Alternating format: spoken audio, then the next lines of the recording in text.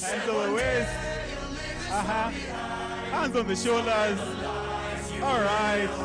Come on, try turn around. Let me see the room. Just try turn around. Turn around. Come on. I'm not seeing you turn around. It's not my show. It's yours. Yeah, I'm seeing that dad right there is perfectly doing it right.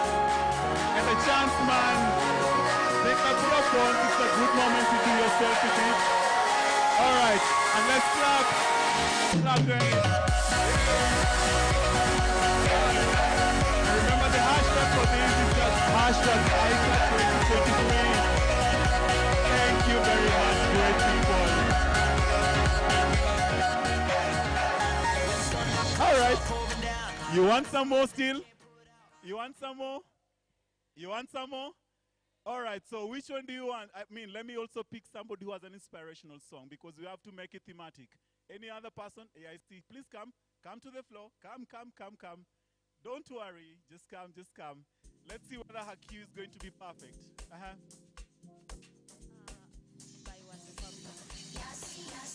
She's saying, I live by one republic. Wait a minute before you get to go. So what's the message on I live by one republic? What does it talk about? It talks about living your life to the fullest with no regrets. Living your life to the fullest without any regret. And what's your name and where are you from? Nangila Wafula from Kenya. Nangila Wafula from Kenya. So you said, I live by one republic. All right. I live by one republic. Let me give the AV like 1 or 2 minutes to get in that. Where is one? So there's Team Kenya. Any other team from the South? Any team from the South with a good song that we can be able to cue? Then we'll get to progress into your program. Any from the South? From the South, I'm looking at the Zimbabwe, Lesotho, and all. The digestive system. That's I live by one republic. I doubt. Paul, is that the song? The mucus and mucus. Oh, there it is. All right. Hope when you take that jump, yeah, you don't feel the fall. I mean, all right.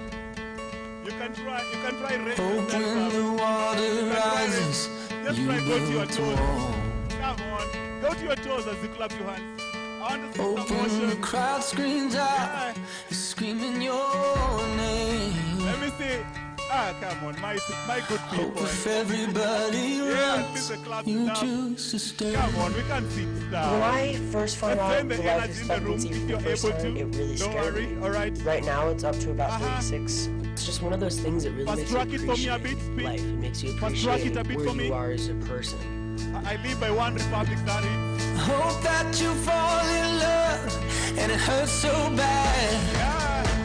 Hope you get to fall in love with what you do, right? Only way you can know, you give it all you have. Give your all in all you do. And I hope that you don't suffer, but take the pain. Hope when the moment comes, you'll say,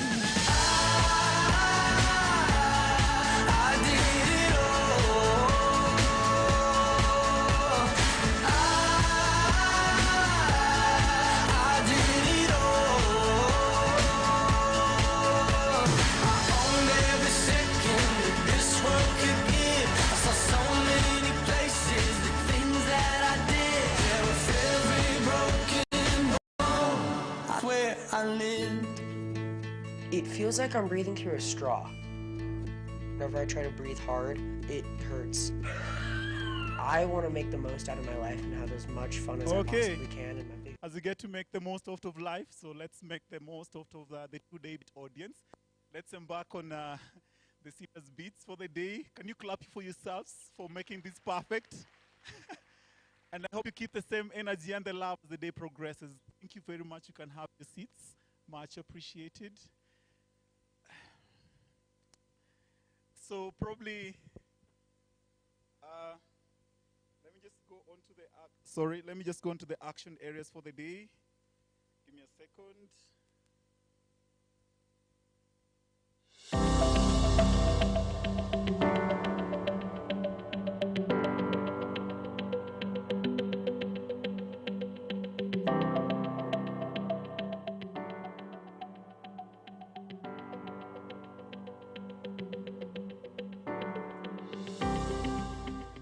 Maathai was a courageous leader. And part of the work that the foundation does right now is to be able to ensure that her legacy is still alive. We have a purpose today to come out of here tomorrow with a strategy for the Wangari Maathai Foundation Youth Hub. Whatever we're going to create out of this, we are the people that are going to champion that and engage in that. If you find your purpose in life, and you people, you seem to have found your purpose, that purpose drives you until your last day. And therefore, you will cause change in this continent, and we need that change. This space creates an opportunity to network and to learn from one another beyond the work and passion that brings us together related to climate change. We will break out into groups, and the little equipments that I have facilitated on your table is what we will be using to define our why as Wangari Maathai Foundation Youth Hub.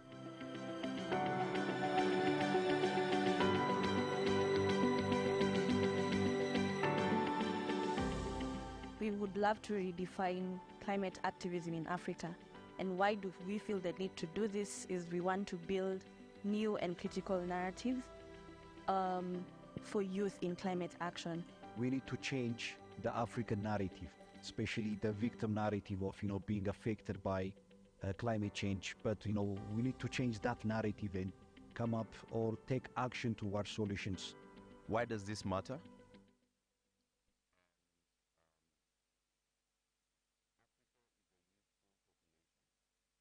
Don't create and tap into this opportunity, we will lose a lot. I got to know the Wangari Maathai Foundation last year when I collaborated with the Youth Hub during COP. And that was my first experience really working with youth leaders who are engaged and trying to activate their own delegations and the stakeholders from their own countries. Being part of the Wangari Maathai Foundation Youth Hub is another way of building a climate-smart generation across Africa, and also finding a way to unify our common opportunity as young people that want to drive sustainable future. Seeing the shifts in weather patterns coming from our farmland has affected our community, and hence I feel like it's part of my duty to fix the problem. The workshop here has been, one, a space for me to engage with various youths that are working on climate change, which has been amazing.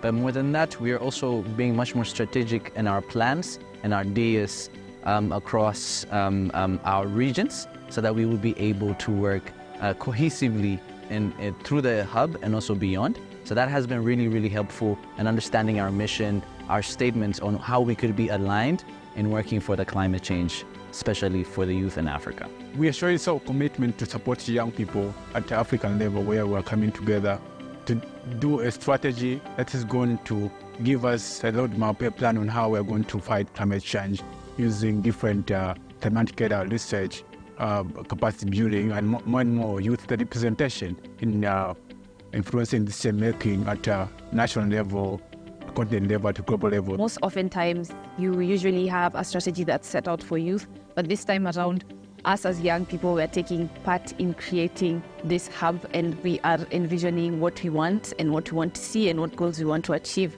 which makes the process even more meaningful, more inclusive, and it makes it more concrete. We need to come out of our boxes and start thinking, where do we want to be in the 3 years? And a vision statement should be very simple, it should be short, it should be specific to the Youth Hub, it should leave nothing open to interpretation. It should also have some ambition. It was really great to collectively brainstorm on the mission and the values and the objectives and the purpose of this hub. The one thing that I've learned is that we need to be able to work in teams as much as we can, because alone we could go just a little bit, but together we might go even much more further.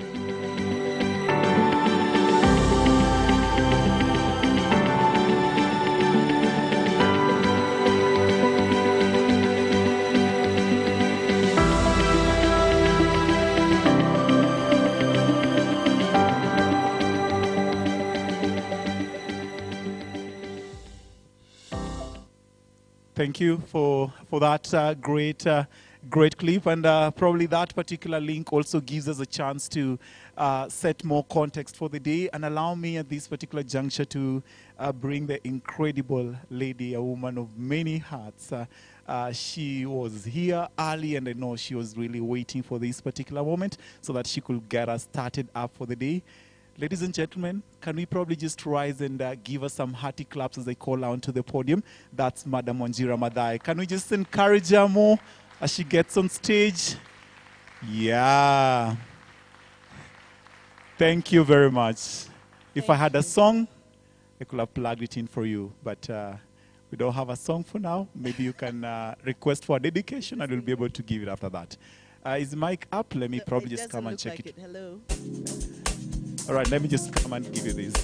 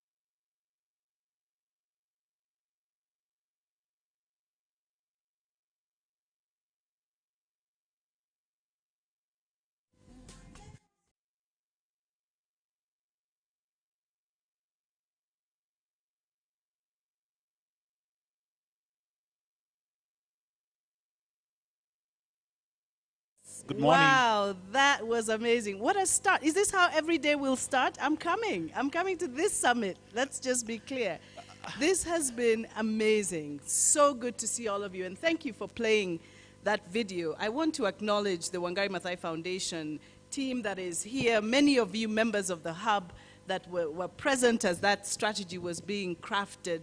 The Hub is really there for you. And so what a moving way to start and to introduce me with that. I'm really proud to chair the Wangari Maathai Foundation and to be able to be creating this forum that will be vibrant and allow you to do what you need to do.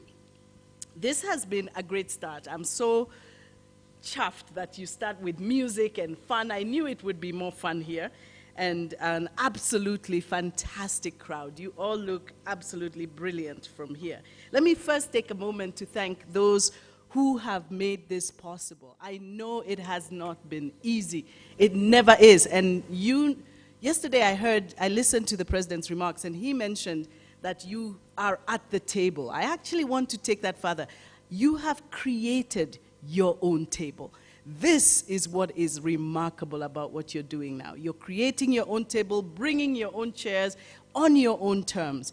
That's a whole different game. So we must acknowledge the amazing secretariat of 13 I hear who have worked tirelessly, probably still doing so, to bring the almost 35 different countries represented in this room. That is absolutely amazing. They are true hummingbirds of this moment. I also want to thank my own organization, the Wangari Maathai Foundation, that continues to do a lot for this constituency, but also is really about you and making sure that you have a voice. Keen and IGAD and several partners, funding partners who I know made it possible and are continuing to make it possible.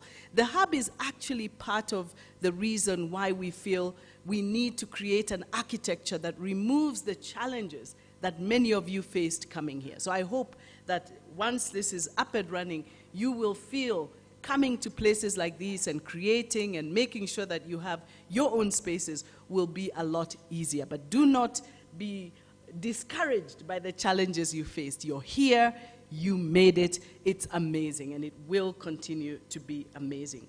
Now, a lot has been said already, so I'm not going to say too much about the facts, but I know that despite all that is happening, let's make no mistake about it.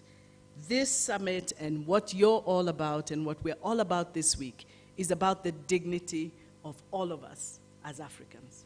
Keep that front and center. Whatever we do is about elevating all of us, ensuring that we as Africans focus on our own dignity.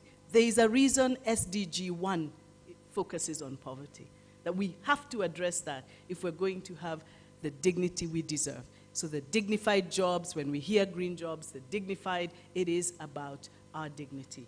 And so we mustn't allow ourselves to be detracted or distracted from the focus on being part of that solution. It is, quite frankly, a matter of justice. So I want to keep that front and center, because this is a moment like no other for us as Africans, where two realities are actually existing at the same time.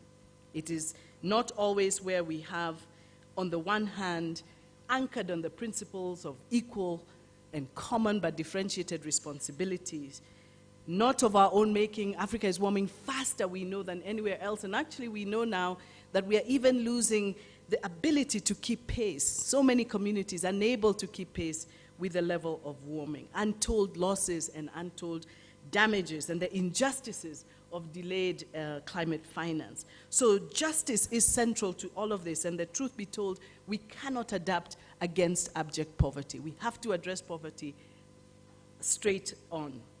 But that is happening at the same time. That reality is happening at the same time when we are on the cusp of a new era for climate leadership for Africa. What's happening this week in Nairobi is about charting a new path, taking the agency, a sort of empowering feeling. I hope you feel that sense of empowerment. That with our potential in renewable energy, the president mentioned yesterday, the abundance of critical minerals, the abundance of renewable energy potential on this continent, and of course, the world's youngest and fastest growing workforce, all of you. The truth is, with these resources and everything that has existed, this is not new, this has existed, we should be facing a completely different reality. We should be thriving, but we are not, and that's why we must lean in and engage in this new era, this new moment, which calls for all of us to engage and make sure that whatever pathway emerges, whatever comes out, that we are pushing towards an aspiration that works for us. And that's why it is so important that President Ruto's vision that he'll be presenting this week, that we don't look at it and say, this is what I don't like. We must begin to look at it and say, this is what I prefer. Let's make it better. Let's improve on it. Let's ensure that this moment results in an aspiration for Africa that is richer, deeper, and dignified for all of us. So next week, we'll be presenting his vision, but what's exciting about this narrative is the shift from a sense of solutions come from other places to the reality that solutions actually come from us, and our solutions will also be part of what will solve the solutions outside. So many people are facing challenging times, too much water, and we are stuck with it, suffering from it. But it is you in the room, all of you in the room, who will be at the center of dealing with it and also innovating around it. And that's what's really powerful. It was not a coincidence that the president chose to be here yesterday himself, and I understand coming back tomorrow. This is really at the heart of how we move ourselves forward as a continent and how we propel ourselves forward as climate leaders. Changing the vocabulary, changing the posture that all of us, when you leave this room after 3 days, you must see yourself forever differently, because this is a new dawn for how Africa will see itself henceforth. We're not going back to a different narrative. But your power is really, really strong. And I can feel it. I can feel the electricity. I felt it all the times as you were planning, the groups that were planning this. You are so committed to a different narrative for Africa. And it's testament to this vision that we know it's going to happen. You provide us both the reason for that hope, but also the opportunity to do something about it. I am so inspired every time I'm in your presence because there's so much going on. And your voice will be the not-so-secret ingredient as we strive for a more common, united, collaborative vision for Africa going forward. Over the coming days, I encourage you, therefore, to sharpen your vision. This is a special moment. Be bold. Be bold in what you expect of us, what you expect of government, what you expect of yourselves, but also ensure that you focus on what you want. What do we want? If someone gave you a paper today and say, write the declaration you want to see, be that sharp. Be ready with exactly what you want to see. For example, tomorrow, I'll be bringing together some senior policymakers to a place in Kikuyu called Toolkit. This is a group, a fantastic woman, Jane Wigai, who is skilling young people for the renewable energy sector. And I asked Jane recently, how many solar engineers do we have in Kenya today? She said, Wanja, we have less than 4,000. And that's the ones we think we have. We may even have fewer. And I asked her, how does that compare with the rest of the world? She said, China has 4 million solar engineers. And if we're not careful, even as the narrative of a renewable energy future and an accelerated transformation happens, we need young, can't have the renewable energy sector booming and the jobs not going to young people on the continent. Those two things go hand in hand, and we must be part of the revolution across the value chain. So after all is said and done, this really is going to be about you. Many of you have heard the story of the hummingbird. I love that story. It's a story of a bird that was so small, it thought it was so small, but it decided to put out a forest fire. And that forest fire was raging. But that little bird decided, one drop at a time, to come and put that fire. My mother, Wangari Maathai, loved that story, and she told that story all the time. You are those hummingbirds. You are the hummingbirds of our time. And I hope that you take on that role and cut through the confusion. There will be a lot of confusion. Refuse to be confused. Stay focused, stay sharp on the solutions and where we are going, because it is not going to be that easy. But you have what it takes. You can cut through that confusion and be the light that shines through. You are indeed our crucibles of hope. We are absolutely with you in all of this. The World Resources Institute, the Wangari Maathai Foundation, committed to supporting you along the way. We're working hard with partners all over the place to ensure that we create the spaces.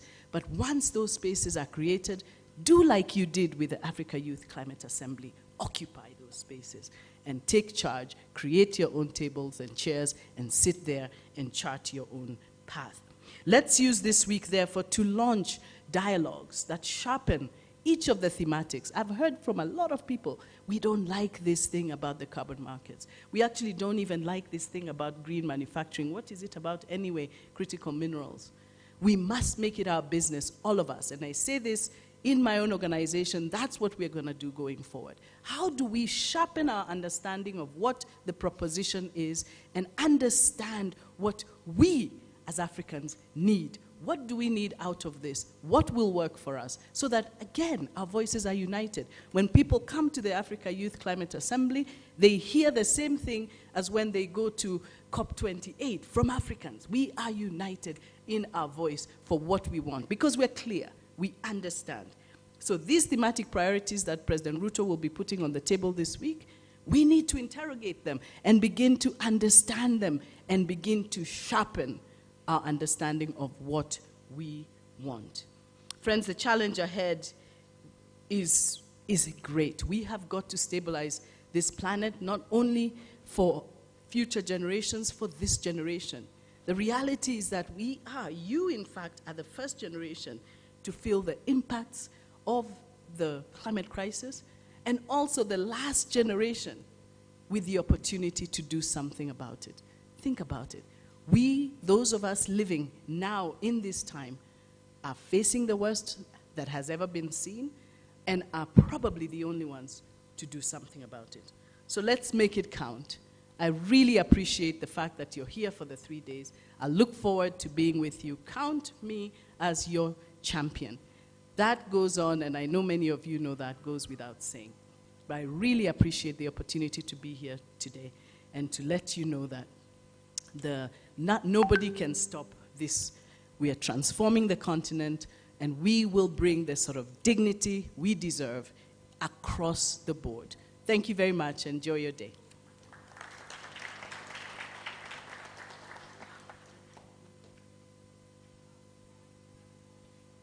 Thank you very much for that, Wangari.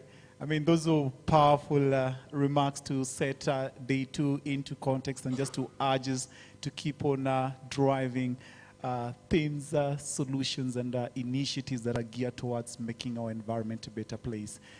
Ladies and gents, is that really adequate clap enough, really, to applaud what Wangari has done for us for the day? Can we do some much more better? All right, I'm great for that.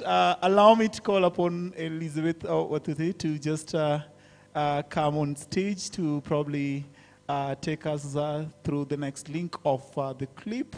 Then after that, I will usher you into the next activity for the day. Good morning, everyone. Good morning. I think I want us to appreciate Wanjera one more time.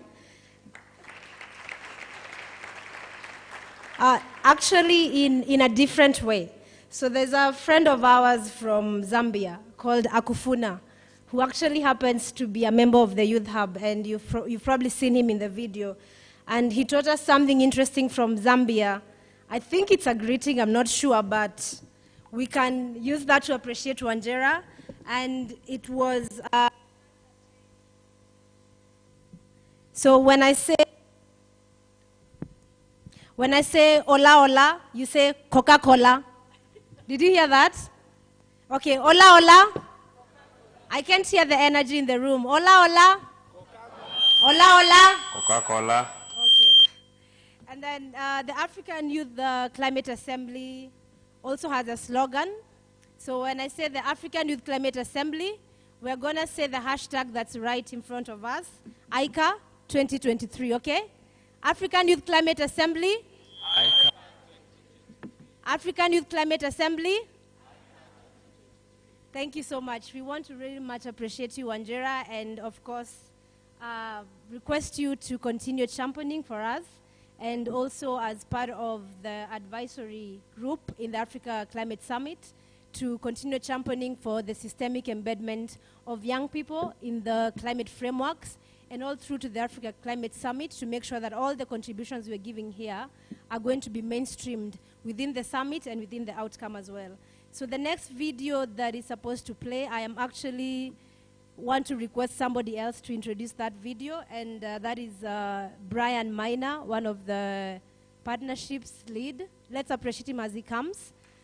And the reason I want Brian to introduce the video is he should also give us the backstory and also the remarks as well from the UNSG, and we'll have the video play. Let's appreciate Brian as he invites the UNSG. Good morning. Hi, everyone. Hello. Give me some energy, guys. Hello. It's nice to have you all here. It's an honor to host you people in Kenya.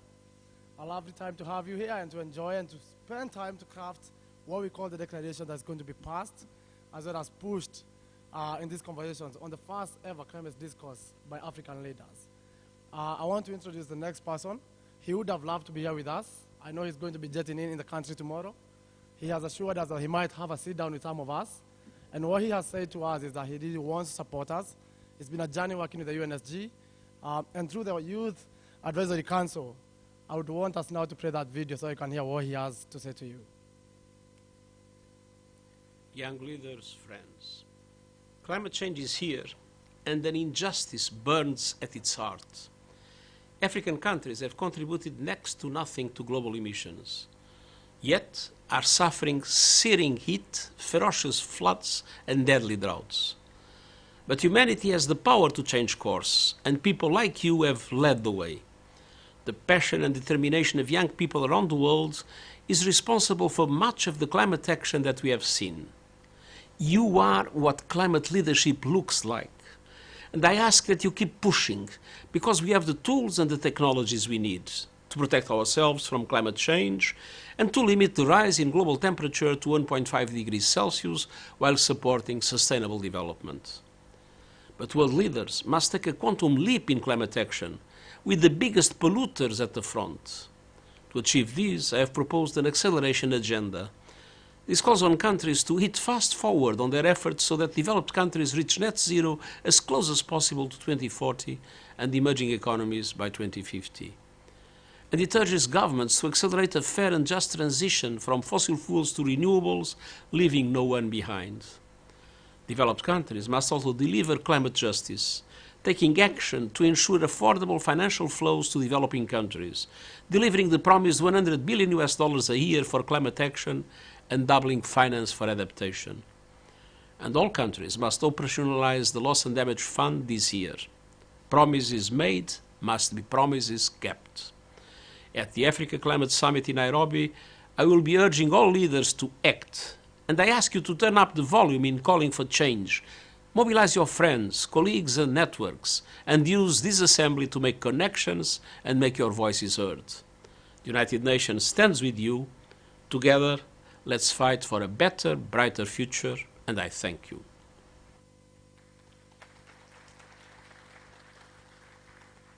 Thank you so much, and as you heard, together, let's fight for a brighter future. I welcome you all. Thank you.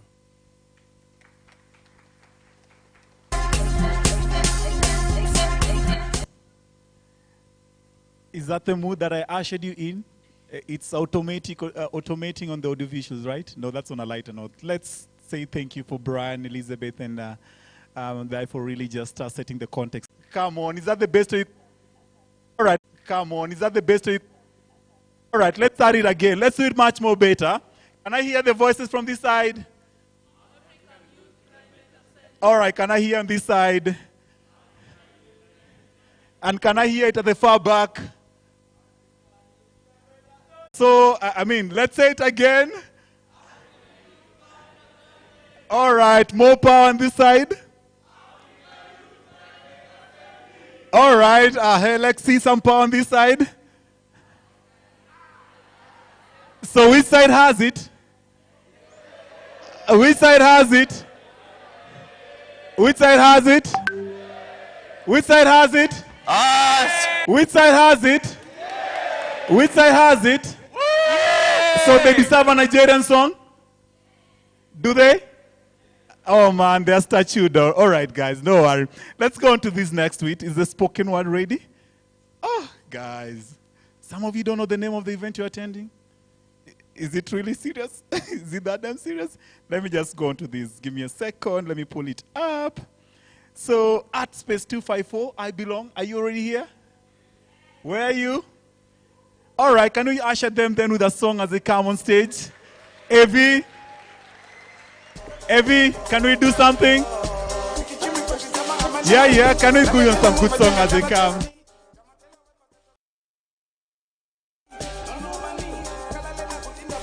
All right, you ready? You need a mic?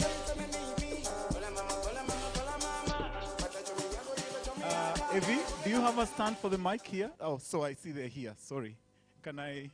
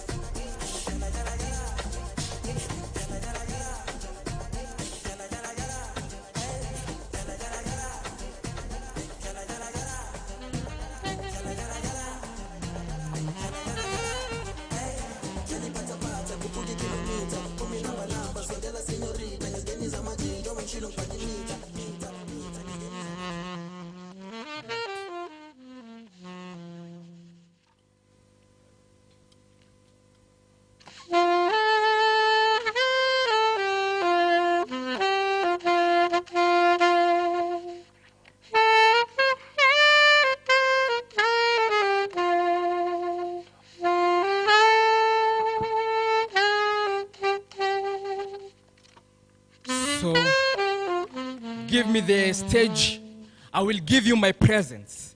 Give me the mic, and I'll spit my words. Give me your time, and I'll share my wisdom.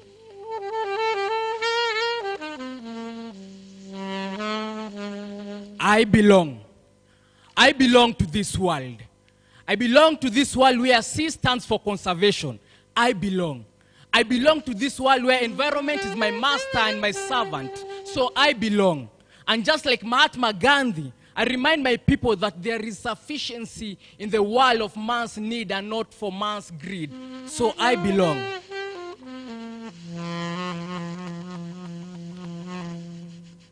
And so I am the earth. You are the earth. There's no planet B. So we need to take care of this earth.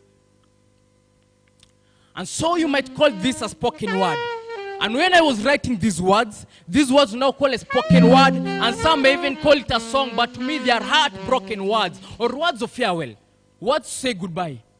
To me they mean something else, something beyond words, something that can never be better spoken by the lips, something that the ears can never filter out the weight, something that the eyes can never see the depth, something that the hands can never feel the texture.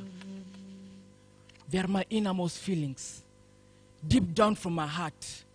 For I feel the hole in me, the hole that physicians would call a vacuum, and mathematicians would say one has been carried away, so we have no remainder. And just like my heroine, Wangari Maathai, I remind you, when we destroy nature, nature will destroy you. Because the pain I feel right now is the pain a warrior feels when he spends a full month battle, but when he comes back home, all his family was carried away by floods. The pain I feel right now as an environmentalist is the pain a mother feels when he spends thousands and thousands so that her daughter may go and study to Finland. But instead of having those thoughts to find a fine land to plant all these trees,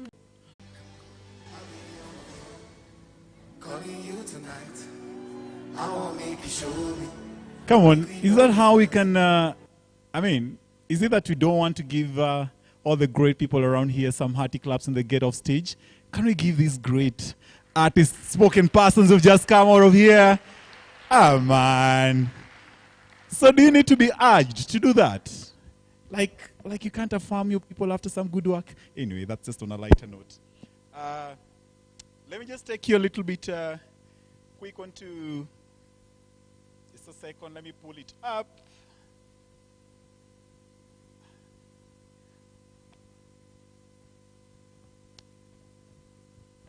All right, so ideally today, we not only want to enjoy ourselves as we do this, but also we want to ensure we keep time.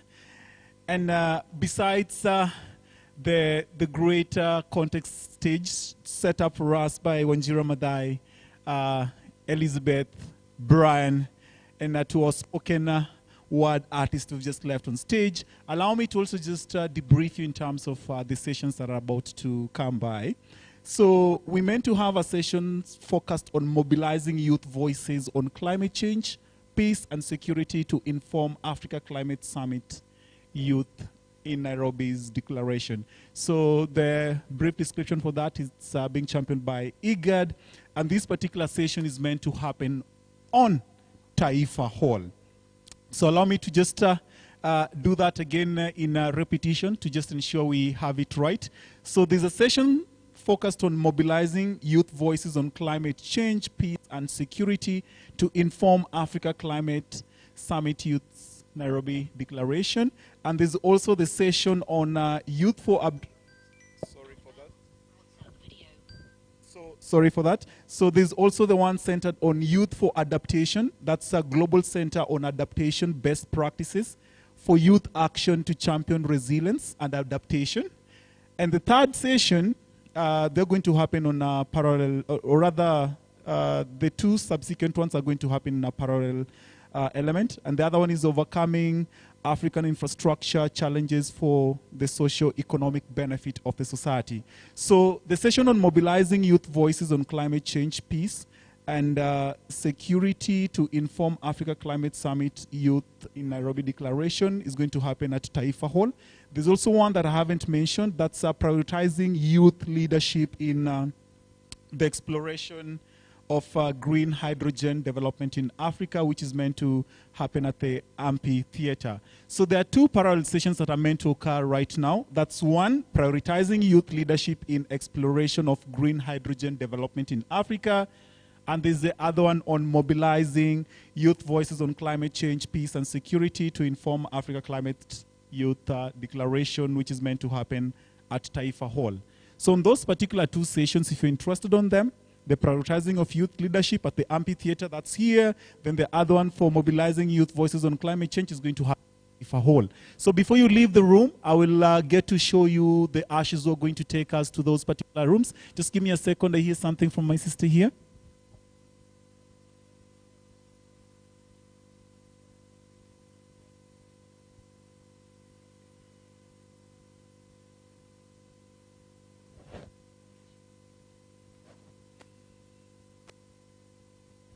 Okay, so I hope you get really that right. Can I see the session, or rather the room leads? Probably could they just come to the front so that probably they'll help us in queuing those particular, or rather leading us into those particular sessions.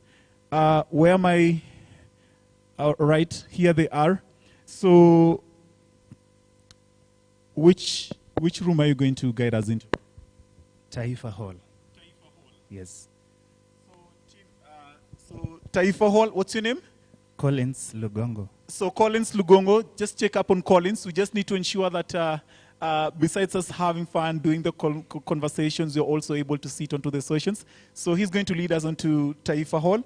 So if you're interested in the session around mobilizing youth voices on climate change, peace and security, Taifa Hall is the place. Then prioritizing youth leadership in the exploration of green hydrogen, actually here. So this is where the amphitheater is for anyone interested in prioritizing youth leadership in the exploration of green hydrogen development in Africa. Remember, the other two sessions, if you're interested on them, the one on youth for adaptation, Global Center on adaptation best practices for youth action to champion resilience and adaptation, and the other one on overcoming Africa. You can have your tea and just move back to for those who will want to come here to the amphitheater and those who will want to go to Taifa Hall. Can you just give us by description where Taifa Hall is so that maybe as they get to the tea, any best way to describe where Taifa Hall is so that we don't lose out on the participants? Okay, I'll be here with my team, the three of us, and Taifa Hall is located the basement, the other side, so we'll be able to guide you, those who will be interested in going to that session. All right, so you're going to call them out as they have the tea. Yes. Okay? All right, so any question? Any person who feels that that segment is not understood? I see at the top, probably Collins, if you can take, Francis, you can take the mic. Oh, it's fine, I have a mic. She has the mic. Yeah, all right. I just wanted clarification. If we're breaking for tea, is there a tea break time, and what time do we need to be back for the amphitheater session? So I mentioned that this session was meant to start at 10:30. So for us to mitigate time and to do our best to ensure we fit in onto the day, tea can be carry on, whereby you can take your tea and probably just urge yourself to come back to the room session or the session you're heading to for us just to ensure we save time. Because the tea break here is meant to be like about and probably as Wanjira's piano is looked for, we have a family photo that we need to take. So I don't know where Elizabeth Watuti is. I know she really wanted that. So we can come in for a quick also photo. So Wanjira, probably you can just drop down as we jump to one of Wanjira's Amapiano. I don't know whether the AV team has been able to get it. My name is Kevin Radiek. It's been a pleasure to lead your first segment of the day. So for any person who want to join in onto this particular photo.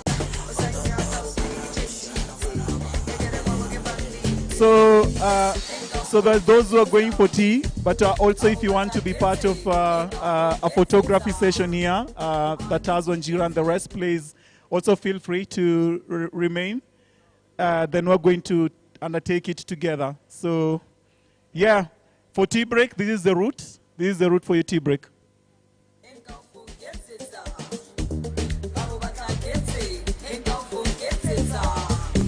So please exit to this place. Exit for tea from this side. Exit for tea on this side.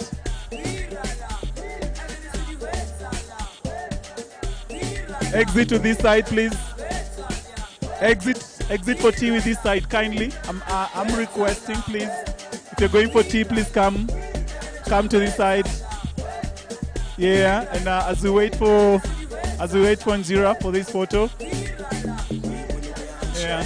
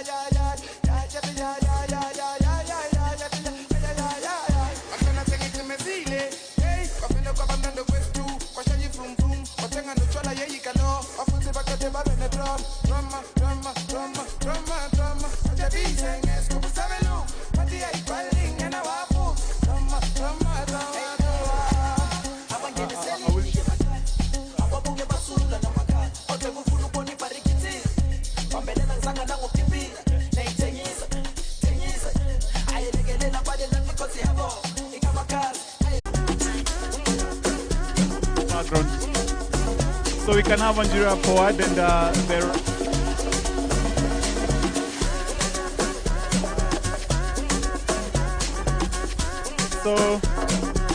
so we can pull behind, we can be on the ground to accommodate us all.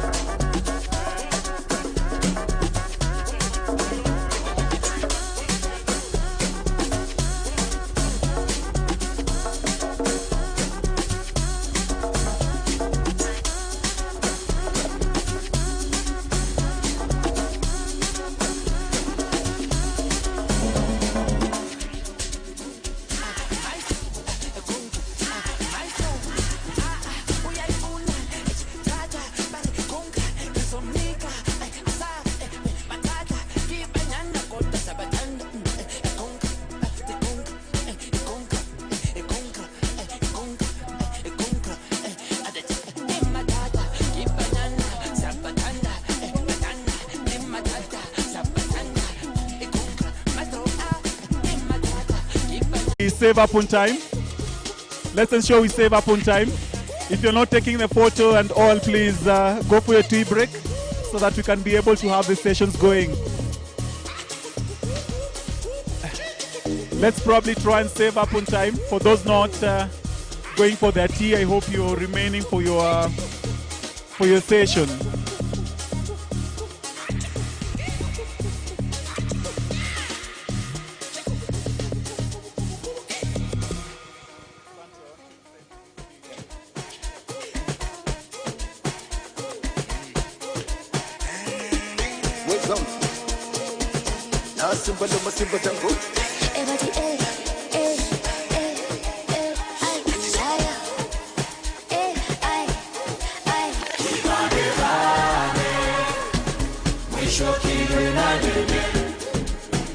It's the kids, babe.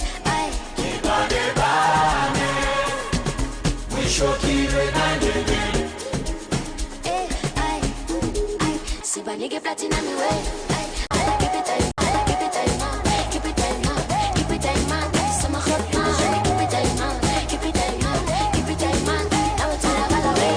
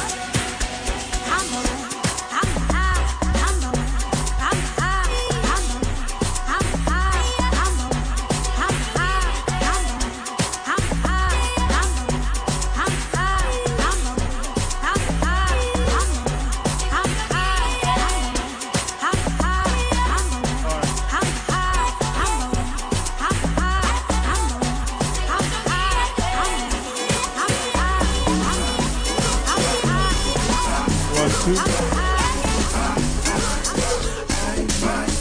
right. All right. Hey, good people. Pull up, DJ. Pull up, DJ. Pull up, DJ. Pull up. So it's me, Kevin's here. Really urging you to evacuate the room. If you're not going to be on the session of prioritizing. No, I'm not saying evacuate in a bad way. I'm just asking you that if you're not sitting on to this particular session centered on prioritizing youth leadership in the exploration of green hydrogen development in Africa, I'm just urging you, letting you know that that session needs to start now. So we need to figure out whether we're going to Taifa Hall or we're remaining here at the amphitheater. And the other session that's meant to be coming in and to Taifa Hall is the one on mobilizing youth voices on climate change, peace, and security to inform Africa Climate Summit Youth Nairobi Declaration. So that's going to be on Taifa Hall.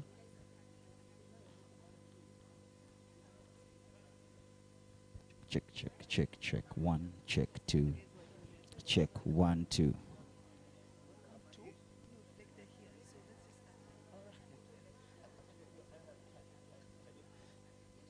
Check 1. Okay.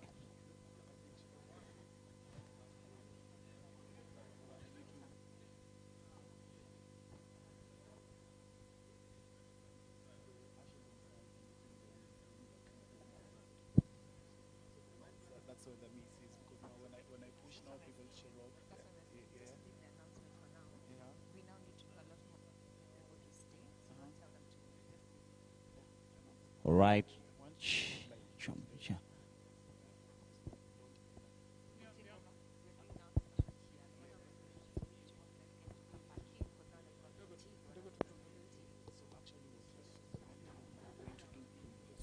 Check.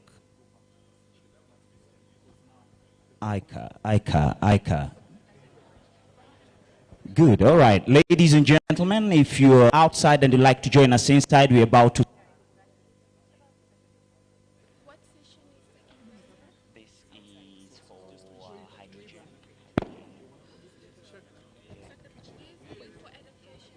Check.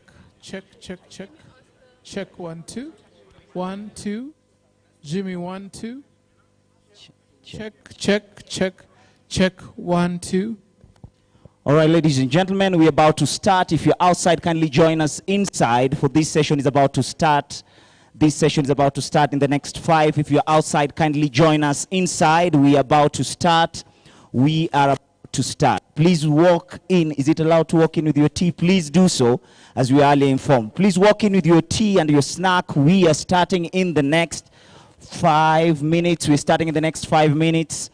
Please do walk in. If you're outside, do join us inside so that we can start this session.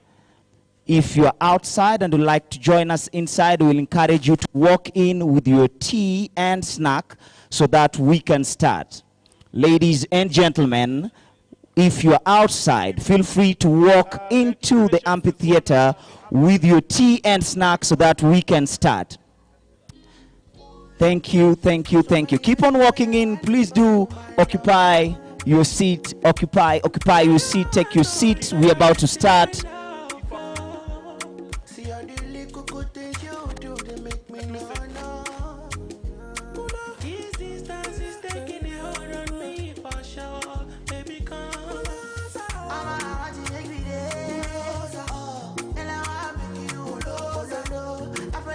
All right, this session starts at a high. We have gifts. You might just win something. If you walk in and start with us, you might just win something beautiful for this session. Thank you for joining us. If you're outside, again, we'd like to request you to join us inside. And this session starts on a high. We have gifts for you. The faster you settle, the better. You never know. If you are the chefing dishes, we request that you pick your snack and tea and quickly join us inside.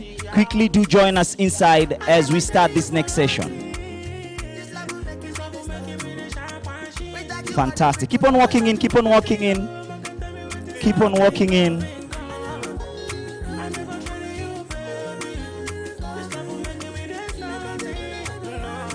All right, all right, all right. Keep on walking in, keep on walking in, keep on walking in.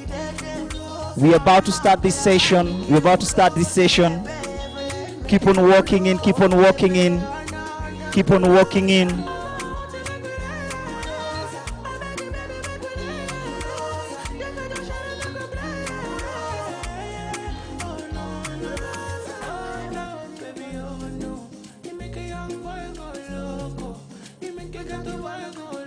All right, ladies and gentlemen, if you're outside again, quick one, we'd like to request you to join us inside. Please do join us inside with your snack and tea so that we can start together. Feel free to walk in with your tea. It's okay. We know Nairobi is cold, but we love you that way. Please feel free to walk in with your tea and snack. Thank you, thank you. Keep on walking in. Karibu. Keep on walking in, keep on walking in. We are doing this. Keep on walking in, keep on walking in. Keep on walking in. Yes, thank you very much. Thank you very much. You want to go back for another cup of tea? It's okay. Nobody knows you here. You guys go back and grab another one. It's okay. Cool. Just grab another cup. And then you have your seat. Thank you. Thank you so very much.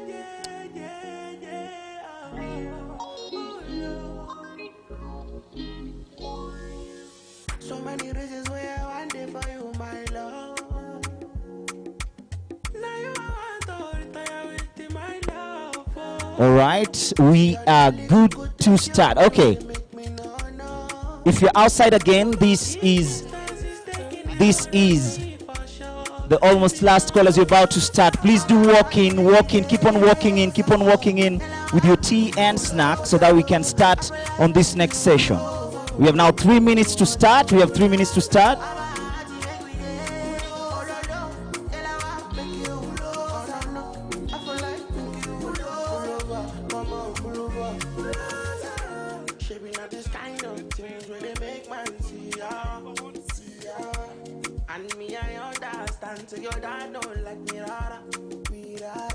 All right.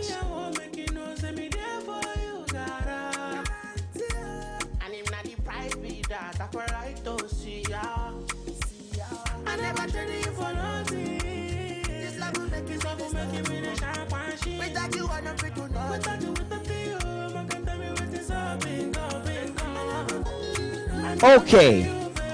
All right. Thank you guys. Just keep on joining us. Walk in with your tea and snack. It's so much allowed so that we can catch on that time. Thank you so very much for joining us.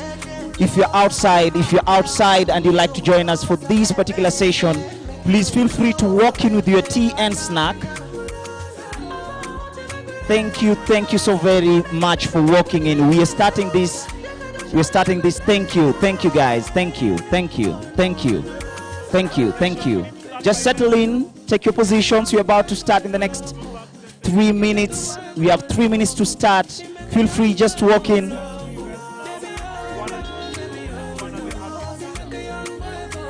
All right. Good stuff. Let's keep on walking in. Please do walk in. Take a position. We are starting. We have like 3 minutes to start this. If you are having your tea and your snack, feel free to walk up the stairs with it into the amphitheater so that we can catch on that time. Thank you very much. Thank you guys. Thank you. Good. All right. Hi, these wonderful girls in school uniform. Hi, come. You come. I'm not embarrassing you, just come. I'm not embarrassing you. Just for coming. Which one is your preference? Don't look. Which is the preference? This one or this one? This one. This one is for you, courtesy of this fantastic session we're about to have. Thank you so very much. Enjoy yourself. You know, right? We are starting on a high. Good girl. All right. There we go, guys. We have started on a high. You started on a high. Yeah. Oh, keep on clapping for. I know you are jealous. Don't be jealous. This session is hyped. Yeah, that's what's up. You guys are doing a good job. Please keep on walking in. Keep on walking in. You're about to start. Who whistled? Who whistled? I want to award you. Who whistled? Who whistled? This gentleman. You did a good thing. Just this. Oh, it's a T-shirt by. This is a shirt. Is this your size, sir? It's okay. Come. Just come, sir. Come. You come. Yes. For being engaging. Courtesy of Fortescue. Fortescue. Come on, let's appreciate him. All the way from? You're coming from? Mozambique. All the way from Mozambique. Well, that's what's up. Thank you so very much. So if you have a small brother, make sure he's branded Fortescue, all right? Good, good, good, good, good. All right, all right, all right. Yes?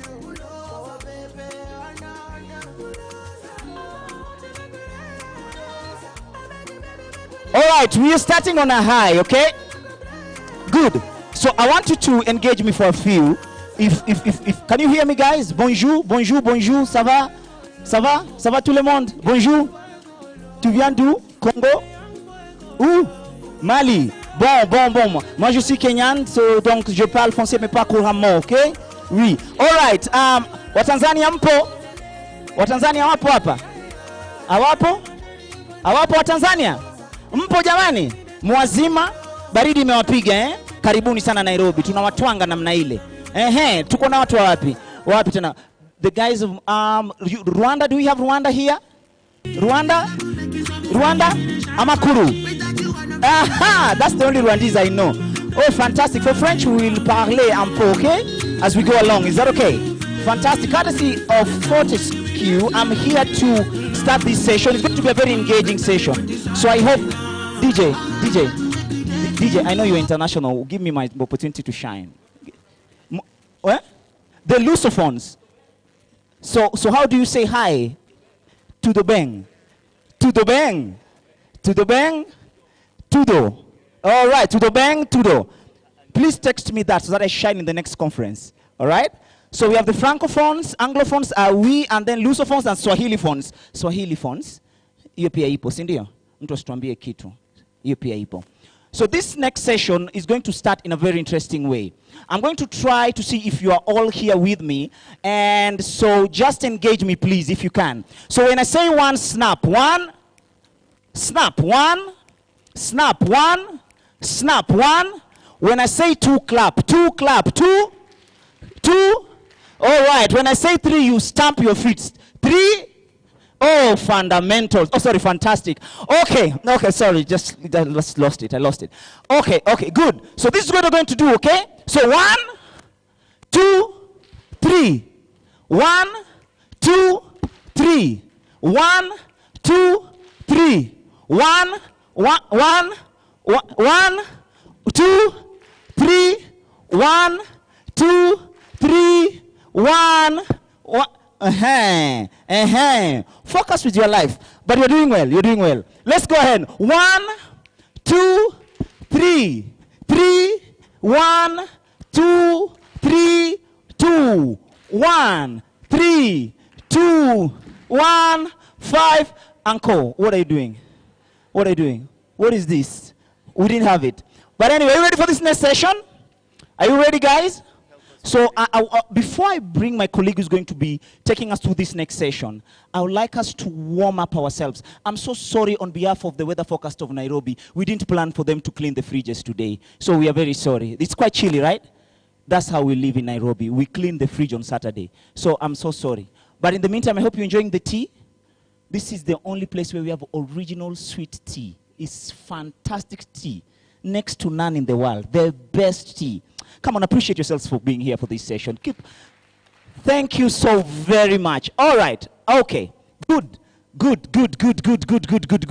So I believe you're all delegates and you're used to this proper sitting and proper language, right? Let people speak, all right? But I'm going to break all that for a minute.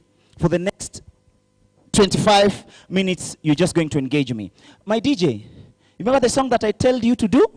You are doing that song now. Okay. So even if you're having your tea, I'm not going to engage your mouth. I want you to stretch both hands out. 2 hands out.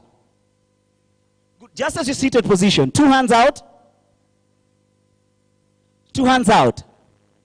We are not receiving. Are you from church? This is Jesus' agenda. Just bring it down, sir. Fantastic. There you go. Are you ready? Chairman, take me back. The first track. Hands out. 2 hands out. Like they just stretch them. Yes, good. Hands out. Pull up. Pause, DJ. Guys, let's appreciate the DJ. He's doing a good job, isn't it? He's doing a good job. Okay. So you put your hands out. And then I say reverse. Your right hand goes back, left hand remains. Reverse. Right hand goes back. Reverse. Left hand remains receiving position. 2 hands out. Reverse. Right hand only. And then with your right hand, you will sweep all confusion out of your life. Okay, just sweep. You get it? Are you ready for this? Now we're going to do it in a rhythm because our African sounds are full of percussion, okay? So you'll sway, swing from your chair. Do not stand until I invite you to stand. Is that okay? Okay, let me allow. You're going to stand. Pick the hand of your neighbor and please be upstanding. Let's stand. Let's all stand. Let's all stand. Let's all stand. Let's all stand. This next session is going to be so beautiful. I kid you not. It's going to be so wonderful. You said you come from Congo? Mali. I feel that you are a good man. You are a good man. I just feel you are a good man. You have been clapping, smiling at me. You are cheering me. Or you don't know me. I don't know you. Yeah, but Fortescue knows you now. This is courtesy of you. Oh, you want to hug me? Yeah. Ah, Malians. You okay? Wow. First tag ever. Duh, guys. All right. Are we ready? Are we ready, guys? Okay. 2 hands out. Good. There we go. 2 hands out. Reverse. And then you sweep. No sleeping on the job, all right? DJ, press play. And give me volume and bass. Are you ready? Are you ready? I want to put both hands up like that. So many reasons where I want Wave small. You guys are good. I love you people. Put your bodies, I like it. Alright. This distance is taking it hard on me. 1, 2, 3, 2 hands out. Reverse. Sit now. Down this side. Let's go.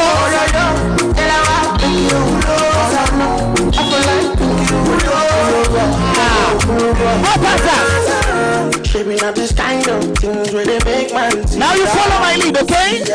You follow my lead. Up, hands up, to the head, to the shoulder, to the waist. Good. I like you. One more time. Okay. Hands up, to the shoulder, to the waist. Hands out. That's good. That's good. 1, 2, 3. Reverse. Sweep it.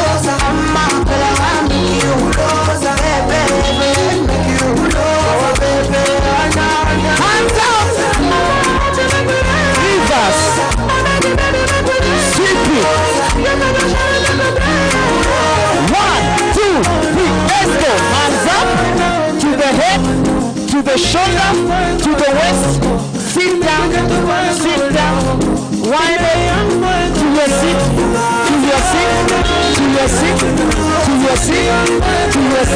Come on, appreciate yourself. Thank you, my DJ. I told you this session is going to be fire. Are you ready, guys? So we have lots of giveaways. For everyone. If you will not get anything, please mark it, then go buy for yourself. Come on, are you ready?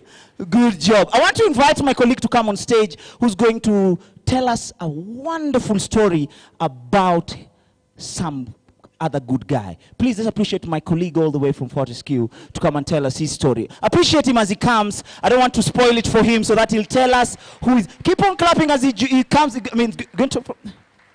Good stuff. Come on, let's appreciate him. He's going to tell you more about him. Pigiani him a coffee, like that's what we say in Kenya. Thank you, guys. Thank you, so very dangerous. All right, take it away, bro. Thank you. Thank you, everyone. Thank you. And welcome once again. I hope you can all hear me. Yep. Welcome, everyone. Karibuni sana. Bienvenue, mes amis. S'il vous plaît, mon français c'est très mauvais, mais je vais parler un peu. Oui, c'est bon. Yeah. Are there some West Africans in the house? Do you have some Ghanaians in the house? Good. Welcome, everyone, guys. In Ghana, the most common greeting is, Charlie, what happened? Right? And usually the response is, everything cool. So, when I say, Charlie, what happened? You respond, everything cool. Charlie, what happened? Charlie, what happened? It be so, it be so. Yeah, so welcome once again. Just a little story. In August 2012, I think that was the first time I left the shores of Ghana. I went to read my master's in China, right? And I recall very well on my way from Shanghai to Nanjing, I just couldn't believe what I saw. I saw solar water heaters on almost all the roofs. I just couldn't comprehend it. And in that train ride to Nanjing, what kept ringing in my mind was, how is it that, I'm from Africa and we have all these amazing renewable energy resources and this strong, human capital, right? But then again, there's still a significant energy access deficit, right? I just couldn't understand it. And for me, that was when I started venturing into the renewable energy space, just to understand what actually is the problem. And of course, there are so many renewable energy projects being implemented in rural communities as far back as the mid-80s, right? But then again, the energy deficit issue is still a big problem that we face, right? So when I started sort of diving into that area, I chanced upon what we now call the green hydrogen. So as far back as 2013 or so, I and a group of friends from Ghana as well and a couple of Chinese guys, we started researching to understand how Africa, or just to understand Africa's capacity to develop green hydrogen projects, right? It's interesting, right? Back there, 2012, 2013, the future was really bleak, because all the publications were projecting the realization of the hydrogen economy in 2050, right? So in your mind, you're like, what are you going to do after school? Because this hydrogen thing is not happening, right? But fast forward, here we are with Fortescue, which is a global force pushing or pursuing green hydrogen projects across the globe. Like, it's happening. It's a reality, right? And I find myself back home playing a pivotal role in the company supporting our project across Africa. As if that isn't enough, I get a chance to play a critical role in the Africa Youth Climate Assembly. Like, it's a surreal and full circle moment for me. So for me, this experience just sort of reminds me of who we are as Fortescue, right? And the fact that our greatest asset is our human resource, right? We identifying the need to bring a young African back home to help drive these projects as the theme for this year's Africa Climate Summit is Africa-led solutions for global challenges, which is critical, right? Today, we have about 15 senior high school students from Naivasha, right, which is where we are implementing our Kenyan project, which is a 300 megawatt geothermal green hydrogen to green ammonia project. We strongly believe that empowering these young guys or these young adults is essential for us, to be able to develop our project to ensure that these solutions are context specific, right? So, my name is Basil Amuzu Sefoji.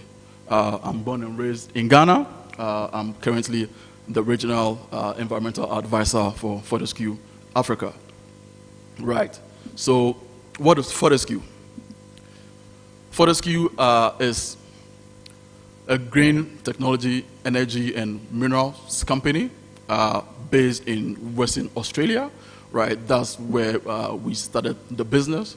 And the main goal of this company is to deliver social, environmental, and economic benefit for the communities in which we implement our projects, right? This company was founded by our executive chairman, Dr.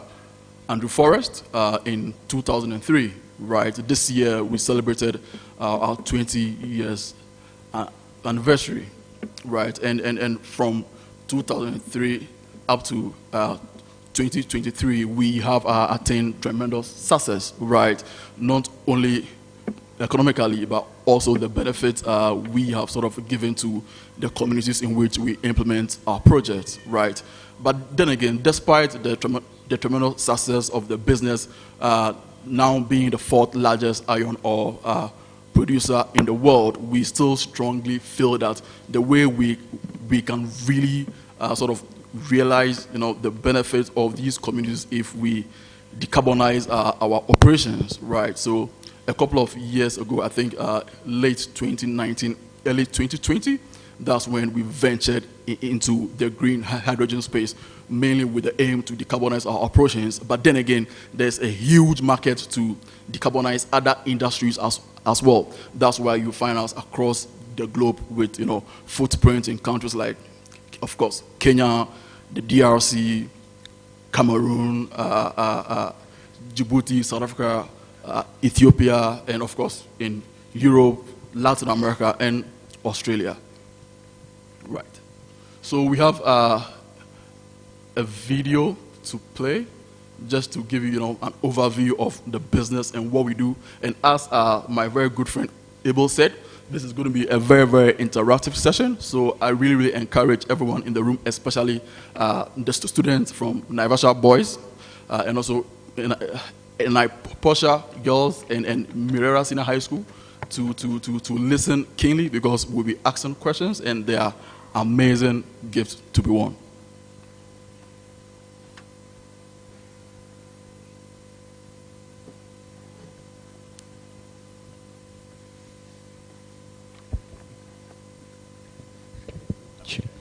It's time to do something about that. A green transition can help mitigate the impacts of climate change and unlock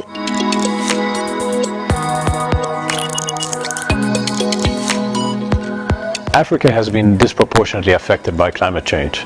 It's time to do something about that. A green transition can help mitigate the impacts of climate change and unlock economic opportunities. Here in Africa, we have what the world needs. We hold abundant renewable energy sources. Fortescue is investing in infrastructure to help countries in Africa and across the globe make a just and equitable transition.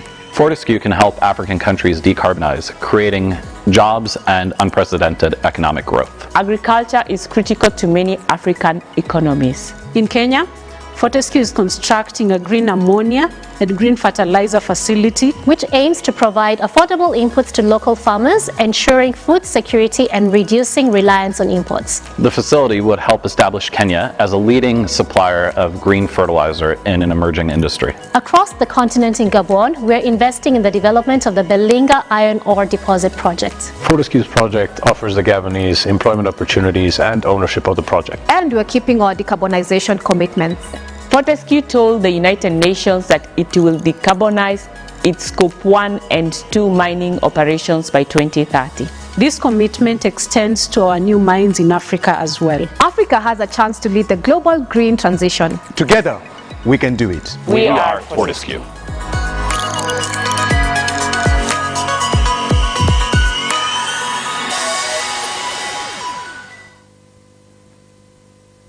Great. Thank you very much. Yep. So I think we are deep diving into today's session, which is going to be a very, very interactive one. So we will sort of play a couple of videos, just give an overview of what we are about. We'll discuss climate change, clean energy, right, and we'll sort of deep dive a little bit on what are some of the challenges that we are experiencing and the solutions that we are coming up with to solve some of these problems, right? And yeah, afterwards, we'll have a Q&A session, right? So the first video actually is on climate change, right? But before, we even play the video, let's make it a bit more interesting, right? So I want to ask the students from Mirera Senior High School, right? For 2 points, can anyone tell us what climate change is?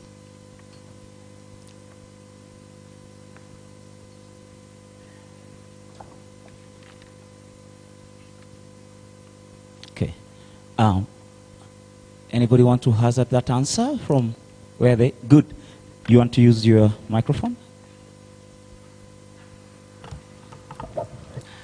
Hi everyone, I am Regan, and climate change is a general difference in behavior of, yes?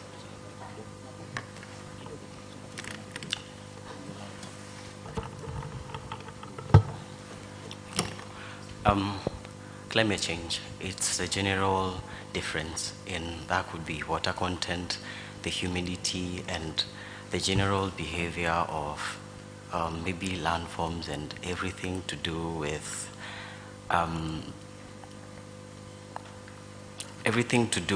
away from the norm, because we have a normal where we have a balance between temperature, humidity, and everything like that. And now climate change is now the difference or the deviation from what is the normal or what we normally expect to be there. Thank you. Yep. He did well. Yeah, that's an amazing attempt, and that was good. So, of course, he deserves check. Okay, so I want to spoil you. Yes. Can I spoil you? I want to spoil you. Look at you blushing. So I'm going to give you a T-shirt. Okay. Do you have some chocolates for this young gentleman? Do you have a girlfriend? Sorry, just chocolate. He's in high school. You're not allowed to have a girlfriend. Yes. Wait, postponed until university. Give me two. He's done well. One for him, one for the bestie. Thank you so very much. This is for you. Some chocolates for you, and a T-shirt. Why are you blushing? It's just T-shirt now. It's just T-shirt.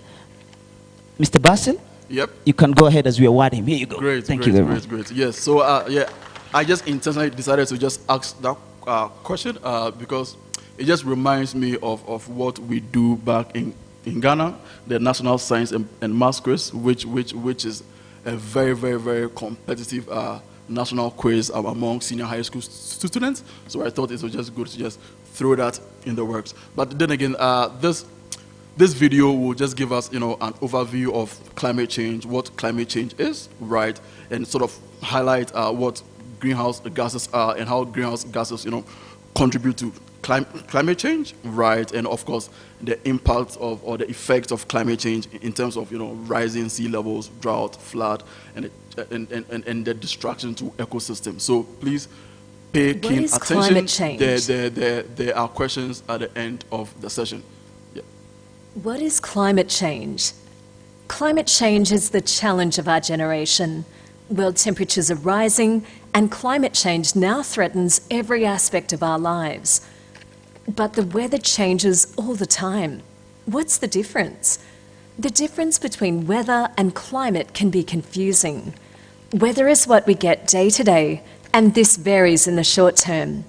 Climate is the long-term average of weather patterns, and climate change is a shift in those average conditions.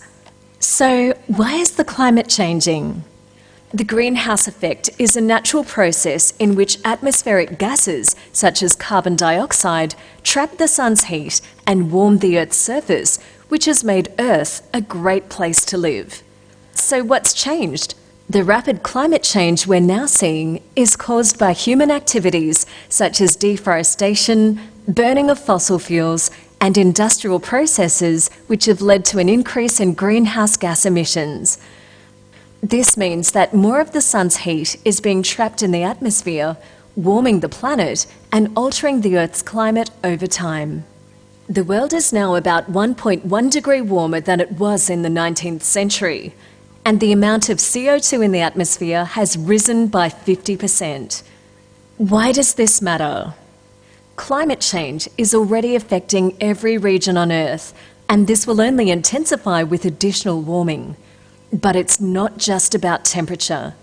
If the global temperature rise can't be kept within 1.5 degrees, we face melting of glaciers and ice caps, rising sea levels, and more frequent and severe natural disasters such as droughts, floods, hurricanes, and wildfires. Climate change also affects our ecosystems, impacting wildlife and their habitats, and threatening our health and ability to grow food. Some places will be affected more than others, and in the future, the number of climate refugees is expected to rise. But this is a problem for all of us. It's our responsibility to care for our planet today and to secure the future of generations to come. But what can we do? Countries agree climate change can only be tackled by working together. Leading climate scientists agree that keeping global warming below 1.5 degrees will help us avoid the worst impacts.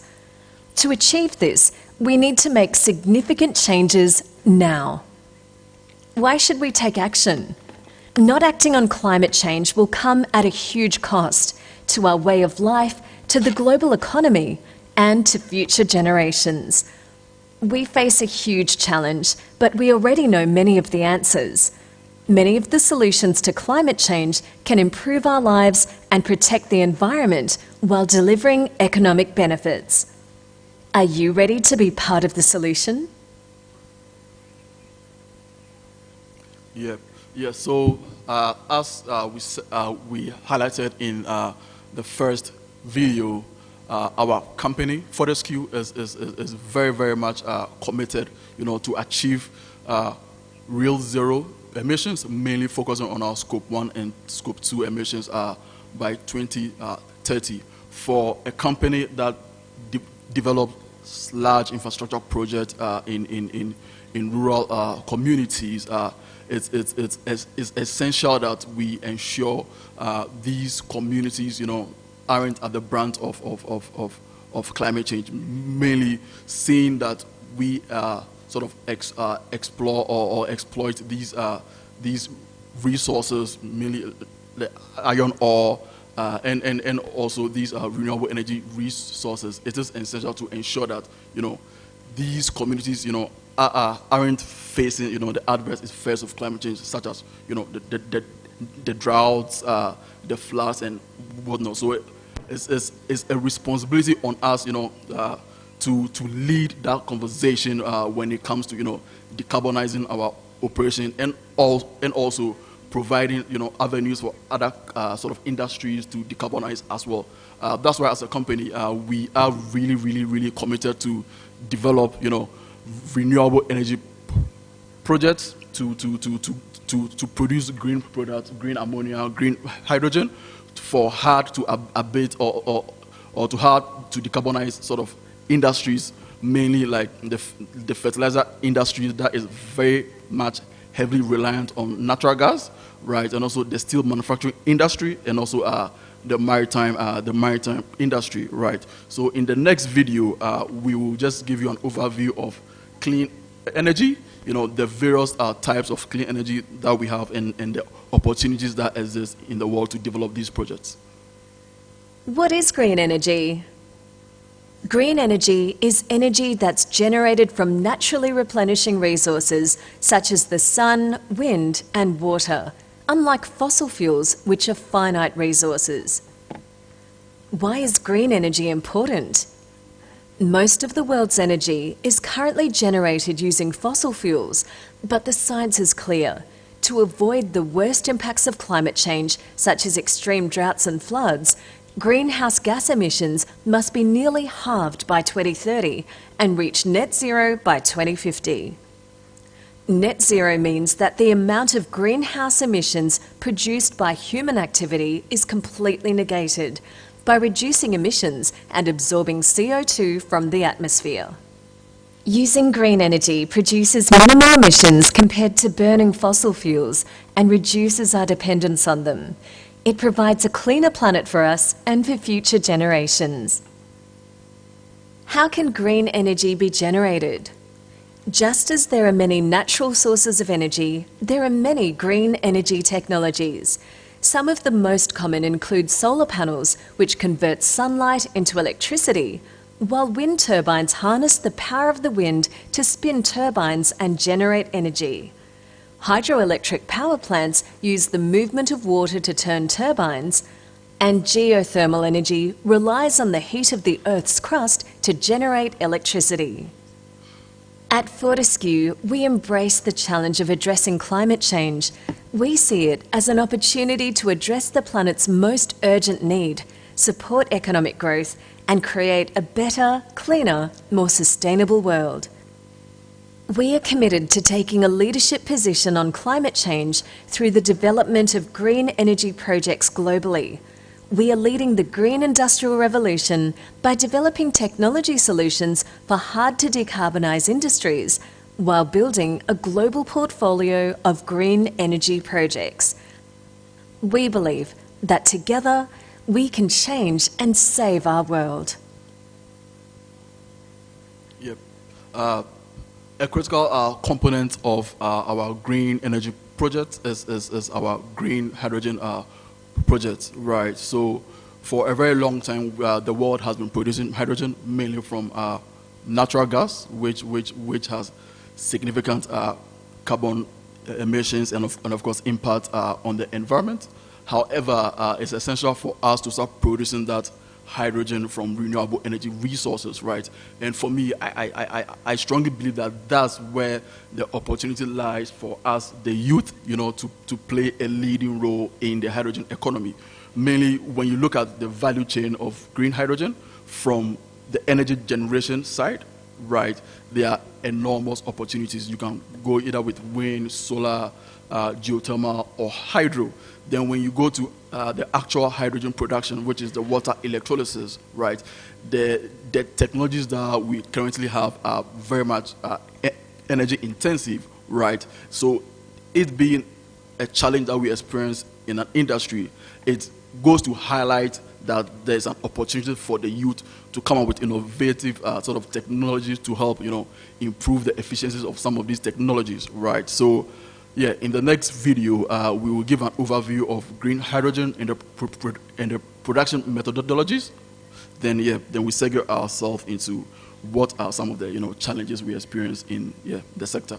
Green hydrogen. What is it?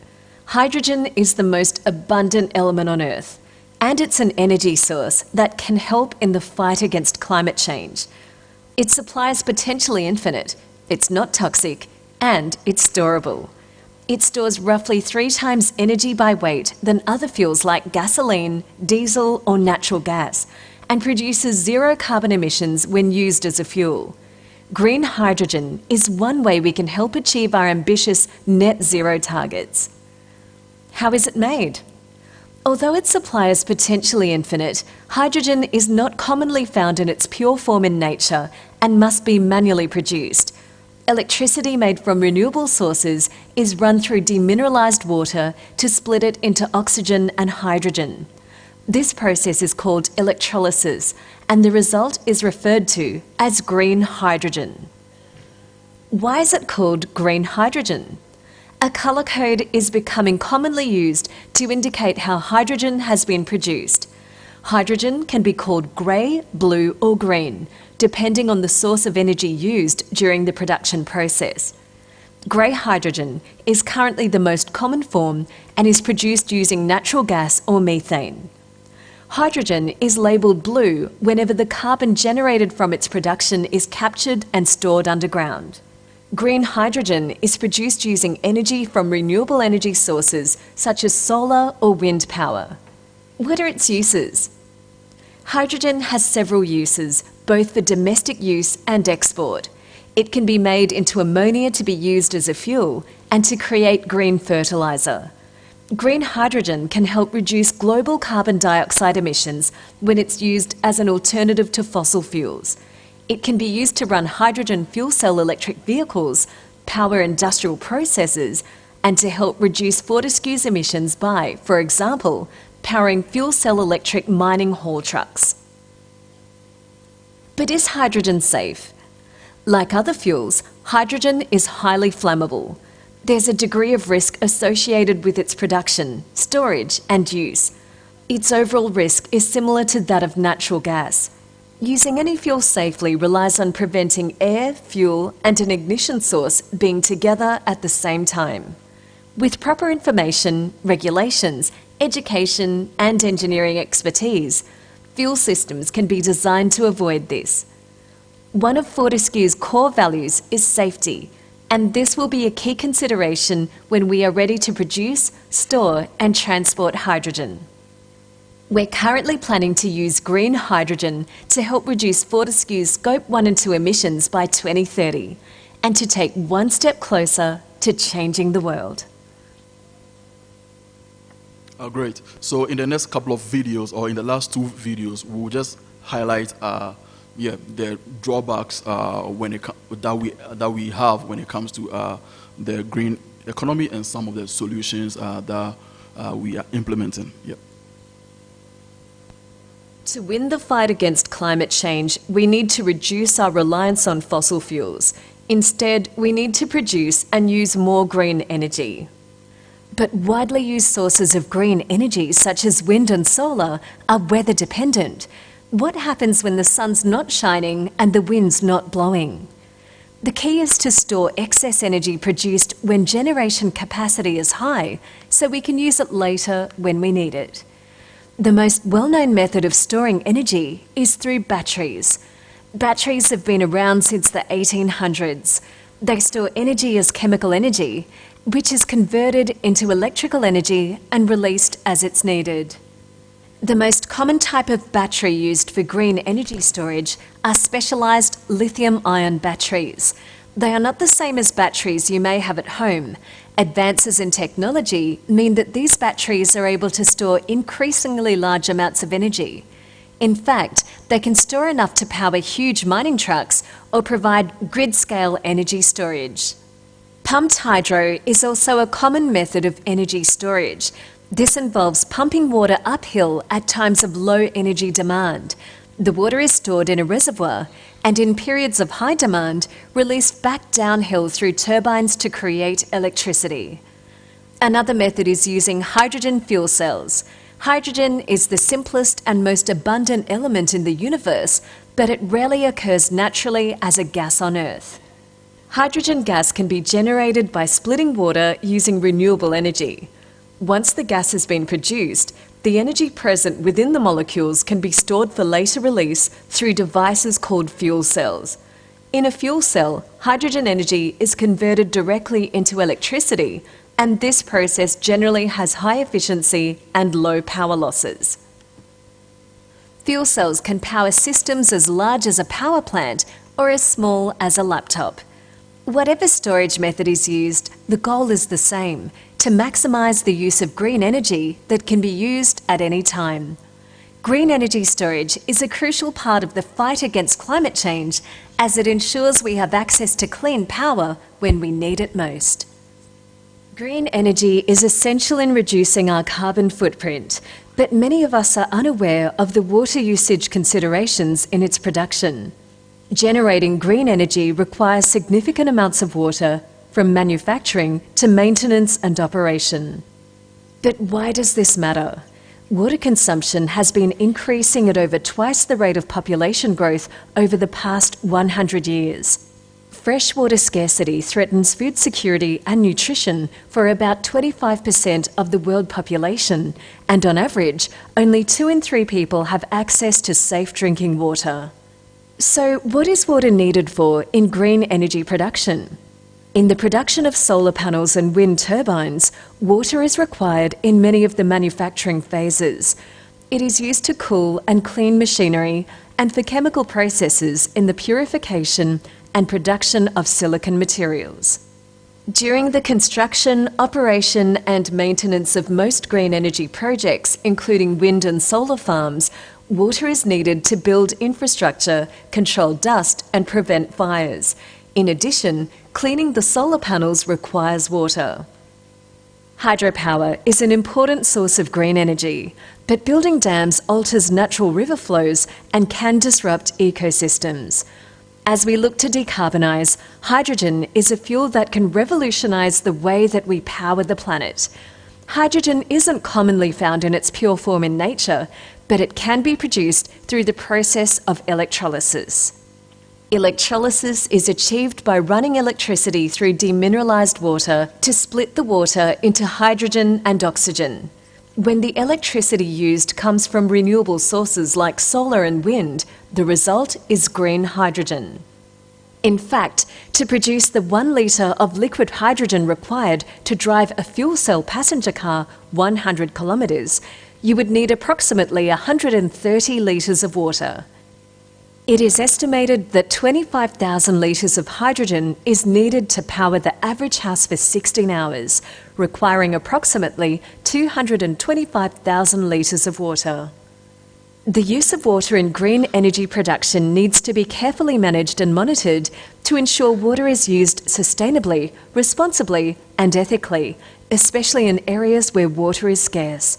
For example, recycled wastewater and desalinated seawater is being explored as alternatives to fresh water. Additionally, wastewater from hydrogen production can be processed and made available for other purposes such as local industry and agriculture. As we move to green energy, responsible water stewardship is an important part of this transition. This will create water outcomes that are socially and culturally equitable, environmentally sustainable, and economically beneficial.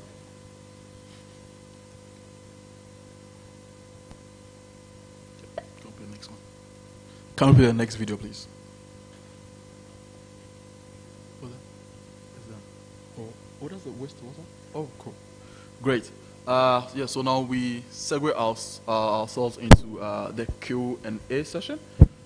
We have a few questions for our audience, so be ready. All right. Okay, good. Let's appreciate the entire... Let's just put your hands together. Please, please, please, please, please. Okay, now clap as if you're not jealous for that wonderful presentation. Just good, good, good, good, good, good, good, good.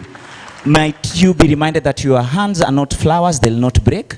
You'll keep on clapping, isn't it?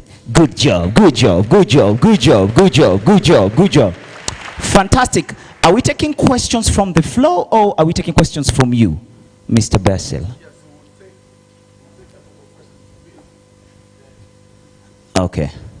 Thank you. Yeah, so we'll take a couple of questions from me, then we'll give away some gifts. All right. Then, of course, we'll open the floor for the audience to ask their questions as well. Okay. That will give my teammate a great opportunity for them to also participate in this event.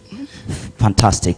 We have like 20 minutes for that because our last activity is very beautiful. So I'll invite you. Any questions? Any question? First question, is it from you or from them? From me.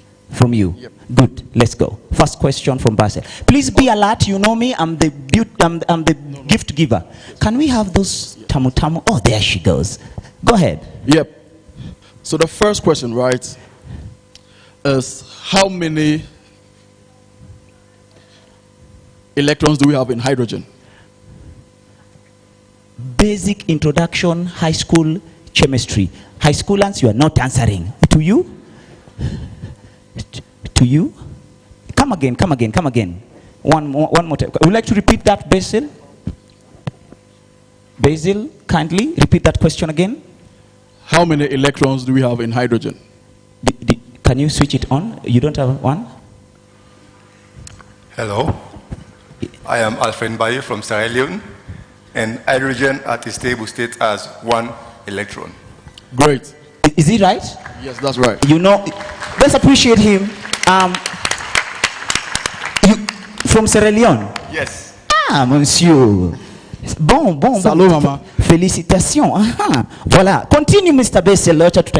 Here you go. Take this one. This is for you. Yeah, so I'll ask 2 more questions, then I'll open the floor for the audience to ask this as well. Right. What is water electrolysis? Basil, you want to pick one person? We have somebody. No. You want to... chairman, ladies. Okay, the ladies. Any lady? Where? That one. Is that school uniform? Excuse me now. Wait a minute. I'm coming to you. There's one here. There's one here. There's one here. Okay. Is the separation of water into hydrogen and oxygen? Can you please take it again? Is the separation of water into hydrogen and oxygen molecule? Great. Good? Good. Can you please award her, just award her for us? There you go. Take your, a tea. Abel. Yes, sir. Just a second, I think someone wants to contest that. Somebody wants to contest? No, hold on to it. Hold on to it. Who's contesting? Who's contesting? You are contesting. Okay. Okay. You better have bigger vocabulary. Do not rambass us. Okay. Well, the answer is not complete. It's the separation of hydrogen into water, and of course, into water, but using electricity. You have to complete it with the use of electricity, because electricity is what you're going to use to do the distribution.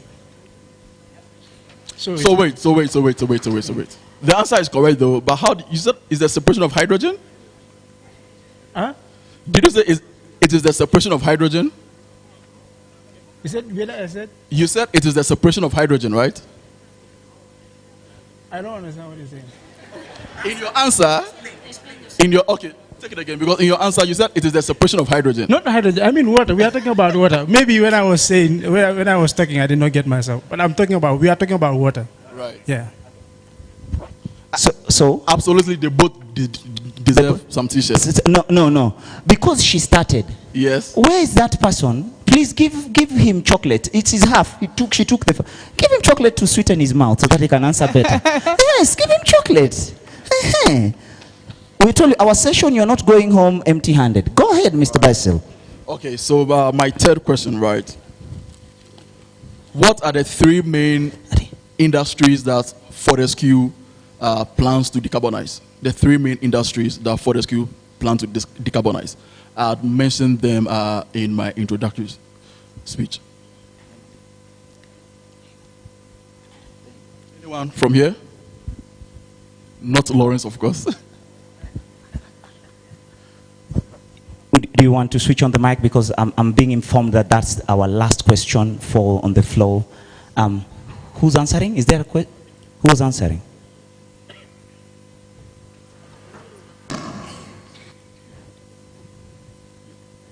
All right. Are you answering, sir? Can you switch on your mic? Yes. The three industries are iron and steel production, renewable energy, and shipping. 2 out of 3. 2 out of 3. 2 out of 3. It's okay. We will cut for you a t-shirt, the sleeve. We will bringing you the sleeve. We're coming to you. Yes. So, does anyone want to give an attempt? 2 out of 3. Can I get a chocolate for him? He's so mad at me. 1 chocolate. It is not me. It is your answer, sir. I didn't set the questions. Okay. 1 last attempt to it before we get a correct answer from Mr. Basil. Okay. There you go, lady. Wonderful. Green fertilizer in agriculture. Green energy technologies and advocacy, and green hydrogen. Please take it again. Green fertilizer in agriculture, green energy technologies, and green hydrogen. 1 out of 3. 1? Yes. You'll get the collar. You'll get the collar. Yeah, so it's fertilizer, the fertilizer industry, the steel manufacturing industry, and also the maritime industry. Okay. All right. Thank you. Thank you very much, everybody, for participating. Would love to have had like 2 hours for this, but we do have a very exciting, we're going to show in practice what producing hydrogen looks like. But before that, we would like our president, our Africa president, to speak to the audience. It was lovely to see all of you attend this session, and I think you want to hear what he has to say. So welcome, our Africa president. Okay, thank you, and I won't hold you up too long because we do have some exciting experiments to do outside to show the real stuff, so I'd encourage all of you to go out and have a look. But first of all, good morning. Thank you for coming this morning. It's great to see so many people here today. I do want to call out a big thank you to the organisers of this wonderful event, but also to my own team for the hard work that goes into getting these organised. So I really appreciate that. I think you've heard Basil talk a lot about Fortescue over the last sort of 30 minutes or so, and we are a large Australian listed company who's very committed to not only going to net zero, but real zero scope 1, scope 2 emissions by 2030. And it's challenging, right? But our board, and through our chair, Andrew Forrest, and I would strongly recommend any of you here who have not heard of Andrew Forrest, Google and watch one of his videos, and you'll see the passion that he has about climate change and for industry to make a real difference going forward. It's really worth having a look at. So we've got an amazing leader that is driving us very hard. We're also showing, and I think this is a really important part of the Youth Summit, is that we're actually showing it through actions. And that's really important. So from a Fortescue point of view, once again, you heard Basil talk about our iron ore. We've committed $6.2 billion to decarbonise our iron ore operation by 2030. And so it's a really, really strong program. We're also very committed to the green energy, and we're setting ourselves up around the world. And Kenya, where we are today, is one of those really important places that we are playing a role. What's at the heart of Fortescue, but, is its values. And you saw safety on one of those videos before. The one you didn't see is about family. It's a really big part of being part of Fortescue is the family value. And family goes very broad. It goes not only to yourself and personally, but also goes to working as a team going forward. I've only been on the continent for 3 weeks, but have been really, really warmly welcomed, particularly by the people here in Nairobi and this amazing team that I'm having the privilege of doing work with. So family is a very deep commitment of Fortescue, and that extends to what we're doing with our team from Naivasha.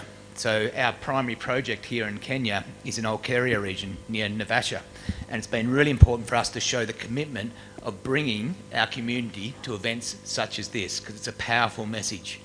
We are all going to be involved in very complex, challenging projects to deliver, and there's certain parts of that you'll never get done without having some core people involved. And for me personally, and for Fortescue as a value, that community is really, really important, and we are very committed to that.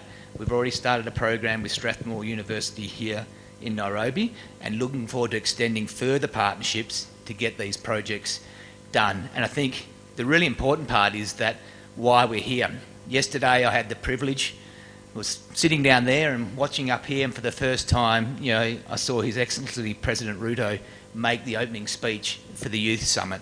And it was just a fantastic moment to be involved.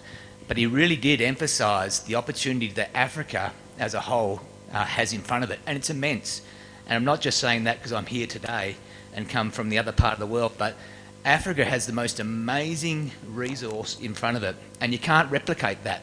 You can't replace the fact that you've got this great ability for renewable generation. You can't replicate the fact that there's this massive amount of land available to help drive that renewable generation. And then the third part, which is really powerful, which is part of where we are today, is that young population. When I heard the stat that the average age in Africa is 19, that's phenomenal. Where I come from, the average age is 37. And that's actually becoming a challenge because our population's getting older, and it's about who's going to do that work going forward. So Africa as a whole has an amazing challenge in front of it, an amazing opportunity, and it just gets down to those 3 core things, and I really hope that the nation takes part of it. For those of you here today, my bit of advice is that from a youth point of view, you are the future. You are the future leaders of not only Africa, but in my mind, the globe. You have an amazing opportunity in front of you, an amazing amount of momentum that's starting to build now. I have 2 children. They are 25 and 21. Probably shouldn't call them children anymore, but they are my children. And that's what gives me belief in what we're doing. The youth I've seen in Australia believe in climate change. They believe in making a difference.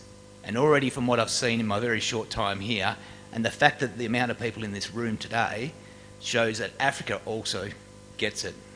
So it's a very powerful opportunity, I think, that's in front of this whole group going forward.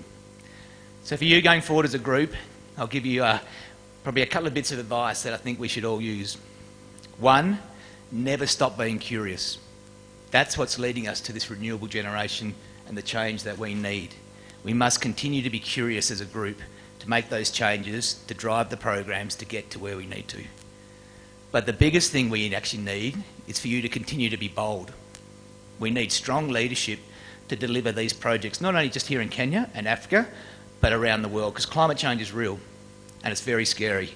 And whilst I'm a lot older than the people in this room, you know, we need to make sure our children, your children's children, actually have a future and a safe place to live and socialise and be. So thank you for coming today. Thank you for the organisers of the AYCA. I think it's just amazing, right? And I really hope that together we continue to grow and make a difference to the world. So thank you, and thank you for coming. 2 and 2. Thank you very much for that. Can we give them some hearty claps, as Abel said?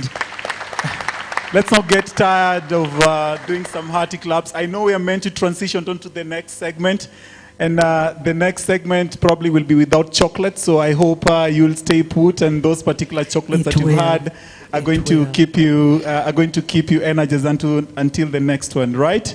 Maybe a bit of us to just rise and keep up this particular energy as we progress. Let me just touch base with my AV here in a minute. Just a second. Jackie, to you. Just a second, Jackie. There will be chocolate in the next session. All right. So is it time for us to go? Outside, just if you use the green exit, we've set up the table where we will be building together, seeing this, what we've been talking about in practice. Fantastic. So this is the door you actually use right here, and you'll meet the entire team right there. If you had any questions, they'll be personally answered, face to face, mano a mano. Do not be afraid to ask.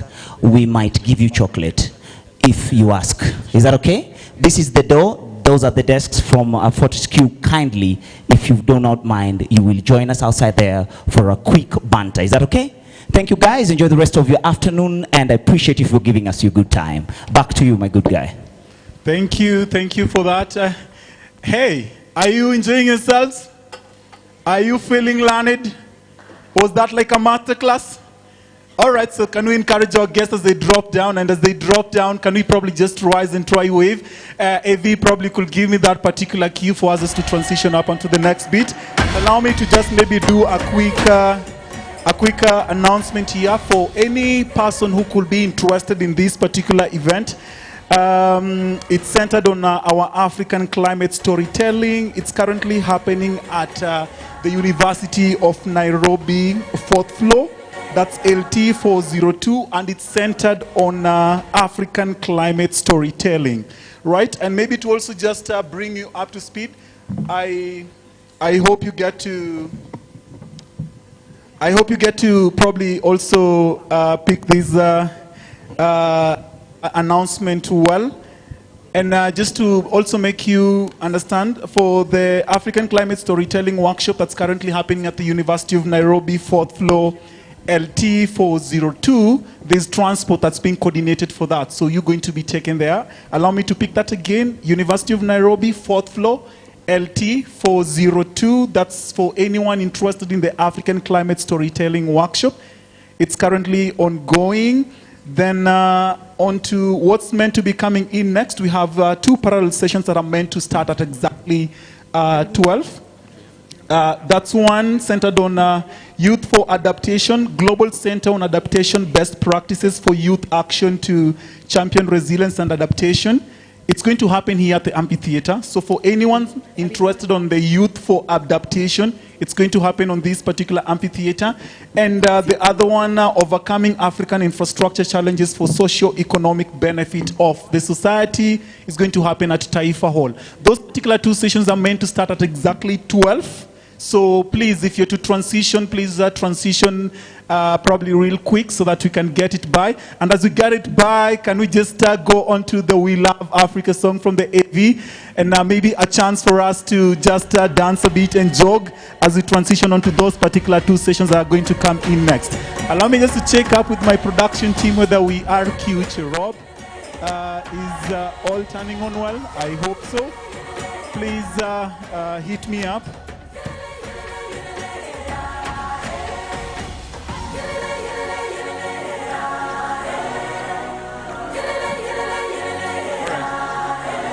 All right, so, and to our partners as we transition off, please kindly remember that as we get to start the session at 12, let's probably keep them 30 minutes to build up good context so that officially by about 12:45 we should be done with those next segments. So for our partners, kindly my request, let's push our time to fit in within the time so that we get it all great. All right. We love Africa. Evie, give us that particular song as we transition up onto the next. And also remember, that song plays on the background. There's the African Climate Storytelling Workshop that's currently happening at the University of Nairobi, 4th floor, room 402. If you're interested in that, check it up with the team outside. Transport is available, and there are 2 sessions that are currently coming in next from 12. So keep it put. All right. And 3, 2, 1, let's go. Evie.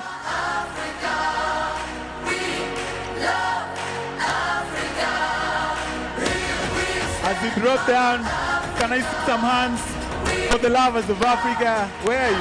Where are the lovers of Africa? Where are your hands? Can I see some hands? Yeah, there's a great hand.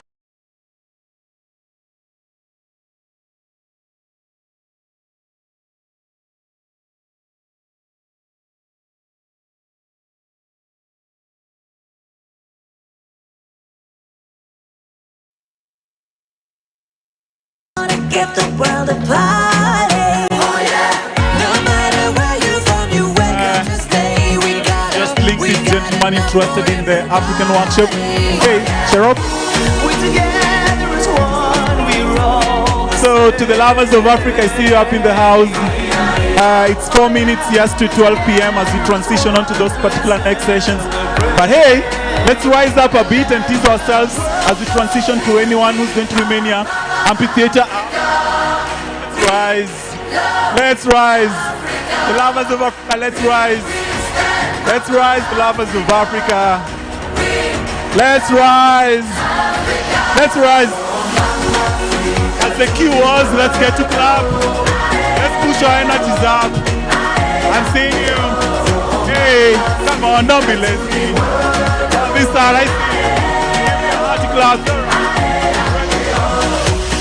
And for those who joined us also late, we did some great selfies up in the morning. A good chance for you to know your strange neighbor. If you have a strange neighbor, somebody who you haven't asked his or her name, please take up your phone.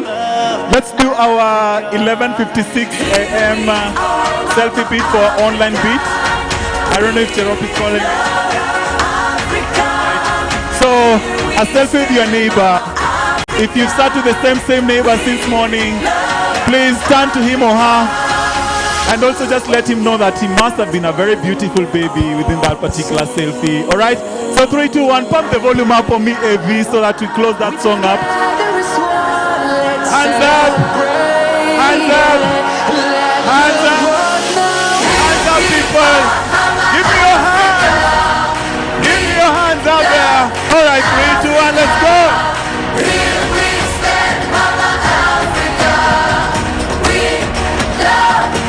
On the shoulder, hands on the top.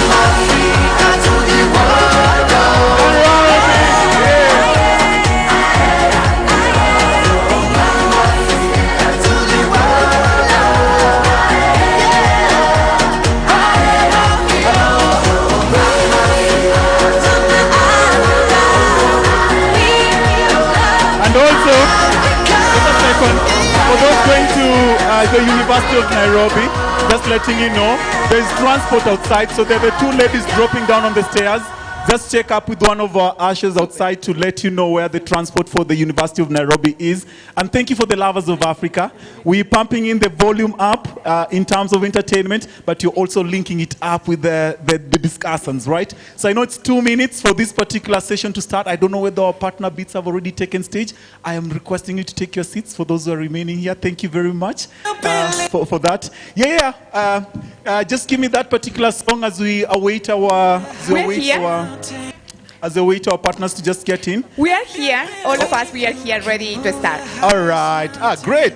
That's a good team. So over to you, please. Thank you very much. Thank you very much, and it is an honor for me to be here. Welcome to the second day of the African Youth Climate Assembly. My name is Adriana Valenzuela. I lead the Youth Leadership and Education Program at the Global Center on Adaptation. GCA is an international organization that works as a solution broker. We establish partnerships with governments, with universities, with different organizations, but also the program that I lead, that is the Youth Leadership and Education Program, aims to empower young people to make them actors and agents of change and transform their communities. The session before, we were talking about the impacts of climate change and the importance of mitigation. But also, adaptation is fundamental in the climate change agenda. And why? First of all, because according to the latest report of the report of the International Panel on Climate Change, the IPCC, it says that everyone, every country in the world will continue to be impacted by climate change. And what do we need? We need to raise awareness. We need that every person in the world will know what is happening, but the most important is to prepare everyone to be part of the solution and also to be prepared to the impacts of climate change. Today, I have the honor to present some of our programs. GCA work with the Youth Adaptation Network, the Youth Advisory Panel, the forums, consultations. We bring the voices of young people from not only Africa, but around the world to connect to exchange. And the panel today is to showcase what we are doing through them. Then I want that you join me. We have speakers from all Africa who will be presenting their experience, what they are doing, and why it is important. Then I would like that you join me, please, to welcome Desmond from Ghana, Balikes. But I need you with a big applause, please. Then we have Desmond from Ghana. Exactly. Then we have Balikes from Nigeria, Neon from Namibia, Emily from Rwanda, Patricia from Chad, Sal from Morocco. We have also Nassim from Algeria. We have Nancy and Christine from Kenya, Brian, that is one of the organizers of the African Youth Climate Assembly, and Teresa. Then what we want to do is that this will be a panel, and we will start with these stories of change. And I want to start with this, just asking Desmond, you started last year as a member of the Youth Advisory Panel, and I want that you start, and every one of you will have like 30 seconds, and we need to be very dynamic, that everyone can talk. I want that you tell us, each one of you, very briefly, how did you get involved in climate change and adaptation, and why? Desmond. All right, thank you so much, Adriana.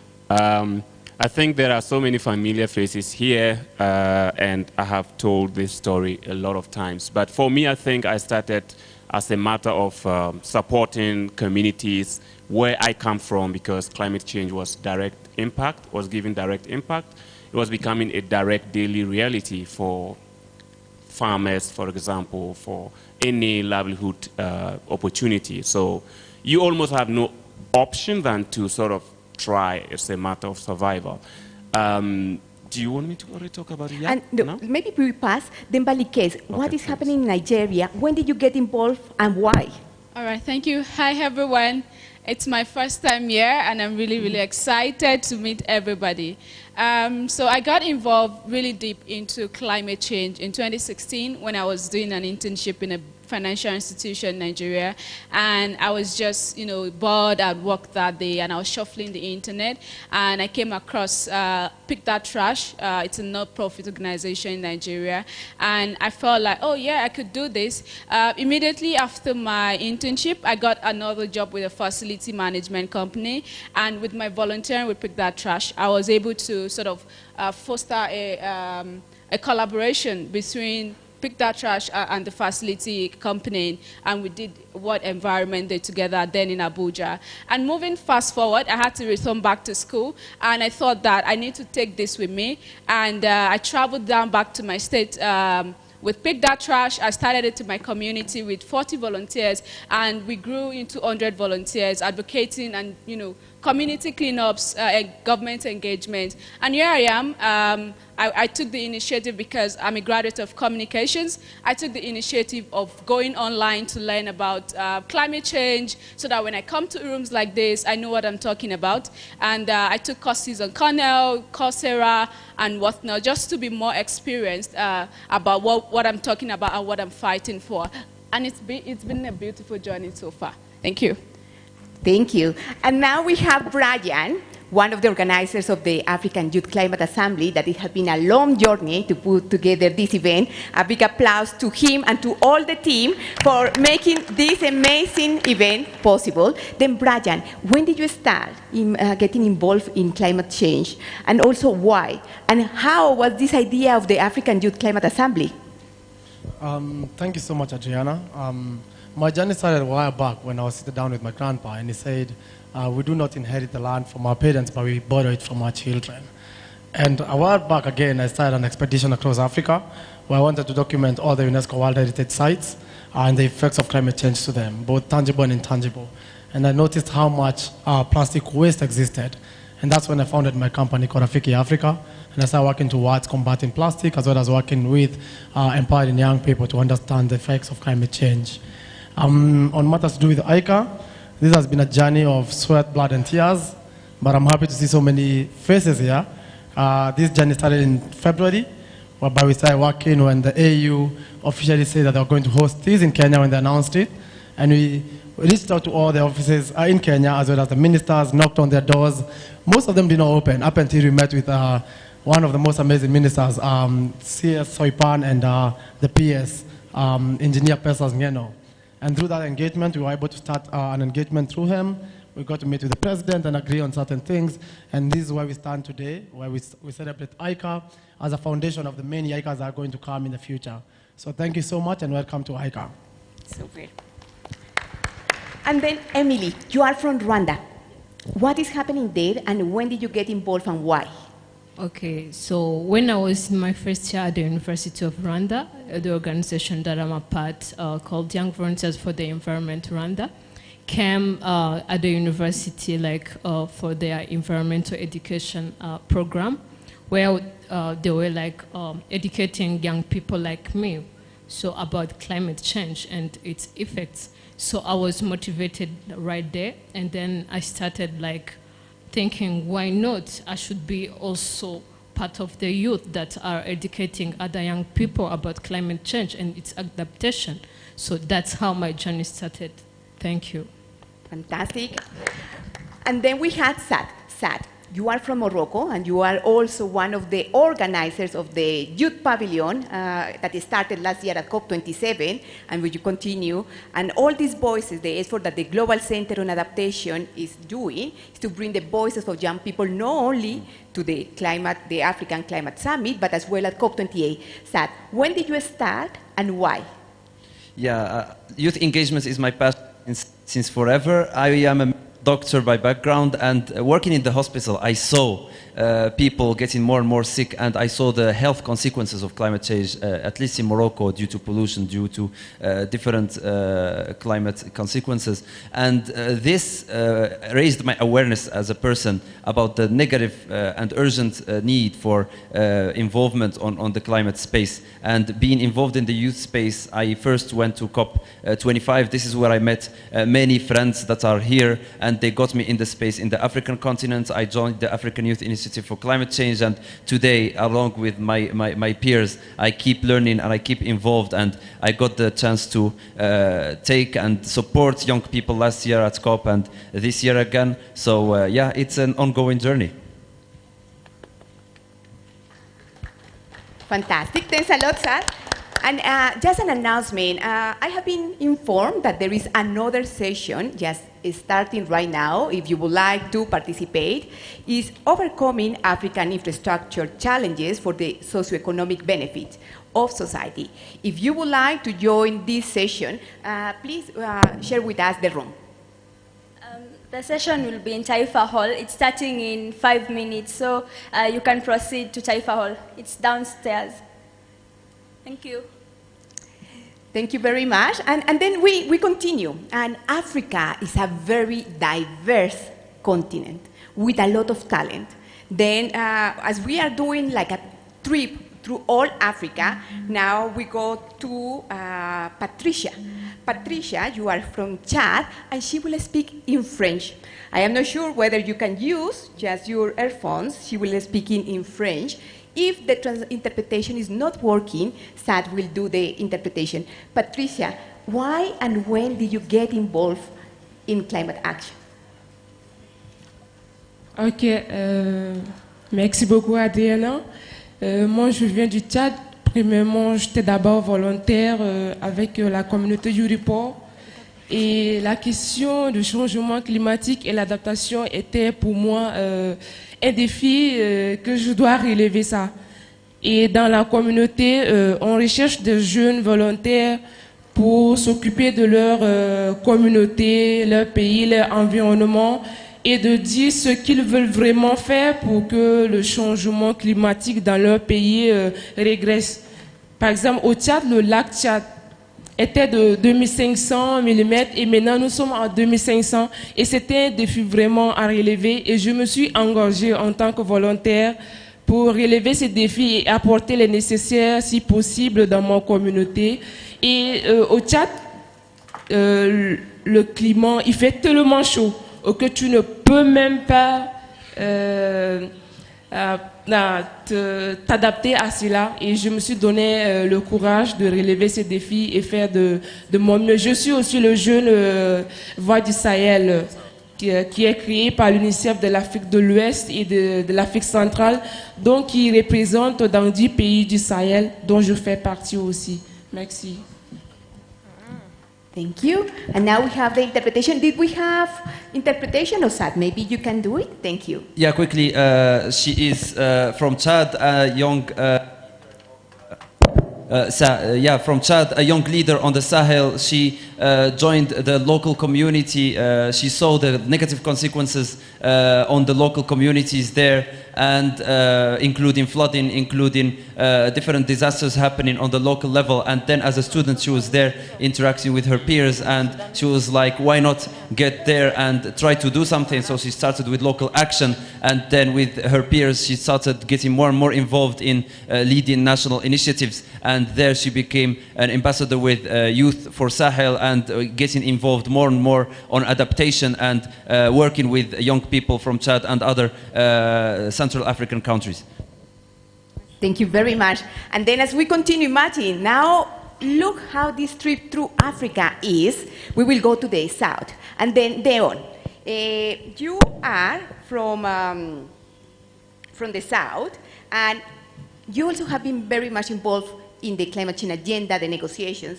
Then, Deon, you are from Namibia. When and why did you get involved? Thank you very much, Adriana. Greetings to fellow delegates. My name is Dion Chikuza from Namibia. We have a slightly different experiences, people in the southern part of Africa in particular. I come from a country that is having a very deeply rooted experience in post-war conflict.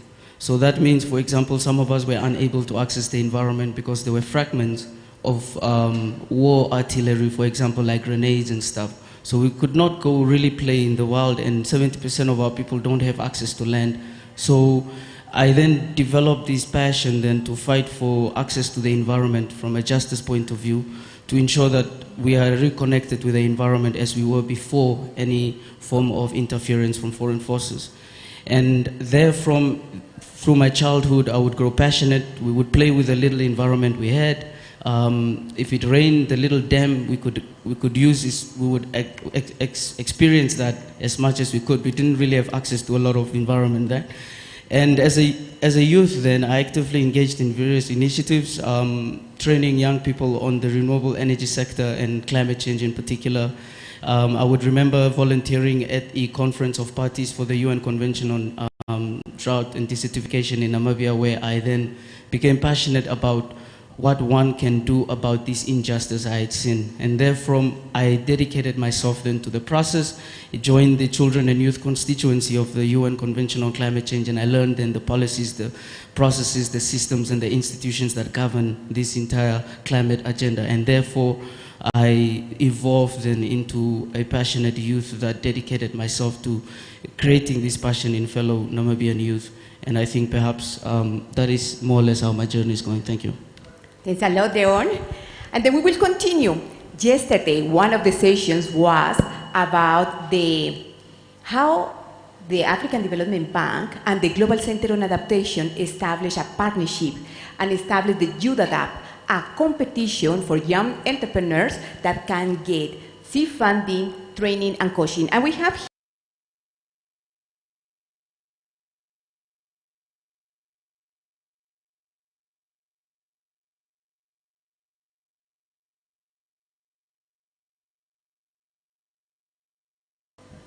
we can pass here. If anyone can help me with a microphone. I have it. So thank you everybody and welcome. It's my first time in Kenya. To be honest with you, I had prepared the speech, but when I went in front of you, I think that everything worked out. So I will just run from the scratch and talk from my heart. I think it's better. So I'm Nassim from Algeria. You know, as you can see, I love to eat. And in Algeria, where I grew up, we had the opportunity to eat every day. However, when I grew up, I thought I have traveled, I have seen other countries, how things were out, and I realized that I am in a blessed country where we can eat every day. And this is not the same thing for everybody, unfortunately. So this way we came, my passion is how to help each people, how to help each country and other people to eat, to find food. And this is from where the story started. So I started to go through some numbers to understand what is the difference, where things are going, where things are coming from. And I have some numbers I want to share, quick numbers, that 50% of the production in Africa is done by small farmers, and the other 50% is done by big farming companies. So from here, when you go deeper in these numbers, we find that the productivity of small farmers is 3 times lower than the ones of the big farming companies. So here we have a huge opportunity if we increase the productivity of the small farming companies to achieve sustainability, to achieve something, to provide food to everybody. But providing food to everybody is not so easy, because we have threats that come from diseases which are cutting 30% of the production of the small farmers. Also, these farmers, so they don't have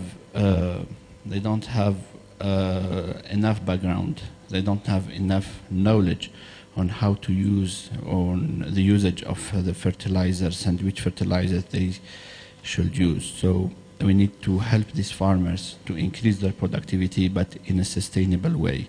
In a sustainable way in 2 different ways. The first sustainable manner is teaching them, educating them, sharing with them the best practices on how they should produce better.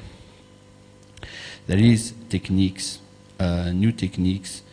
Not all are good for them, but most of the new techniques can help them can help them increase their yield.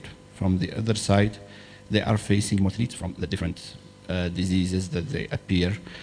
And also one thing is that with the climate change, with the climate change, these diseases appear more and more, and they appear in a different way than they were appearing before, which is causing more trouble.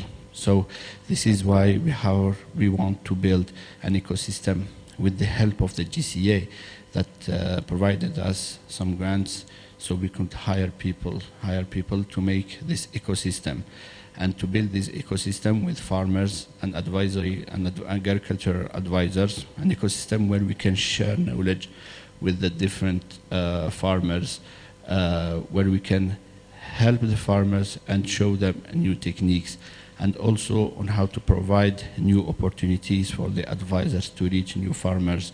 And for them. As we are running out of time, maybe you can conclude, because we want to continue with the panel, because there are many things that will be shared today. If you can maybe just have the final message about the enterprise that you have established supporting agriculture and climate-smart agriculture. Sure, Adriana, thank you.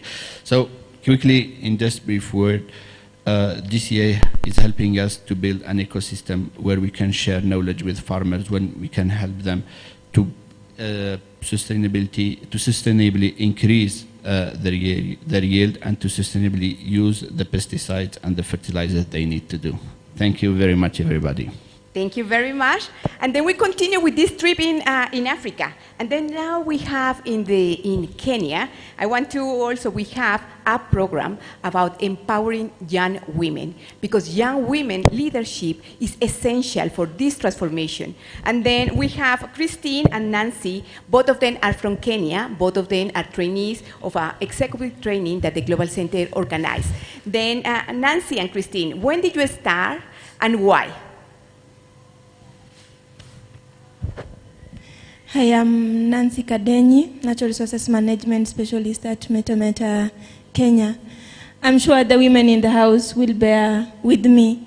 For example, if you are left home by your mother, when dad comes or she comes back, there is no water, she will not ask your brother. She's going to ask you, why are we not having water in this house? Why is food ready?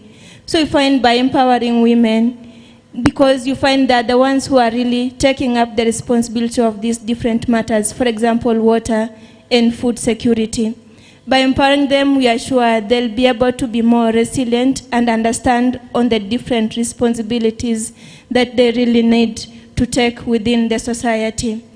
And we always say, by empowering a girl child, you are empowering a society.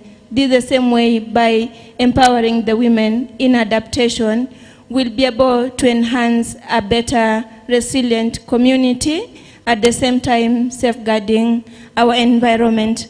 And these are also some of the motivations that made me join the African Women Leadership Training that was sponsored by the Bakimon Center of Adaptation. Thank you. And what about you, Christine? Thank you. My name is Christine Ogola. I am the African Youth Initiative Climate Change National Coordinator. And my journey started with the Ban Ki-moon Center, where we did the Young Women Leadership on Adaptation training.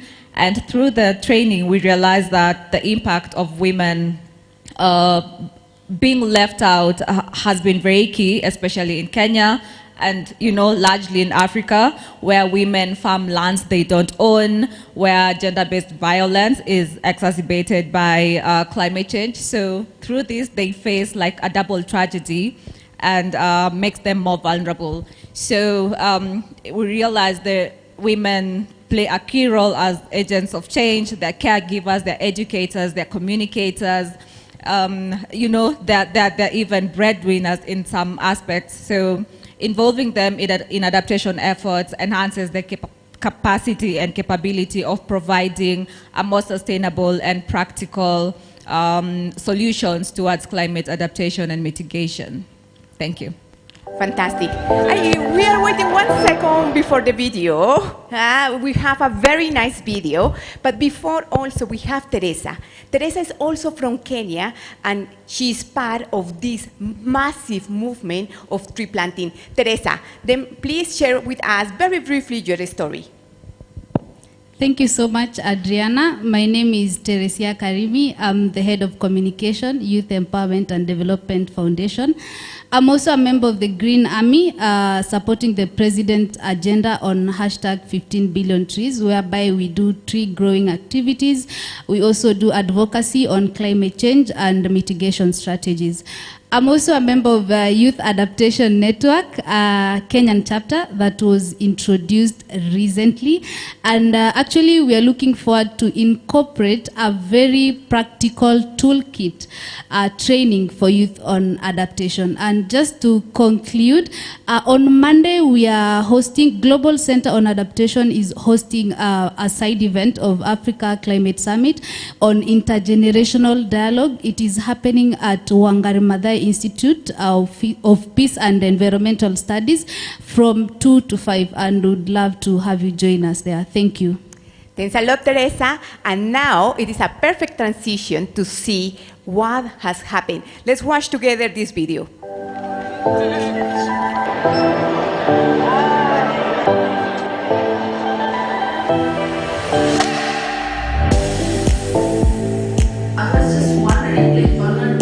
How we promote youth engagement in UNFCCC.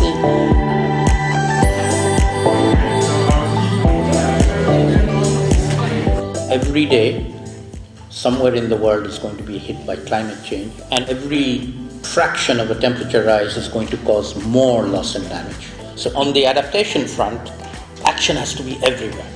Bring in new leaders who will actually do something. Bring in younger leaders who can change things and will actually do things. You have the ability to shape the future.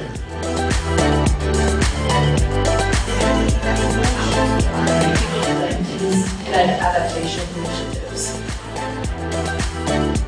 We all have to be at the table, which means you are all vital actors for change. This is absolutely critical. And what are those sense of agencies that you can bring to the table? Education was highlighted as absolutely vital. We need finance, absolutely, but it has to go to the right places. You know, very often the finance doesn't trickle down to the local governments who actually have the agency to change real people's lives. Finance obviously follows thereafter education, but entrepreneurship and decent jobs to begin with is key for our youth to drive adaptation, for them to see an incentive. We need a sub-goal in the global goal on adaptation that strongly advocates for youth inclusion and youth participation in every decision, as well as opening the gate for young people to participate in producing the NAPs. It is a toolkit designed for young people to go out back into their community. And your leadership, your outreach in your various countries, over 50 nations, is an essential part of that. You know how to bring innovation, and this is what we need now. The technology is there, the knowledge is there. What we need is this political commitment and a common vision, and to tackle all these issues together. To engage in your country, as well as at the international level, to push for the youth agenda, to keep the youth agenda alive. That's one of the most important things.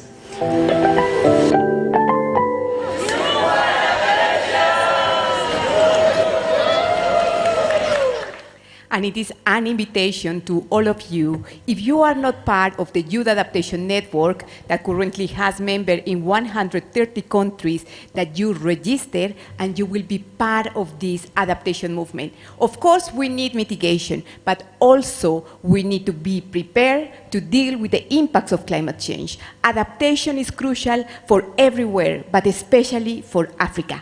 Then now we have 10 minutes left. The next slide. If you have your mobile phone, then we use the hashtag Youth for Adaptation. Then I would like that you use the hashtag Youth for Adaptation, and in the next 30 seconds, you write something about this session. Then, what do you think? Why do you think adaptation is needed? And why do you think also, what can you do in your country? Then, for instance, in my case, I think that if we want to really get everyone involved in adaptation, we need education. What do you think? And then use the hashtag Youth for Adaptation. And in this code that you see in front, if you are not member of the Youth Adaptation Network yet, just take a photo, register, and you will receive news. And the Youth Adaptation Network connects people not only from Africa, but young people from Africa with all over the world to create this exchange. Now we have 10 minutes left. Then what I want to do is just, we have the contest, you know, these stories of change, how everyone started working and why. Now I want that we know more in deep the process. Then this. You were one of the founders of the Youth Advisory Panel of the Global Center on Adaptation. What is the Youth Advisory Panel? What is the Youth Adaptation Network? And what did you do in 2022? Thank you once again, Adriana.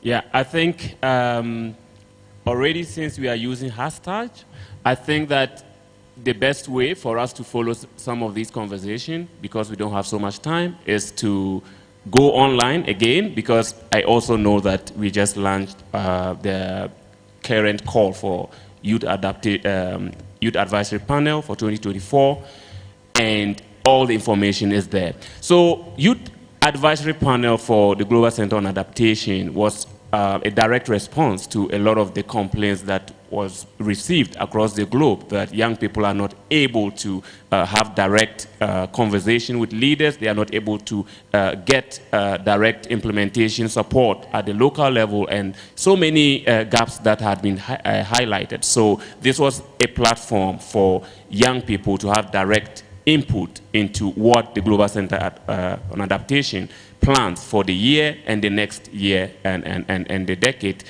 on climate change adaptation. So we were 12 at the beginning. I was lucky to represent Africa on that panel, providing support to the CEO of the Global Center on Adaptation, providing advice on youth inclusion, youth engagement, and all other youth matters with respect to climate change adaptation.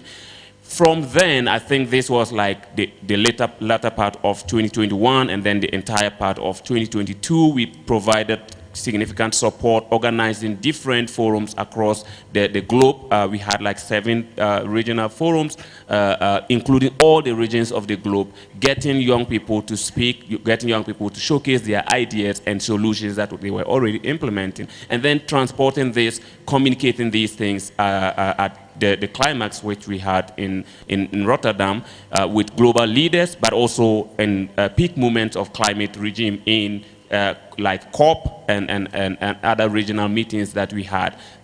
We submitted a lot of these things to different platforms as well as documenting it in the toolkit that I don't have one here, but we have a few that I'll be giving out after this, those who are interested. And some of those toolkits are the ones that Teresa mentioned. It is a document that you can use, for example, as a young person to take action at your local community or to support your country government in the processes of the NDCs or the processes of the National Adaptation Planning. Apart from that, one thing that has also stood out is around how this has now expanded over the time and helped us to also increase access to young people to understand what YAN is, the Youth Adaptation Network, and to subscribe and to increase the numbers. So I think some of these are part of the same growth process, and I would be really happy to engage more people after this to talk about the Youth Advisory Panel, because we just launched and we are looking for really capable and very enthusiastic young people who would be unafraid to speak to the truth to the CEO of the Global Center on Adaptation as far as youth inclusion is concerned. Thanks a lot, Desmond. And to mention that yesterday was open the call for the new Youth Advisory Panel 2024.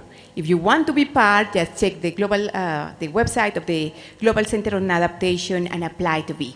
Then, Balikes, you are a member of the Youth Advisory 2023. Very briefly, share with us some of the amazing results that there are. What happened in 2023? All right, thank you so much, Adriana. I'm really excited to share that a lot is happening and a lot is still going to happen, even though we've called for a new set of advisory panels. So we look forward to receiving everyone's application. So far, we were inducted last year during COP27 in Egypt, and we've so far collectively with GCA mobilized a lot of resources together. We organized 5 regional forums across Latin and America and the Caribbean, Europe, Asia Pacific, North America, and the MENA. And so far, that's like a huge one for us, because with the 5 forums, we're able to reach over 130 countries on the continent. And we thought that how can we bring it more closer with the African Climate Summit coming to Africa and happening yet in Kenya. We thought that we need to hear voices from young people who are leading actions locally in Africa, and we organized 5 regional forums across Africa. I was a coordinator for West Africa, and we had other coordinators who are going to be speaking also from East, Central, North, and the Southern Africa. So why we did this was we just don't want to sit back and say this is what is happening in Nigeria, in Ghana, in Namibia, in Rwanda, but we want to go deep down, and that is why we've been able to. I'm sure many of you were part of the consultation that we had, and the consultation was put together by GAIO with funding support and technical support from the Global Center on Adaptation.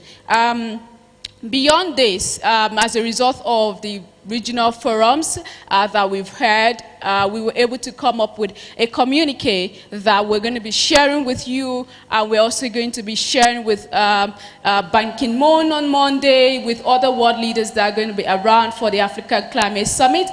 This communique has captured every of our young people's demand across the world when it comes to adaptation, and what we really want the leaders to do when it comes to adaptation. A lot of issues arise during the consultation across finance, across communication, across collaboration, across effective policies, right, that would help us drive adaptation in our local community. So this is just like a very brief, because we don't have so much time, but please look forward to the communique on our website, and we will be very, very much happy to support with any other information that you might require after this session. Thank you.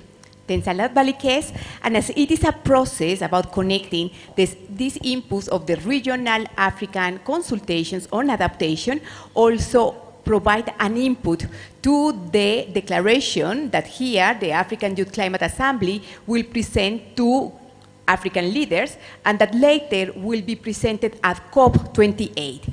Then, Brian, very briefly, what is the plan? What is after? We are here in Nairobi. We have the global leaders coming on Monday, but from Monday on, what is the plan? Thank you so much, Adriana. Allow me to start by where we've been. We've held a few regional consultations. We've also held national consultations as well. The goal behind this was for us to capture all topics and to make sure that we are able to cover all the thematic areas that the ACS is covering, just be able to capture the voices of African youth, and to make sure that we have a seat at the table as well. The roadmap is quite clear for us. We are looking forward to have this seat at the UAU. We're pushing to have systematic embedment of everything that we've been discussing here at the African Union. We're also going to be pushing this declaration, as well as you heard from the President of Kenya, to the ACS, as well as to UNGA in the coming weeks. In the long term, we are in engagement with COP28 team, and I'm happy to see most of them here as well with the Youth Climate Champions. We are working with them very closely to see to it that this also declaration ends up through the systems of Yango, is able to get to both the UNFCCC as well as to the COP28 presidency.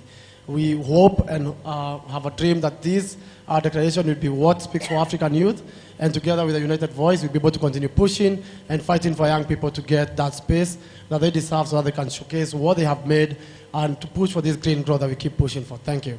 Fantastic. Then what will be your role? You will have the declaration, but also the communique, and you need to engage with the leaders. You need to go to talk to your national delegation. And not only here, the work starts here, and then when you are back at home, to engage with all the ministries, the Ministry of Environment, with your government, with your president, to make sure that youth participation is at the heart of any decision-making process. Then let's go, because we have here, we need to be very brief, we have maximum 5 minutes for the next session. Then let's please share a bit about the results of the regional consultations. Then, please, Emily. Okay, thank you, everyone. So, Which consultation did you coordinate?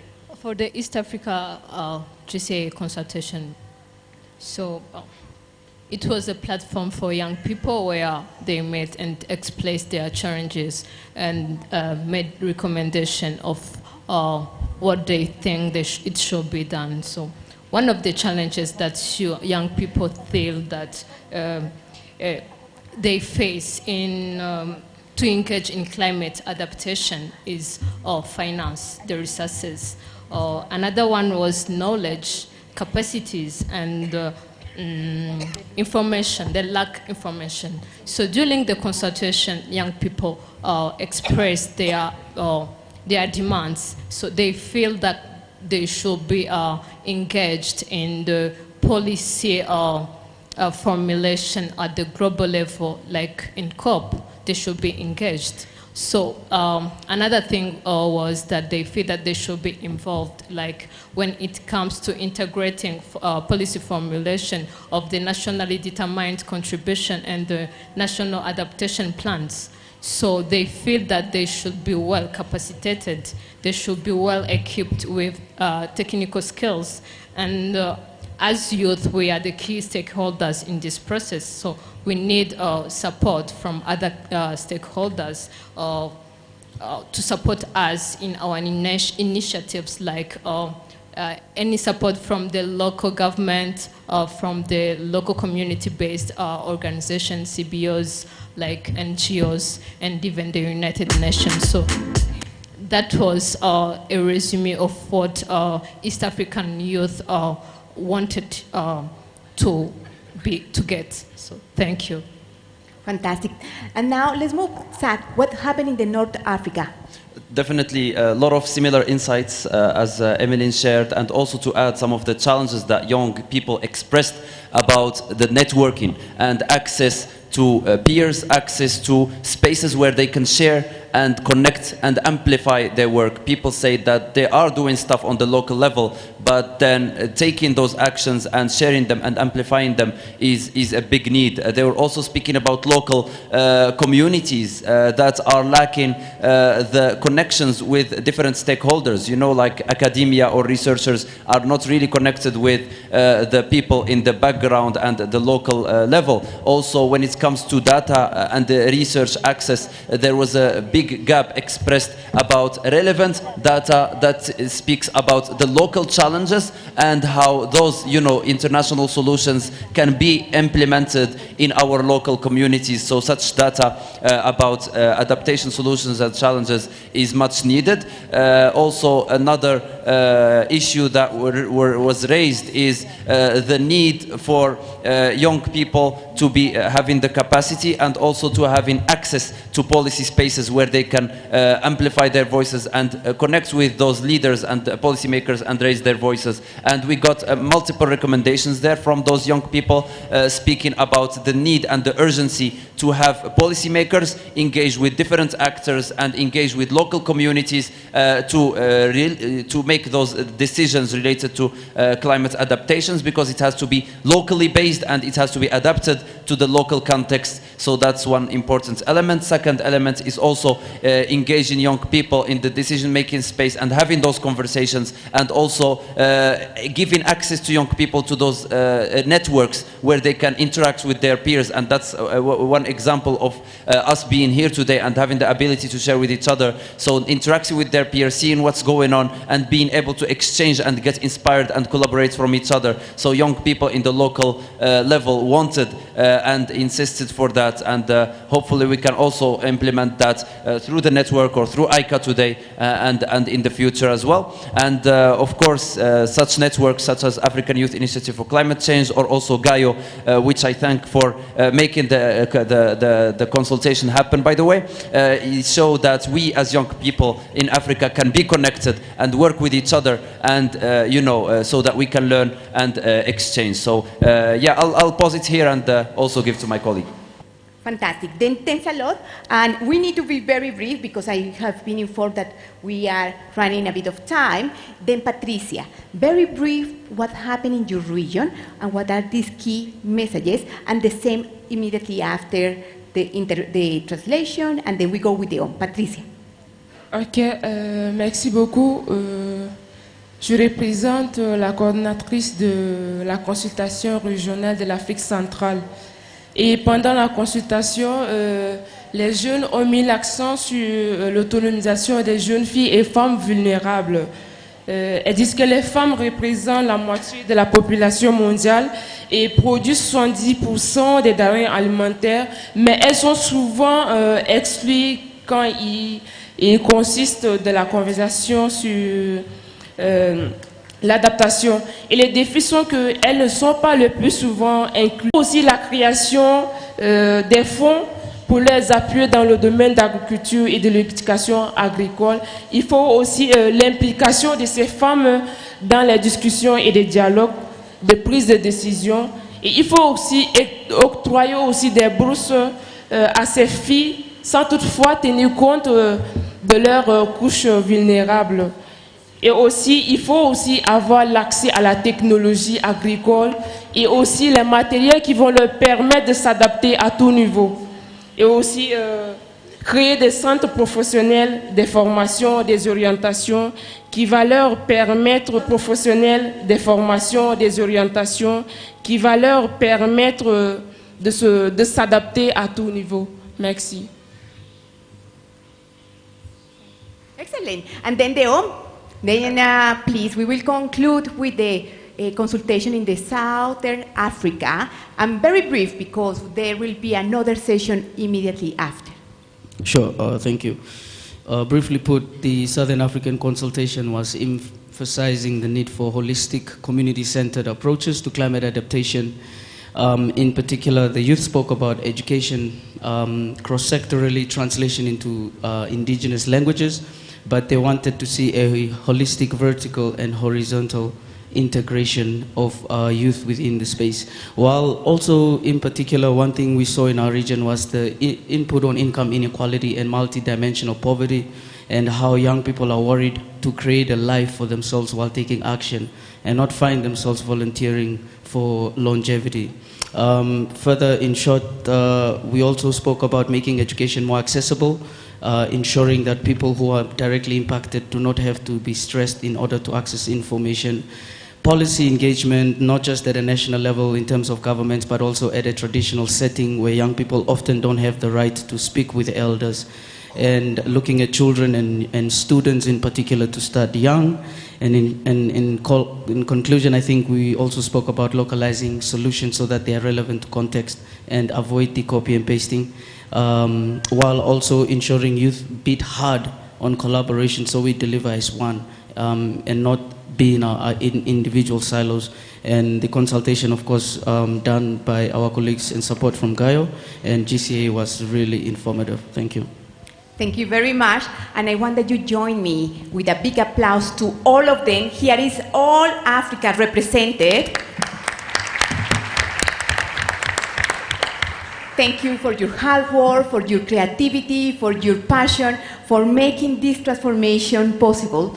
And then, just to conclude this session, there were 4 key messages from the Youth for Adaptation communique. First, we need finance. Dublin adaptation finance, and finance that will be accessible to young people. Second, young people part of the decision-making processes at the international, national, and local level. Third, education, training, and public awareness. We need to create capacities in young people to act as agents of change. And finally, entrepreneurship and jobs. What will happen next? Tomorrow, our CEO, Professor Patrick Verkoyen, will come also to the closing ceremony to receive the declaration and all these messages, and also to transmit this to all global leaders. As mentioned, the Global Center on Adaptation will have an event to present the declaration and the communique to Secretary General Ban Ki-moon on Monday. For you, it is a process for you. Then, if you are not part of the Youth Adaptation Network, join the Youth Adaptation Network. Please use the hashtag Youth for Adaptation and share with the world what have you learned and why adaptation matters. And finally, tomorrow we are also launching a campaign about Dublin Adaptation Finance, and all of you will have a t-shirt to promote. Finally, thank you very much to all the organizers for this amazing African Youth Climate Assembly, and it is just not the end, it is the beginning of a very important process for the African youth, not only to be connected among yourselves, but also for the Global Center on Adaptation. We want to amplify your voices. Thank you very much to all of you. Thank you for the panel. We will take a family photo, and in the meantime, I transition to Kevin, our moderator, to continue with this session. A big applause for all of them. All right, some bigger round of applause for GSA. And to the photographers, can we give them some quick photography? Some 2 fingers to the sky, GSA. Make it cool, make it youthful. Do it in your own way. All right, Sal, let me come join them then. Thank you. All right, can we have some waka waka because it's time for Africa? And 3, 2, 1, DJ, pull it up. Yeah.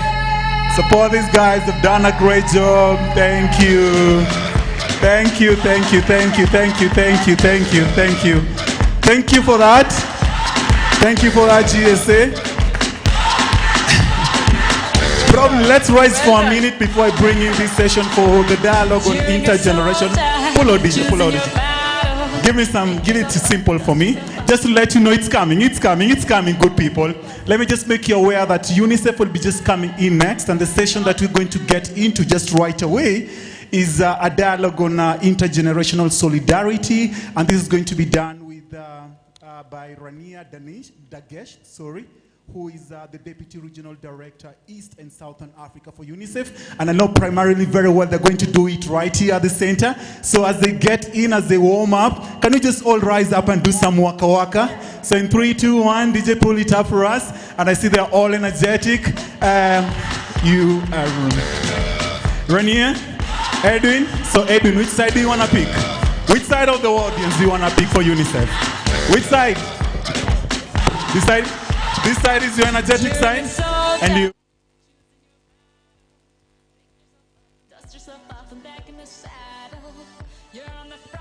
Side. 1, 2. So there is team courtesy of UNICEF from this side, and there is Edwin from this side.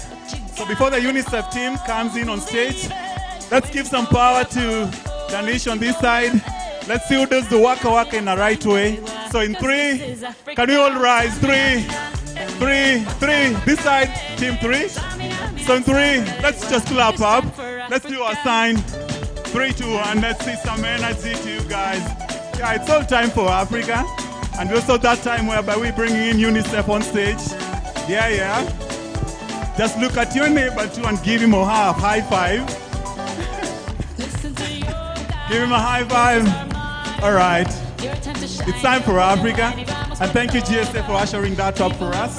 Let me just take it right away to Team UNICEF for that great introduction. I think the 2 mics are up. Thank you very much. Let's give them some time.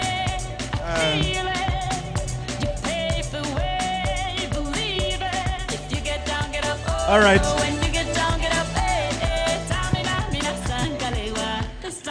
It's time for Africa. We'll get down after this intergenerational one. Thank you for that.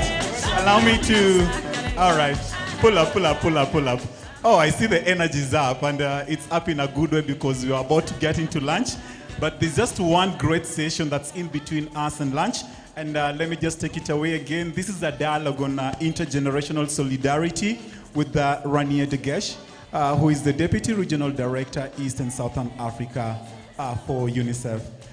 Rania and Edwin, please take it away. You can have your seats. It's going to be a wonderful one. Thank you again for obliging. I appreciate it. Thank you. Thank you. Thank you. Can have thank you. Thank you. Thank you. Thank you. And good afternoon, everyone. So Edwin and I know that we have the impossible task of holding you and standing between you and your lunch. So bear with us for 30 minutes that we promise to be very engaging and very insightful because it's going to rely on you. My name is Rania Dagesh Kamara and I work for UNICEF. Yes, and I'm Edwin, and Edwin Odhiambo, working with youth and urbanism. And don't worry, we will even take less than 30 minutes. Yeah. Thank you, Edwin. So, I'm Rania. I'm an African mother, and I think that makes me one of the oldest people in this room. I say that begrudgingly, because at heart, I still feel extremely young. So, thank you for bringing this incredible energy and for representing the continent around this room today. Some of you might be wondering why UNICEF is here. And I'll just start by giving you a very short narrative on why we're here and why we need you and your insight. Not just now, but actually for the years to come. So UNICEF was created in 1946. And it was created to do three things. We were created to save children's lives. We were created to defend children's rights, and we were created to support children achieve their full potential. Now, we stand at a juncture in everyone's planet today in life that puts a lot of children at high and extremely high risk because of climate change. We issued a digest yesterday, Edwin, you know this, and it said that 98% of countries in Africa, in this continent that we surveyed, have children that are at high or extremely high risk of climate impact. And because of that, we are here. We are here to learn from you, and we are here to seek your support. I'm going to give you a few concepts, and Edwin is going to anchor those concepts because he's the doer in this duo. In the 190 countries that UNICEF works in, we are able to create spaces. We bring governments, we bring communities, we bring young people, and we bring civil society together.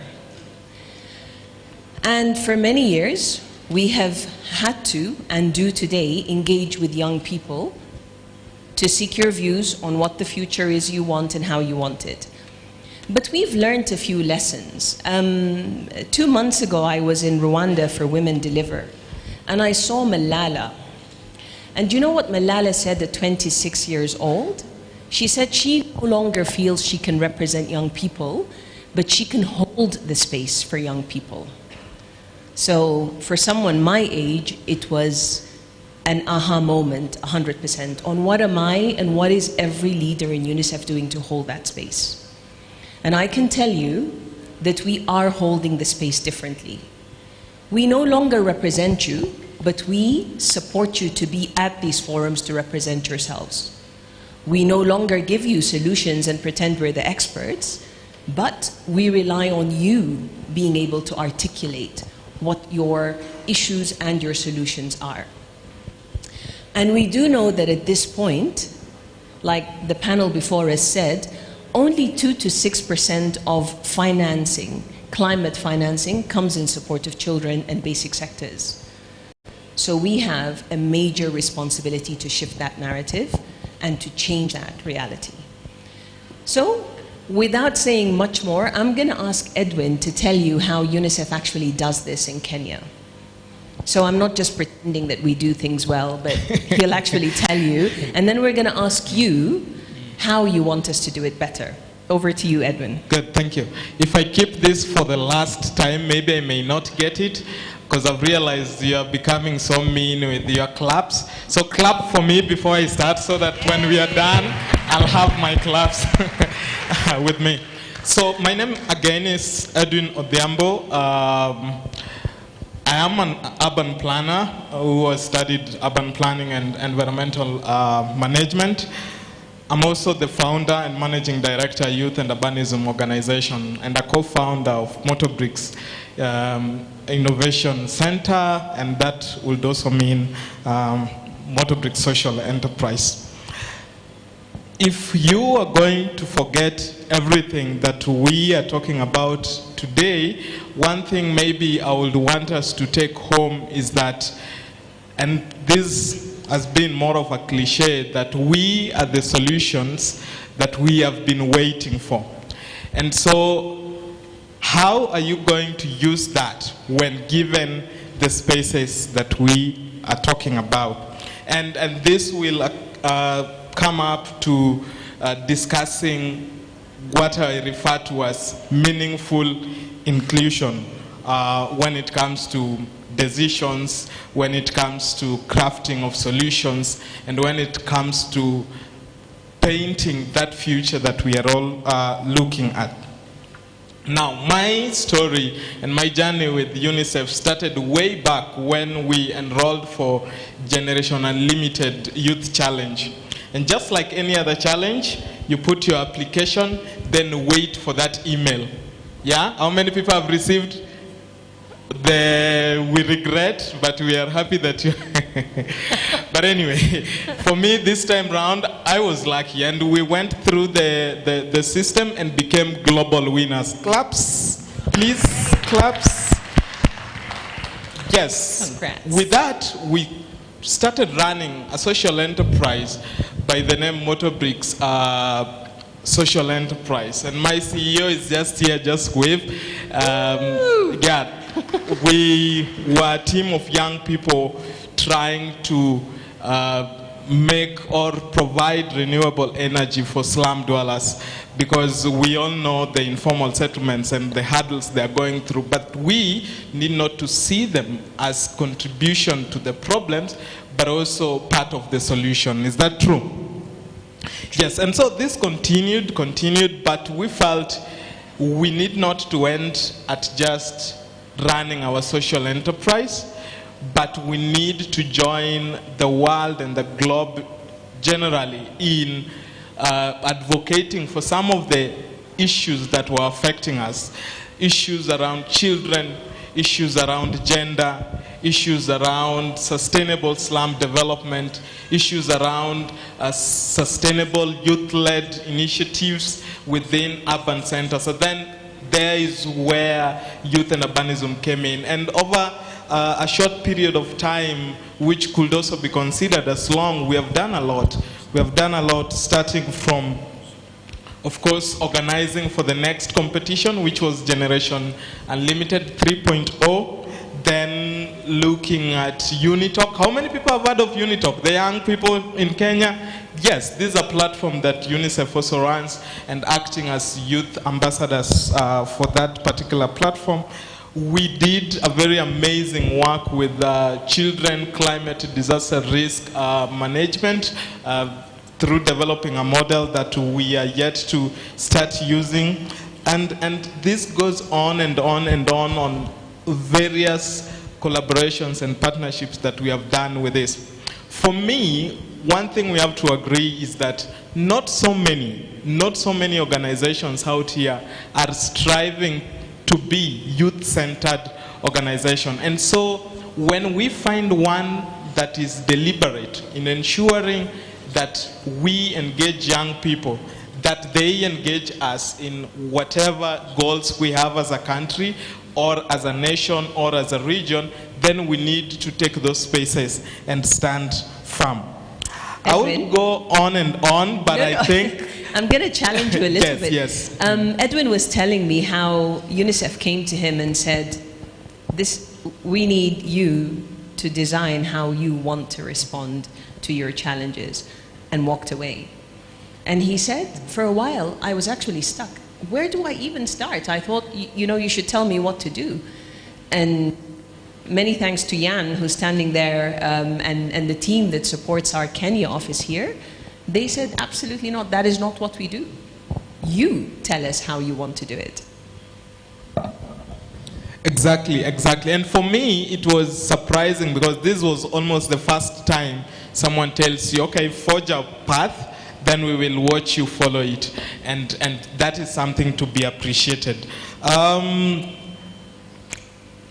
can't speak enough of capacity strengthening that we have gone so far. And I think what youths need is just ensuring that we are deliberate on providing avenues for enabling them to do what we do best, which is ensuring that our generation and generations to come find a better future. Is it time to take questions? but I would also love to continue this conversation. Yes. It is, Edwin, and thank you so much for that. Actually, I have a question to you. How many of you, intergenerational dialogue is not just about my generation and yours. There is a generation behind you. So tell me, how many of you consult children?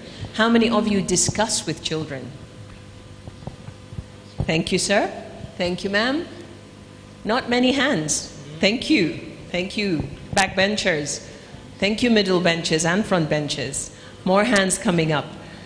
By the end of this 30 minutes, I hope to see every hand up when we ask that question in intent. So, you've heard how we as UNICEF operate, and you've heard our journey with Edwin.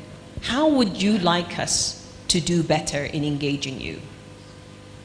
Can you tell us 3 or 4 ideas of how we can work better with youth and young people? And if you don't volunteer, we will voluntold you. And I'm good at that. Should I start? I think we have... Okay. So if I just heard you correctly, is that how should the youth engage? How would you like us to engage you better? Yeah, so one of the things that is happening in most organizations is that people are moving fast and they're not moving deep. We are moving fast in that we want carbon finance, we have all these things, but it is very surface oriented. And when you're dealing with children, it's deep, and it's not just working with the youth who will say we are passionate, but that you'll engage the youth that have mastered their craft but are jobless. They know what they're supposed to do, but they cannot get to the table. And systems and technologies has pushed them on the periphery, and they don't get a chance to come forward. Probably you could begin to design your terms of reference when making jobs accessible, that it can cascade down to those youths who can bring those solutions to the table. And that if I have an innovation, that yes, we can connect. And this is the biggest challenge that is always in the room. Thank you. Thank you. Thank you very much for that. And you actually touch on a critical point. Traditionally, in development and humanitarian assistance, it's easy to consult with a few elite. And we realize as an institution the importance of you as a diverse group of different ages, of different sexes, of different races, of different social backgrounds. And we commit and have committed to bring that diversity into all the work that we do. But you just gave us a brilliant idea on how we can do even better. Thank you. Edwin. Yeah, we have one here. Yes. Thank you. My name is Shadrach, and I'm sorry I was almost missing this one, and it was very important. This is an intergenerational conversation that we were supposed to have. And you are asking, what is it that you can do as UNICEF? But I would just add more that what is it that we can do as all of us who are here. In fact, I was having a conversation just before we came in with Tom, who is working with UNICEF. And I was trying to tell him why I'm here and what I think we need to do. What we need to do is to make the issues that we are interested in, especially now climate change, to be public issue. That's the message I brought to this conference. That as young people, we have to make issues that we care about to be public. Because then, that is when the politicians and policymakers will take them up. I've worked with politicians for the last 10 years.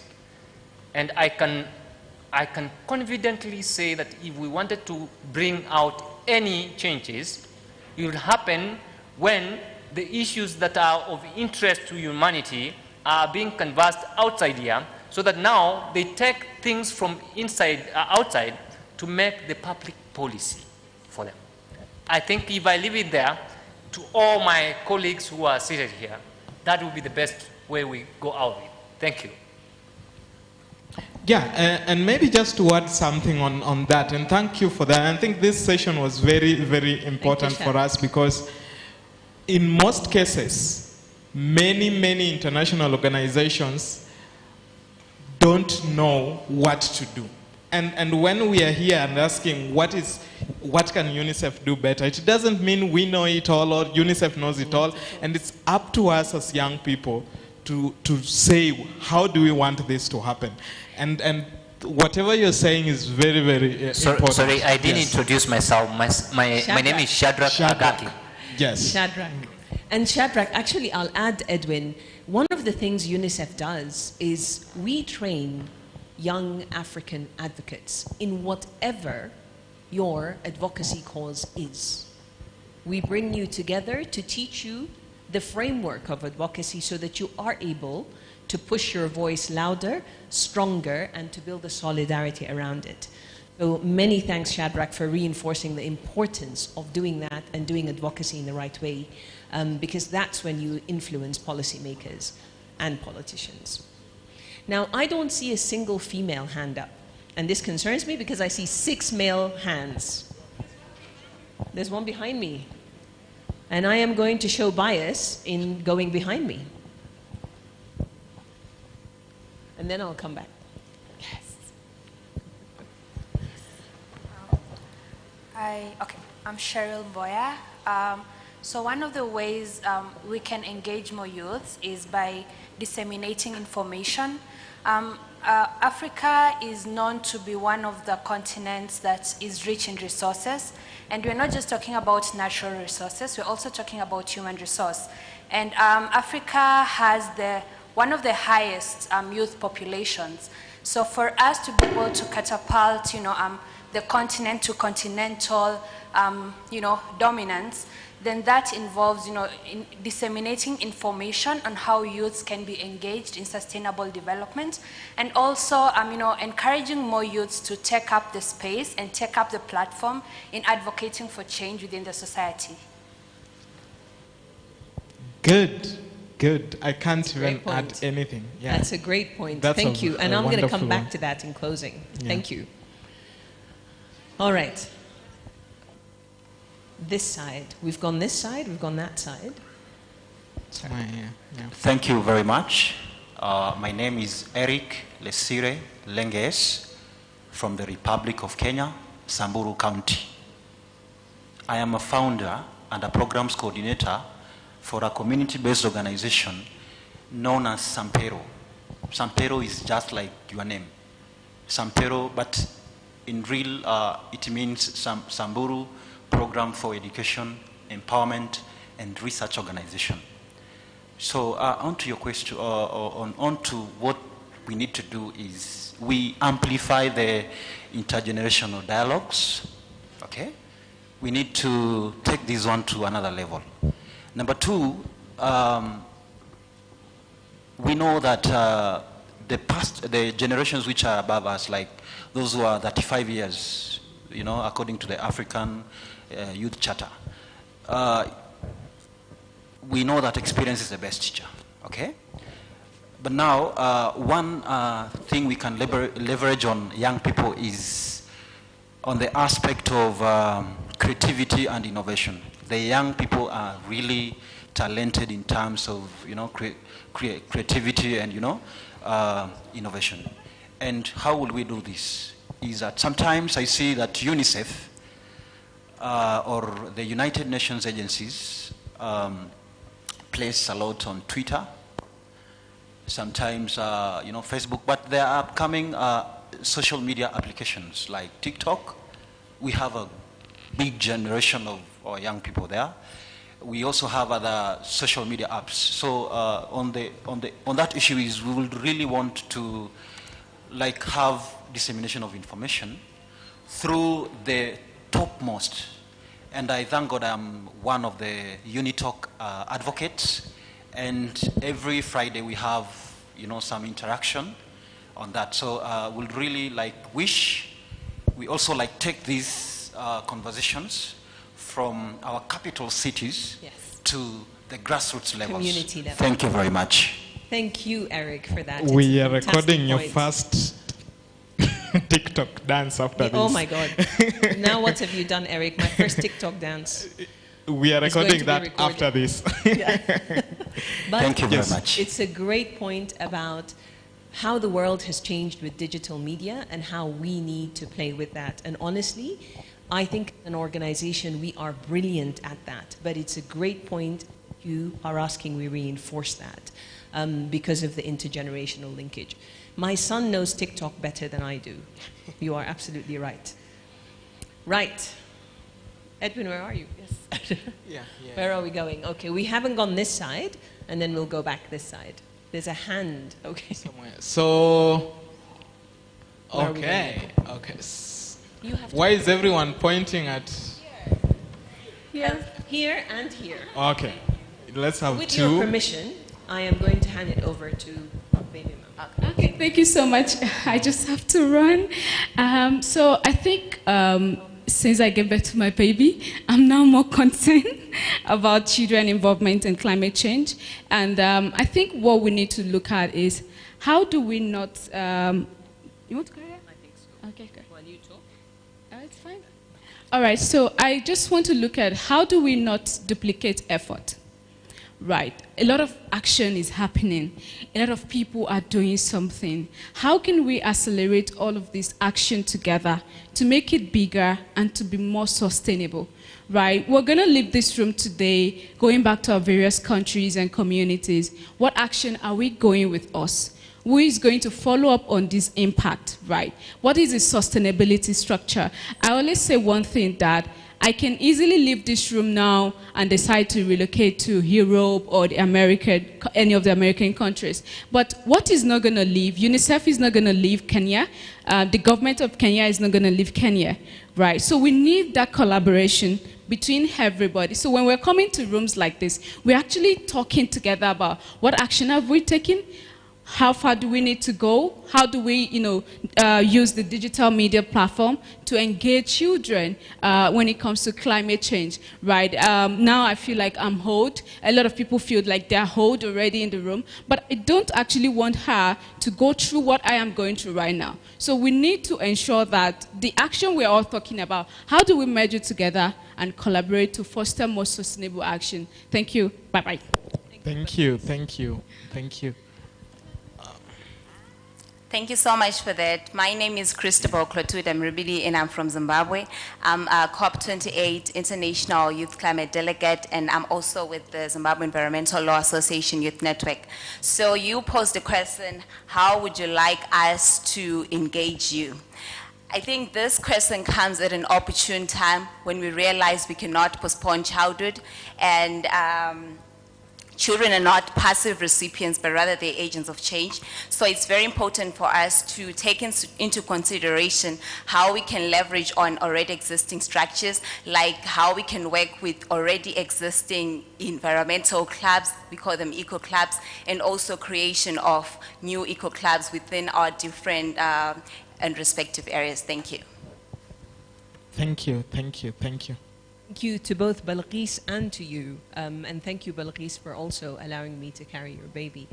I think you both touch on a point of how we amplify existing structures, existing networks, so that we can advocate to collectively better and shift change better. And I think we subscribe to that, we commit to that 100%. And Balqis, even if you leave Kenya today, you will find us wherever you go. So please engage where you do. All right. There's a young lady here, and there was a hidden hand right there. Right. Hello, my name is Lorna. I have a bit of a sore throat, but I'll try and explain myself. My concern is the conversations that you're having here is we talk in environmental, let me say, jargons. But if we need to witness any change out there, we need to make this conversation palatable for a local mwananchi, so to speak, like a local citizen. So I think that's why you should focus on how we can make this conversation very relatable to people. For example, when I get my phone out, the first thing I'll do, maybe as a girl, I'll check gossip pages, celebrity information. You know, it's very easy for me to enjoy such content. For a guy, will look up something to do with football, regardless of your stature in life. You know, you'll find really interesting looking into that. Now, how can we introduce these climate conversations or such conversations to people down there? Because they are the people who are going to drive the change that we need, not just having such conversations in confined spaces. Yeah.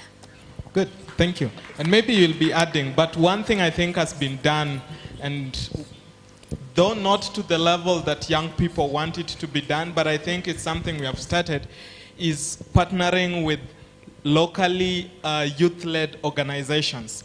I personally was born and brought up in Madare slums, and so talking to my colleagues, talking to my age mates, talking to my schoolmates, it's not a problem.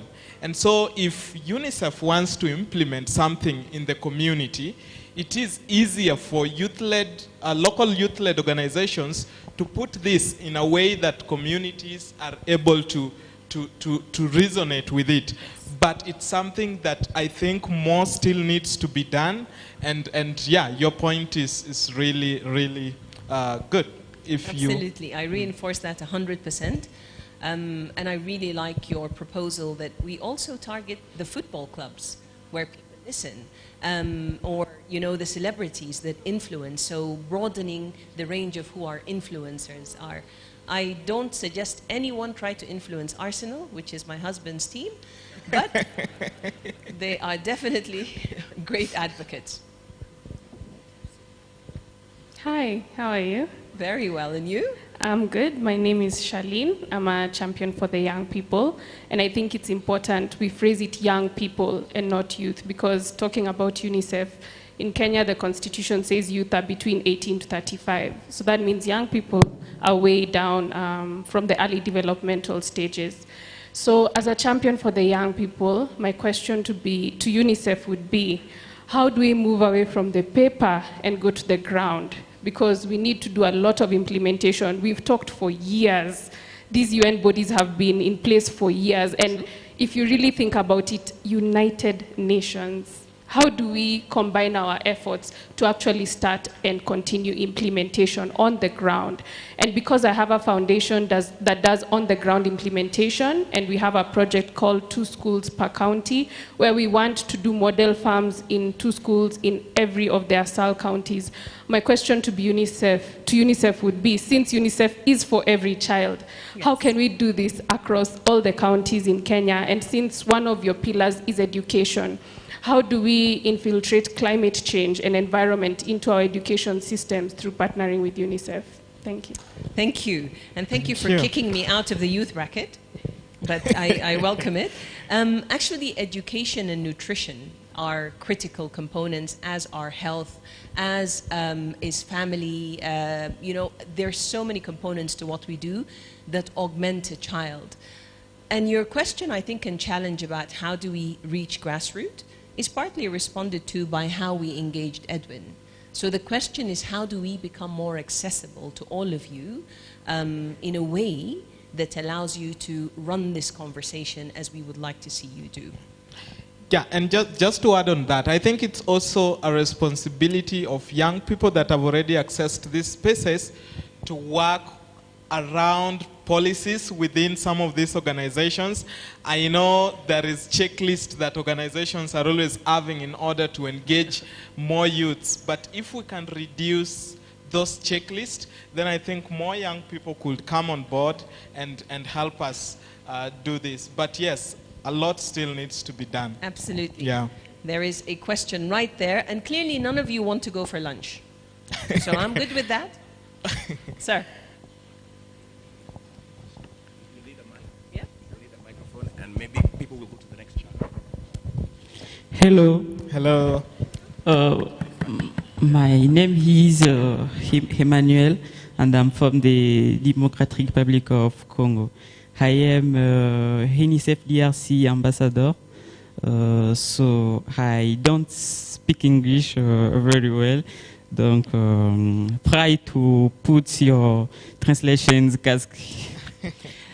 Donc, moi, je voulais juste peut-être parler un peu, parce que quand on parle de l'UNICEF, c'est vrai que moi, je viens de l'UNICEF en RDC, mais en gros, l'UNICEF a tous, enfin, tout ce que vous voyez comme UNICEF dans tous les pays ont tous une même mission. Comment est-ce que l'UNICEF peut peut-être faire pour lutter contre le réchauffement climatique, celle que la dame vient de dire? Moi, par exemple, je vais partager mon expérience. Quand je suis devenu ambassadeur UNICEF, je commençais à innover des projets. Je suis allé vers UNICEF. J'ai proposé un projet qu'on appelle Bopetonakela, c'est en lingala, qui veut dire la propriété à l'école. Et ce projet nous a permis au fait de regrouper plus de jeunes. Donc, on a regroupé plus de jeunes, par exemple, comme ça, dans peut-être, je ne sais pas moi, c'était peut-être une assemblée, et on a en fait parlé. Donc, les buts c'était, et puis on passait dans chaque école. Donc, on va dans chacune des écoles et on va commencer à sensibiliser les élèves, parce que l'éducation climatique, elle commence dès les bas âges. Donc, on a commencé à sensibiliser les élèves, on faisait des challenges, genre, tu plantes un arbre, tu te prends en vidéo, peut-être tu peux mettre sur TikTok. Et pour votre information, moi je vous informe qu'UNICEF est sur TikTok. Donc tu peux peut-être mettre, tu pourras peut-être taguer UNICEF, je ne sais pas moi trop. Et UNICEF aussi entre en collaboration avec les partenariats, avec des organisations du jeunes peut-être. Aujourd'hui là, moi je participe ici au sommet. Et c'est grâce à l'UNICEF qui m'a peut-être envoyé ici représenter l'UNICEF. Donc l'UNICEF s'associe avec d'autres associations, d'autres jeunes, je dirais. D'ailleurs, même à Kinshasa, on a des enfants reporters. Les enfants reporters, ce sont des jeunes qui UNICEF forment pour en fait défendre leurs droits.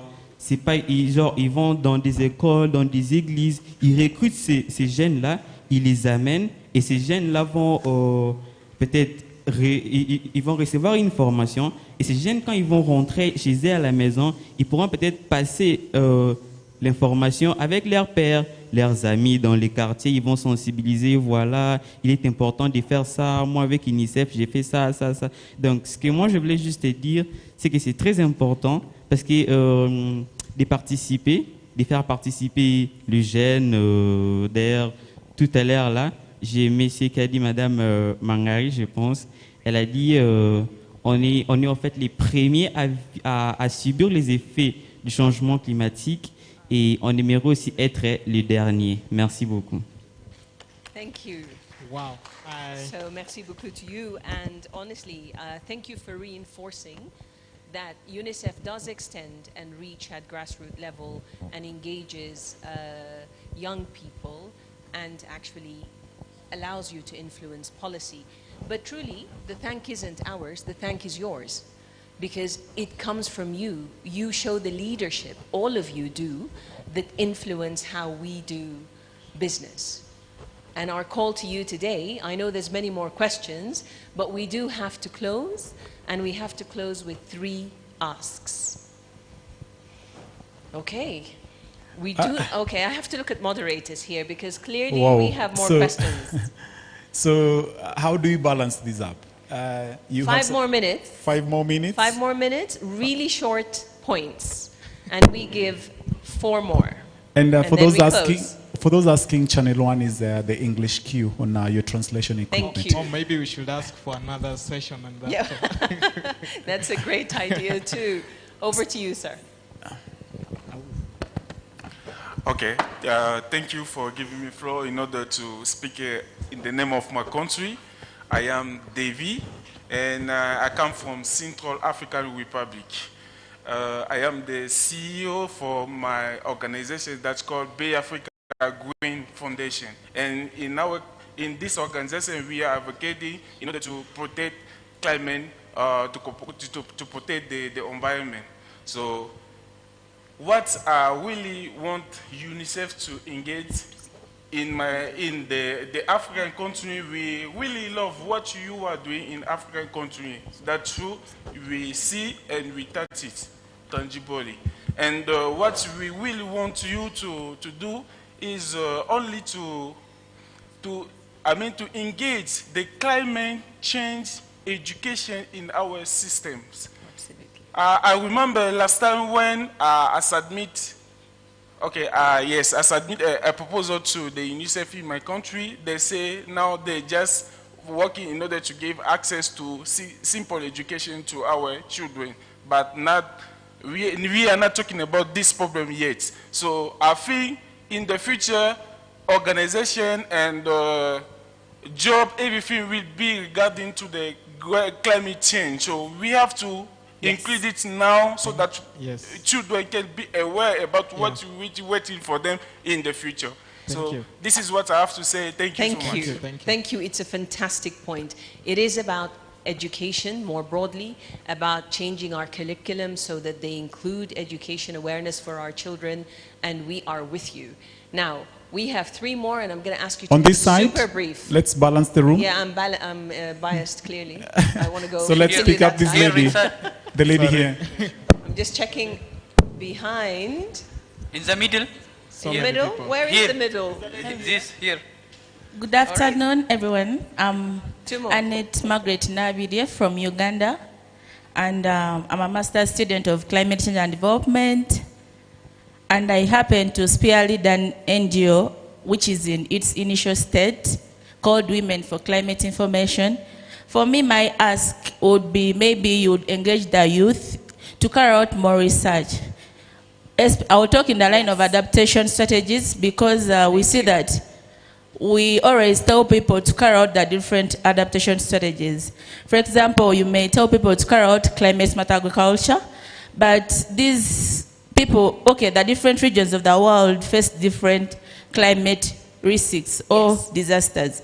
So, and we have no research that has been carried out to measure the effectiveness of these adaptation strategies. So my ask would be if you help the youth carry out research on this effectiveness of the adaptation strategies. Thank you, Margaret. It's a fantastic point, and it is indeed the direction of travel. Thank you for highlighting that. Research and evidence are the future. Okay, we have 2 more, and I'm sorry, I'm going to leave that side. I am going to go to this side where we didn't get a question, and then we will move back here and close. So, hi, thank you for the opportunity. Through these systems and ensure that this message gets home. If dancing is the way to go, and I'm glad you're recording your first TikTok video after this, then that is the way we are going to do it. Yeah? I don't know if you have anything to add on that then. I think it's a great point, Edwin, also that reinforces simplifying the language, which someone had said earlier. And that's very heard loud and clear, I think. Okay, it is the last point from this side, and then... In the middle here. This side? Yeah, we didn't take anyone from this side? Exactly, we didn't take. Okay, so I apologize. Even this side, we've not taken anyone. One side, we did. We took Eric. Let's have one here, then we'll call it a day. Thank you. Okay, thank you so much. My name is Dawit. I came from Ethiopia. I'm a UNICEF Ethiopia Youth Ambassador.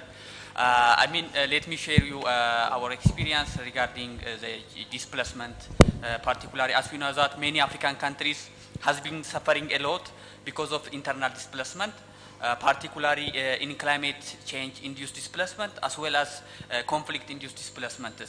As we know that both kinds of displacement, particularly internal displacement, in both children and women has been suffering a lot from those displacements. For instance, in the war, as we know that there was war in Ethiopia, in the northern part of Ethiopia. So after the war, many children has been engaged. They are in early marriage. I think I need to ask what is the position of UNICEF in order to protect the children and women in climate change-induced displacement and in conflict-induced displacements. Thank you. Thank you. Yeah, I'll leave you to respond to that, but one thing we have to agree is that I can't speak of any other place that effects of climate change in terms of disasters affected like African countries. And I think loss and damages caused by issues around climate change is a thing, and we need to take that seriously. Yeah. We do, and displacement is a fundamental coping mechanism when disaster strikes, whether it's flood, drought, war, otherwise, that people cope actually to survive. I think the messages, if I were to summarize them, are pretty clear. You want simpler language, you want more access, you want more involvement, you want reinforcement of your existing networks to amplify your advocacy so it reaches the policy levels, and you want to own your future. I think we can commit that we, as an institution, support all of that and will continue to do so, including my dance on TikTok. So that... Why are we not excited about that? So there are asks we have of you, by the way. This isn't just you asking us. So the first ask we have of you is, we would like you to continue advocating for children in the climate agenda.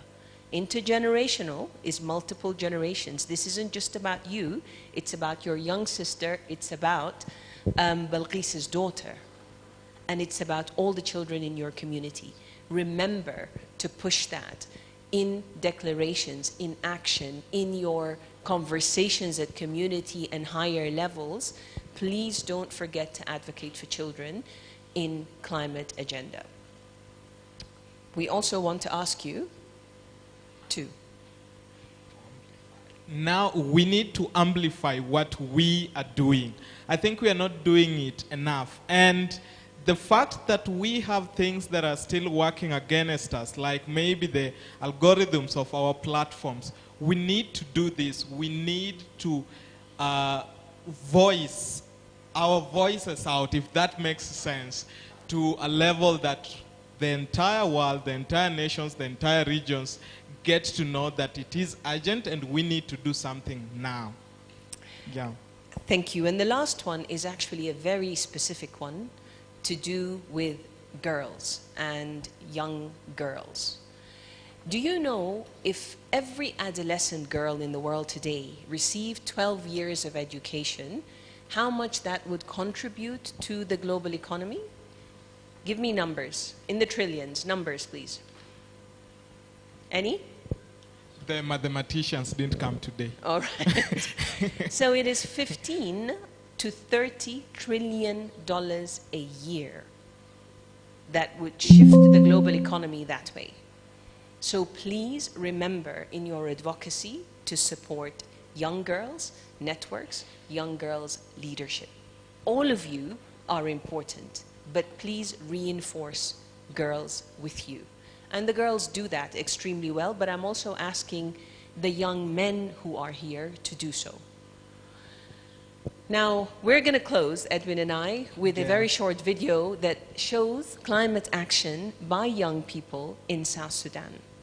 And we won't come back again, but just to say a huge thank you for your time today. Thank you. Thank you. Thank you. You can sit over.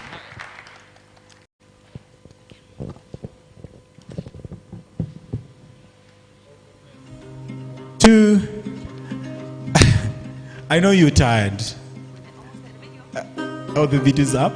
All right. Let's just wait for it. Yeah, there it is.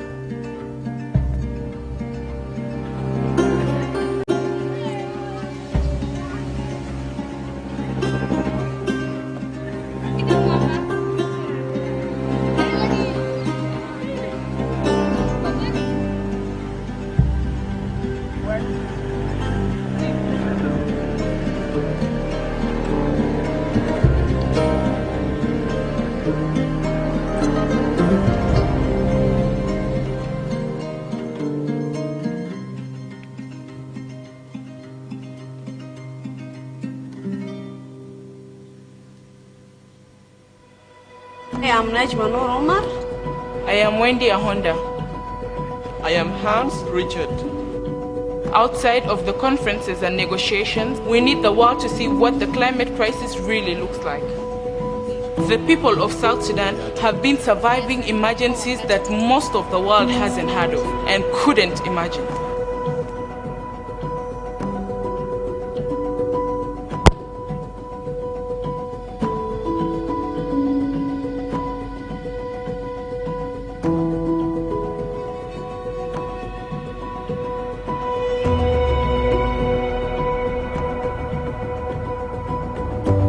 We are not a statistic in a report. We are people living in a crisis we didn't create. You see this flooding here, it has caused the loss of many things. Our life here is depend on livestock. So we depend on livestock, goats, cow, chicken, that all stuff. And they are all dead. We don't have homes. The ones who are here, they don't know where they can go. What can you do to them? What are you going to do to those people who has been displaced by flood? With almost 9 million people affected and on the brink of survival, half of which are children. The situation in South Sudan is catastrophic. But it's not just in South Sudan. Huge parts of Africa have become mostly unlivable. There is no way to predict when the floods will come and how severe they will be.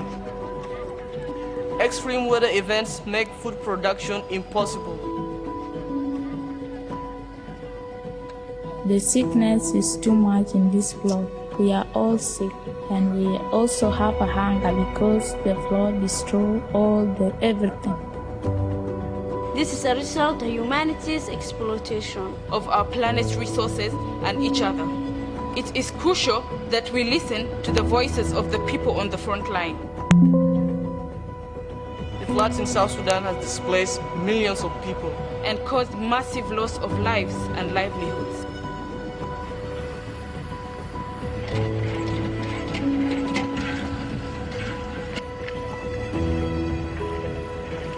Daman war piazza penya waka yepur pure ya wakony kuma na chin ke bepur so yena piazza ada wacha gele jarit chan cha wak cha ba wak si so kana jan wale jarete or yen ke beto bita kanwan wak ben de ga bu gele we chan ena bu ka jar bai ni. Children make up over half of the communities affected by the climate crisis.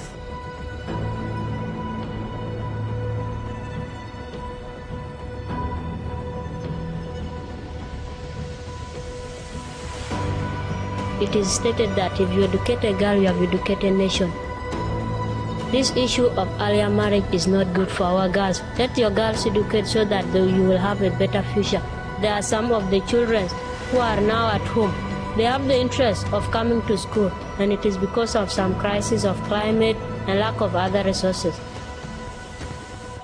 For the whole world and Africa and South Sudan, I would like to say that take your children to school so that they have a better future tomorrow.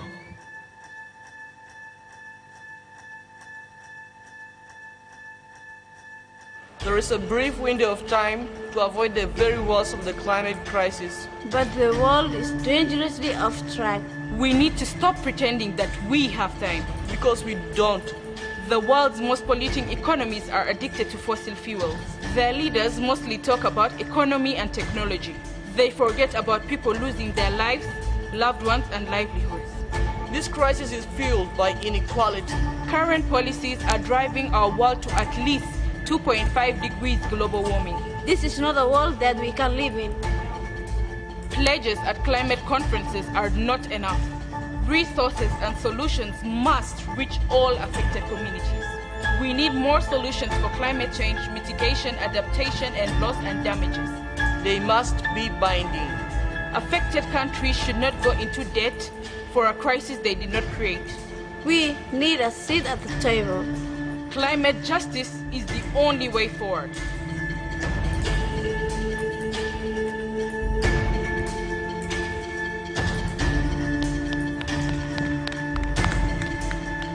Wonderful. Thank you very much.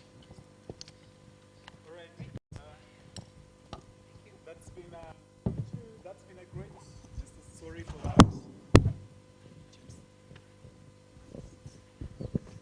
All right, so that's been a great session by UNICEF, right? I know you've stayed patient, you've engaged them, and they've been a wonderful group. So duly appreciated, and could you just give them some claps as they get back to their seats? Much really appreciated. So we would like to get into our next segment for the day. I am genuinely requesting I'm generally requesting, yes, I know there is a suspense to it. I'm generally requesting just for your 1 hour additional patience. I'll explain why. So our lunch is delayed. And because our lunch is delayed, I want to be as truthful as possible because our lunch is delayed and we have our panelists present for the session on intergenerational. We wish to request you to stay put so that we can get deep into this particular session with the belief of once this particular session will be done, we'll have our good lunch. And after a good lunch, we'll only come back to one last session in the afternoon. So really requesting for indulgence. I know it's too much content, but it's too much content for a worth cause. All right? So could you just affirm me, just encourage me? I understand you down, yeah, but just affirm me by a show of one hand that you're going to stay put for an hour. Are you? I know there's a hand saying no. All right. I'm not seeing any hand. So James, we have a situation here. So we have a situation. The audience is not ready to stay put. So I don't want to like force. So bearing in mind, we are all here and our lunch is not ready. James, we have a situation here. And I see our great dad, Tobiko, is already up. So we really need to stay put and do this session. All right, people? And maybe to just do a bit of a 1 minute break. I hope it warms us up. I know we've been here since morning. It's been already 1 day and a half of it. I know it's intense, but then again, it's for a worthy cause, as I say. So AV, probably just give me that particular track as we warm up James Smart and the team to just get by. AV, just give me the first track in it. Yeah, I mean, I know either way you get to believe that the climate environment journey is something that we are worthy pursuing. So please just rise up. I'm urging you. I'm urging. Please just get to rise. Just get to rise as we transition into this.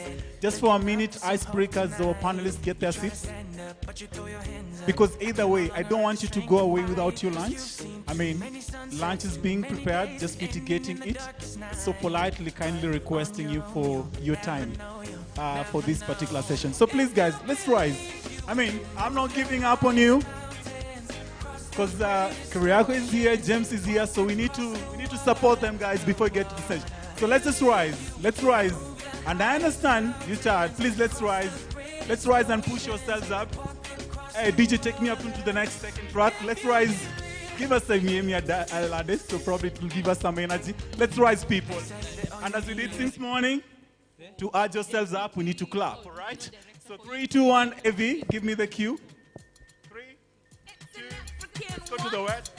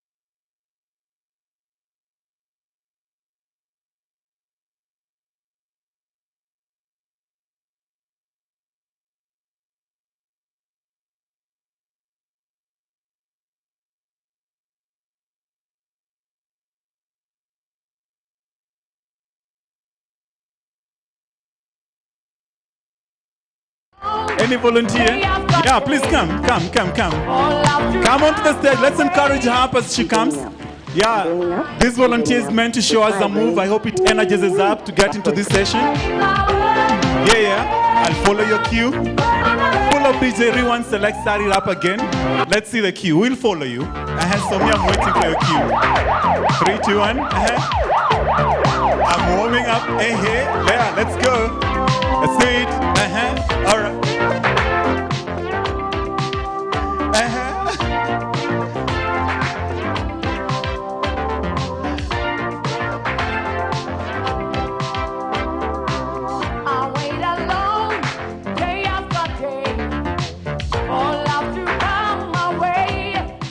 Come on, let's rewind that. Let's start it again. She showed us a cue. So 3, 2, 1, let's follow that cue. Yeah. All right. Yeah, let's get it started. Yeah.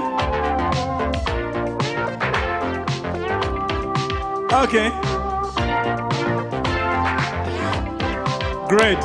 And what's our sister's name?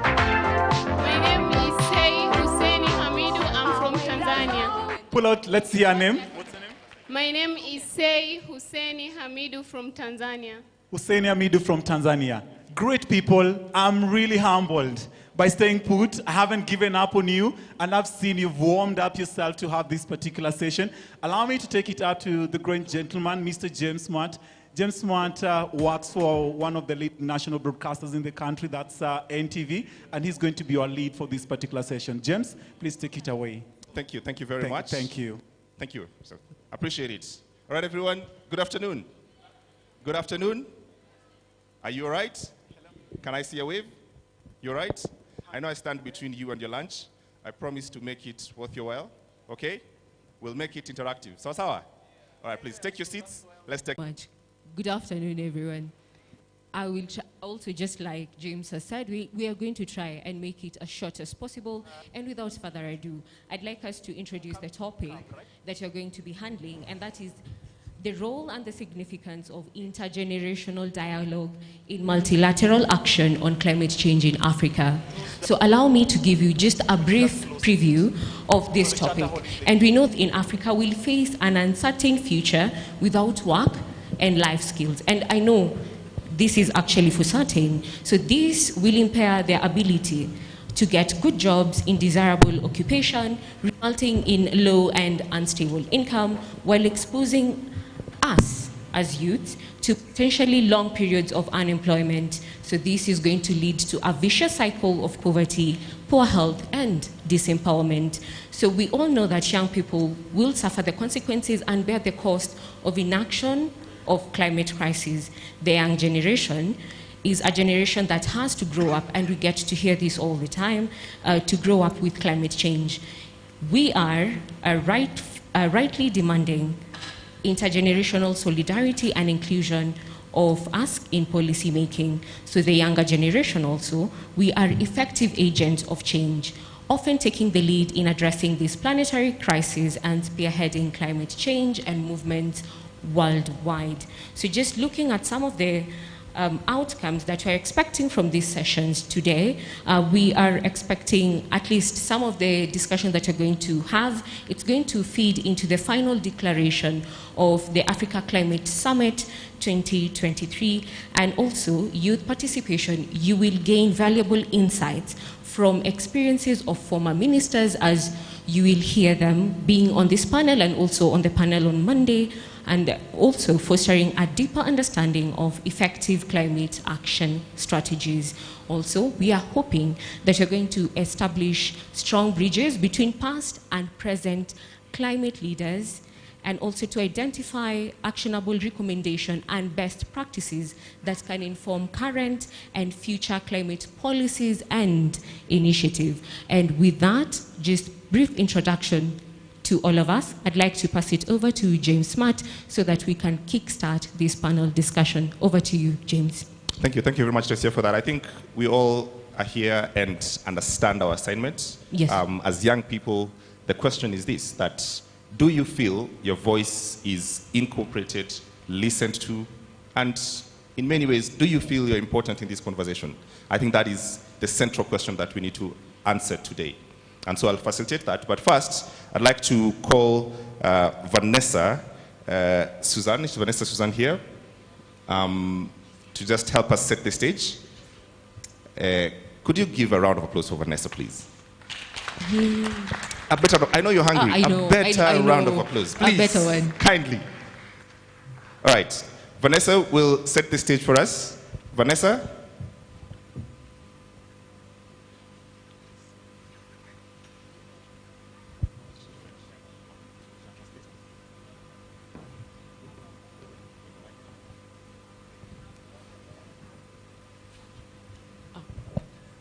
All right, we are getting a translator for Vanessa. Great.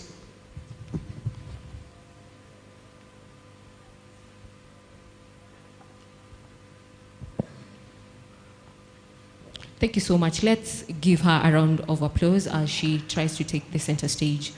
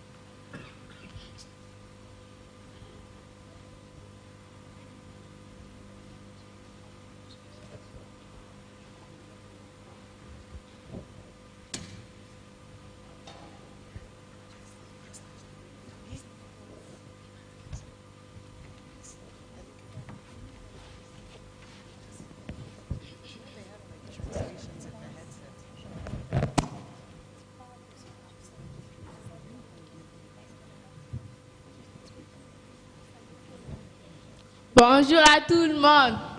Je m'appelle Bioko Chloé Vanessa Suzanne. Je viens de la République centrafricaine. En République centrafricaine, nous avons 2 saisons. Il y a la saison sèche et la saison de pluie.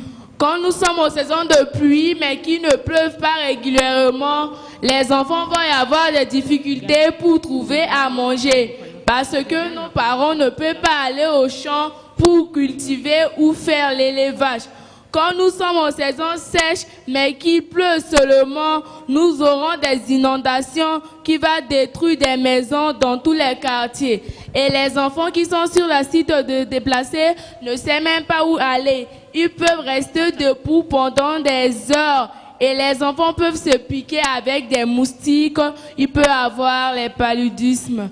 Donc, je demande, nous les enfants de la République centrafricaine, nous demandons au gouvernement de voter une meilleure loi pour la protection de l'environnement et de sensibiliser les populations de ne pas jeter des objets plastiques par terre. Je vous remercie.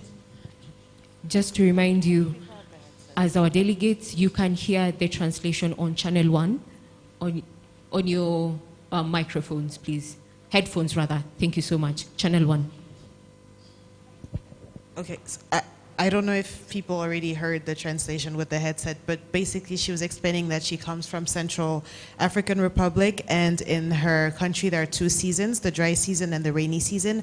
But with obviously climate change that's been taking place, sometimes in the dry season it's quite extreme and you're not seeing any rains, and therefore the crops are not growing, and then people are not able to grow food, and therefore that also leads to more crisis and to hunger. And on the contrary, when it comes down to the rainy season translates to floods, and floods make it obviously very difficult for children to have access to schools, etc. And so that leads to more and more problems. So her call to governments and to world leaders is to really put in place policies and actions that will help protect the environment so that they can continue to have, so they can have a normal life and they can no longer suffer from the effects and the impacts of climate change. And that's her specific call to action for environmental protection. Thank you.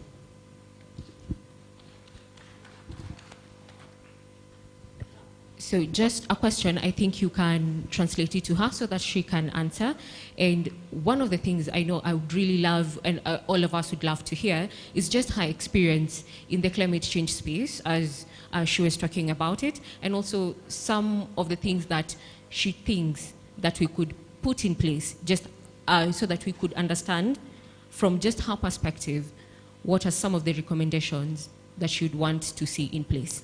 Ok, donc déjà, je voudrais savoir un petit peu plus sur ton expérience dans l'espace de tout ce qui est climat, les actions que tu mets en place, et aussi quels seraient les types de recommandations que tu mettrais en plus de celles que tu as parlé pour les politiques de protection, mais est-ce qu'il y aurait quelque chose d'autre de spécifique comme recommandation à mettre en place? Oh, yeah. Elle demande, elle aimerait en savoir un petit peu plus sur ton expérience dans ce que tu fais pour le climat, etc.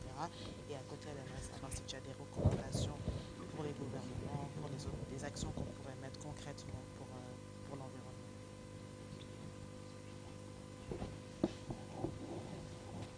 Ce que je veux mettre en place pour éviter le changement climatique, si on trouve le changement climatique en République centrafricaine, cela va jouer sur les enfants. Et parfois, s'il pleut régulièrement et nos parents ne peuvent pas aller au champ pour cultiver, et les bébés qui peuvent avoir de bonnes qualités de nourriture à manger, les bébés ne trouvent pas et cela peut se provoquer la malnutrition. Donc, moi, je veux que les gouvernements votent de meilleures lois pour sensibiliser les populations de ne pas jeter des objets plastiques pour éviter le changement climatique, parce que le changement climatique joue beaucoup sur les enfants.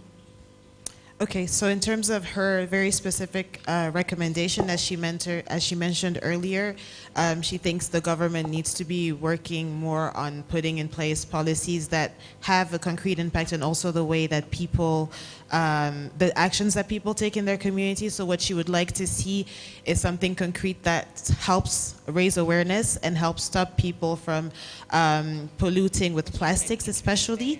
And so that would be the first step for her, because she's seeing how pollution is really having a concrete impact and a devastating impact in her surrounding environment. So that would be her first or her main recommendation. Thank you. Thank you very much. Really appreciate. A round of applause for Vanessa, Suzanne, and her thoughts this afternoon. All right, so I'd like to introduce the rest of the panel for us. We do also have, joining Vanessa, Suzanne on the panel, is from Ethiopia. Sorry, I don't know if you got that. We have also Deme from Ethiopia. Welcome. We also have Himelda Domo from Cameroon. Thank you very much. And we also should be joining us on the panel is Honorable Mohamed Bare, National Economic Advisor to the President of the Republic of Somalia. If he's with us, he can join the panel. We also do have Honorable Keriako Tobiko from Kenya. Tobiko is former Kenya Cabinet Secretary for Ministry of Environment and Forestry since January 2018. Karibu sana. Ladies and gentlemen, this is it, but let's get this party going. I can see anxious faces. I can see your questions. You have a lot of questions. In fact, I think I don't have to ask any questions. All the questions should come from all of you. But let's get the ball rolling fast. And perhaps let me start with you, Himelda. And I think the key urgent question that we all want to understand, how do we ever going to move from tokenism, the talk and talk and talk, to real actual questions and answers that young people want and they can be included? How do we get to that? You can get the microphone from here. Hi. Oh, thank you very much. James, that's it. Yeah, thank you very much for the floor and for the organizers of this event. I've been listening through since yesterday, and one thing that keeps coming up, you know, it's young people saying that they want to be given the floor. So yes, we keep talking, having such conferences, very important for sharing ideas and for sharing projects, you know, innovation projects and, you know, among other ideas. But I think for a young person who is concerned by the crisis, by what's happening in the world, and especially in my country, Cameroon, or even here in Kenya, I wonder, I want to act. I don't only want to have a foundation. I don't want to be the CEO of a company. I want to be on the ground, on the floor. I need land. I need land, and when you go to my country, the regulations say that you can only own land. Let me just summarize. You can only own land if you're 75 and above. Own land. So you go buy land and it's yours. So now imagine me, I'm 23, and I want to, change things. Cameroon depends on agriculture at 80%. So 80% of the country, and even of the employment rate in Cameroon relies on agriculture.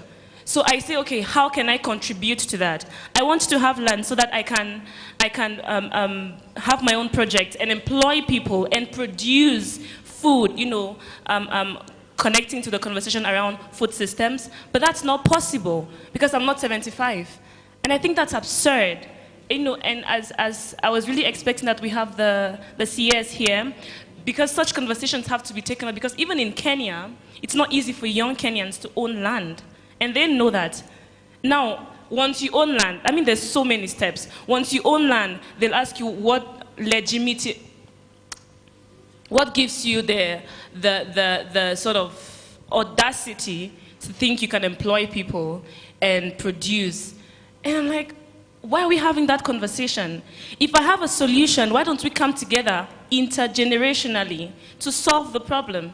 Why are we having the conversation of questioning my legitimacy, and of questioning where I got financing from, and of questioning whether I have the experience or not? If you think I don't have experience, why don't you bring that to my table? Because guess what? I'm bringing the innovation. I'm bringing the solution.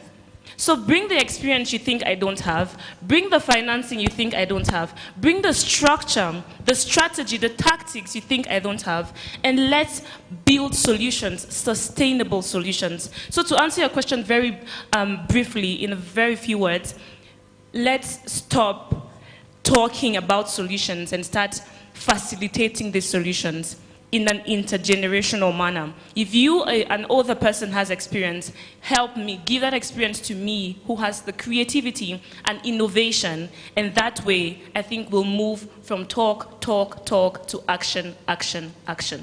Thank you very much, very well spoken. I just want to remind for Portuguese speakers that the translation is on line 6. Portuguese translation is on line 6, so kindly get to that if you're at. Pretty much the same question here, right? To the question and the resolution that we get from her, what she's suggesting is that there is enough talk, but there's very little that authorities are doing to make sure that young people are not only included, but it moves beyond the tokenism, that we have young person representing us here, so young people are involved in the conversation, and actually that is not. To the same question, and to add on to the point, how do you feel that as young people, what are the things that young people are failing at to make sure this connection happens, right? What is that thing that we should do more? And what is that thing that is the failure, the thing that young people need to do a bit more? Thank you, James. First of all, I would like to thank everyone for joining the African Youth Climate Assembly. And also, it's really an honor to join with Honorable Kabiako on the same panel on this intergenerational discussion, as well as with my sister here. This is really an inspirational moment, sitting with His Excellency, because I know His Excellency in COP processes and also his commitment, especially in the ministerial consultation while we do the negotiation and everything. Excellency were the person, who stayed very late as a minister, leading the discussions, and really appreciate that one. Coming to the question, James, of course, I would like to reflect more from the young people's perspective, or maybe looking out to inside rather than looking out to outside. So, well, as a young people, now we are getting the attention, and also we are becoming, to the center and front in the climate discussions. And also, it's really important to also shift this attention to more of implementation and also to more of action. So the question is how we can, shift, sorry, so to shift that attention or that energy to more productivity is the key questions that we as a young people to really answer for ourselves. Of course, that's really important to get a wisdom from our seniors. That's why we need to have these kinds of intergenerational discussions. Because, as a young people, we have the energy, we have, the power to change things, to move things, but usually what we lack is the experience, the wisdom in changing that implementation is something. So one is, as a young people, we need to think more of in a long-term perspective, because when we talk about climate change, it's not a seasonal issue or it's not a short-time impact. So to solve this kinds of challenge, it's really critical to think in a longer perspective, because it's a generational problem or it's a generational issue. So this is really important to think in a long-term perspective. So most of the time, we young people just focus on, the movement building, on the advocacy aspect. Also, we want solutions in just one night. That doesn't happen, or that in that way, we cannot solve a climate change challenge. The problem, it comes, because of the past 13 years, the impact of the past 13 years. So we need to think, in a forward-looking way of, solving the problem for the next 13 years. That's how we can save our next generation. We can save even our own generation as well. So it's really important to think about in more long-term perspective. Yeah. Okay, that's a very good point, and I think it segues very well to Honorable Keriako too, because I know he's young at heart. I know him very well. He's young at heart, but in this setting, he's going to act as an elder and help us to understand that generation before and their perspective and views, and a bit of a blame that generation has really done a lot of things that we're going to pay for it, and the next generation will have to pay for it. But my question is this. In this conversation and dialogue, what is it that we are missing, especially from your generation's point of view, and what would you like to see mostly happen from young people to your generation? Sort of like a reverse mentorship, if you like. Thank you so very much, moderator. Let me say how privileged I am to have been invited for this intergenerational dialogue with the young leaders of Africa. And I say young leaders, and you are young leaders of today, not young leaders for tomorrow. I think that is the first misconception that we, the elders, the fallacy of seeing our youth as leaders for tomorrow. Unfortunately, even for you, the youth, you have somehow accepted that characterization, and I think you need to remove from your DNA the fact that you can wait until the time when we, the elders, decide to hand over the mantle to you. So I think the first point is appreciating that the African youth, the global youth, are the leaders of today. That's the first point. Not the leaders of tomorrow. Number two, our youth and young people have a greater stake in the well-being of our planet. And our planet is messed up completely. Our house is burning. Antonio Guterres just a few moments ago said, correctly so, that we have moved from global warming to global boiling. Our house is boiling. Our home, our common home is boiling. And we, your elders, the older generations, are responsible for this mess. It cannot therefore be upon us to provide solutions, and we are the persons who bear responsibility for this mess. Now, the African youth. Africa has the youngest population, 60% plus, and that population is likely to increase. And this population is a population of well-educated, well-skilled, energetic, talented, brave, courageous, innovative, creative. They have solutions. They have solutions. They know what has gone wrong. But for far too long, we have characterized them as voiceless, helpless victims that require protection from us, the elders. That is not so, and shouldn't be so. The climate crisis, the biodiversity crisis, the plastics and the waste crisis cannot be solved unless we mainstream the young leaders. Mainstream. Not hearing their voices. I mean, and this I hear about, our voices should be heard. Your voices have been heard for far too long.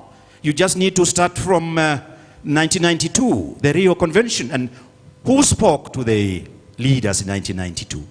It was the youth. And that has happened throughout. Climate change conferences, biodiversity conferences, desertification conferences, chemicals conferences. The youth are presented there to open, to be seen, and for their voices to be heard. It is now time. In fact, it is overdue for the youth to be mainstream, not just voices being heard, to sit at the decision table as policies are being designed, as projects and programs are being designed. The youth must be able to sit and say, this is how it should be. The youth, if you look at the multilateral environmental governance structure, is tokenism. Absolutely tokenism. It is more about how many youth did you include in your delegation. All right? How many side events the youth have organized. In most cases have the youth today demonstrated outside. So I think we need now to reform the structures for environmental and climate governance to ensure that the voices, but beyond the voices, real, meaningful involvement of the youth in solutions. And finally, and I think this is what has been said, empowerment. The youth have solutions.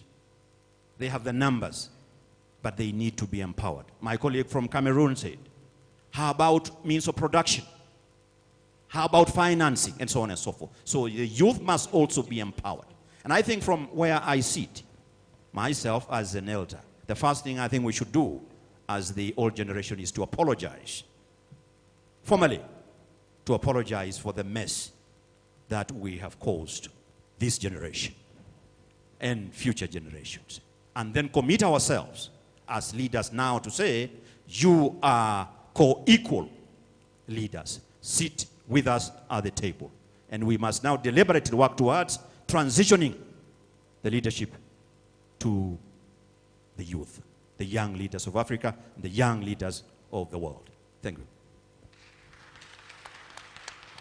Well, as we get to hear, and some of the solutions, just looking at how you've said that we have the solutions. And definitely, yes, we do. And I'd like to segue and just to bring in the aspect of technology, and I'll float it to all of us, you know, because we have AI, we have our mobile phones, and we get also to see that, yes, with every step that you're going to make, there's going to be a challenge, an effect that is going to cause climate change, right? But now the question is to us as youths, and I'll pose it to all of us, is how can we leverage on the technology that we have so that we can see that there is progress? And yet we know some of these technologies that we are using, you know, like crypto, just trying to make sure that the world is technologically advancing. The mining is causing climate change. So now, how do we leverage on that to advance the progress that you are making so far, despite it being so slow?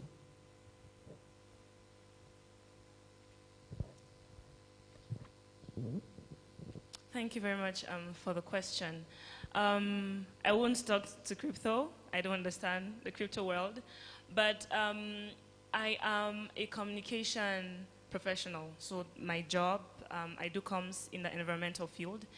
and I'm currently doing a master's in digital communication. So that's really up my alley. And what I'd like to say is just something that Edwin mentioned from the session with UNICEF. He said, yes, the algorithm is sort of duped, but is it? Or is it that we are refusing to use social media and digital media for our own purposes? When we come here, we talk.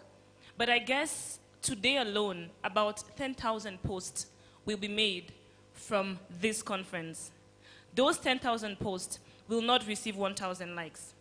But one TikTok video will be posted about some dance challenge, and that video will be liked by most of us here. So we have to reconsider what our priorities are. Don't come here and tell us what you want to do about climate crisis, what you think people should do, youth should do this, the older generation should do this, policy reforms, blah, blah, blah. And when we lead campaigns on social media, you're not interacting with those. Therefore, how do we, because as a comms person, if I am doing comms for an organization, the advocacy bit of that organization relies on my work. And if I'm not able, usually it's not because of the quality of the content. The content is there. I'm stating facts. I'm stating what you said during this conference. However, you're not relating to that post. Yet you want that to translate to action. So I'd like to say, let's stop talking. Let's start acting. Even digitally. When you go to your phone, how have you curated the information you get on TikTok? How have you curated the content you get on Facebook, on Instagram, on Twitter? And when you see a post from Global Landscapes Forum, International Land Coalition, ACS, do you just scroll, or do you like, share, and comment the same way you do when you come across a TikTok video that makes you laugh? So let's think about these things. How is your use, when you buy that iPhone, are you buying it because it's expensive and it's going to help you have a better camera? Or can you also use it to take better photos of your environment and do communication, lead campaigns? Don't wait on the ACS to happen. You can have your personal campaigns. You can tell yourself, this week I want to talk about climate change. This week I want to talk about soil degradation. This week I want to talk about the ban that was lifted on logging. And every day you make content on that. You don't have to wait on anyone. So digitally, I think that's how you can empower yourself before you ask for anyone else to empower you. That's what I'd like to say. Yes, you can go.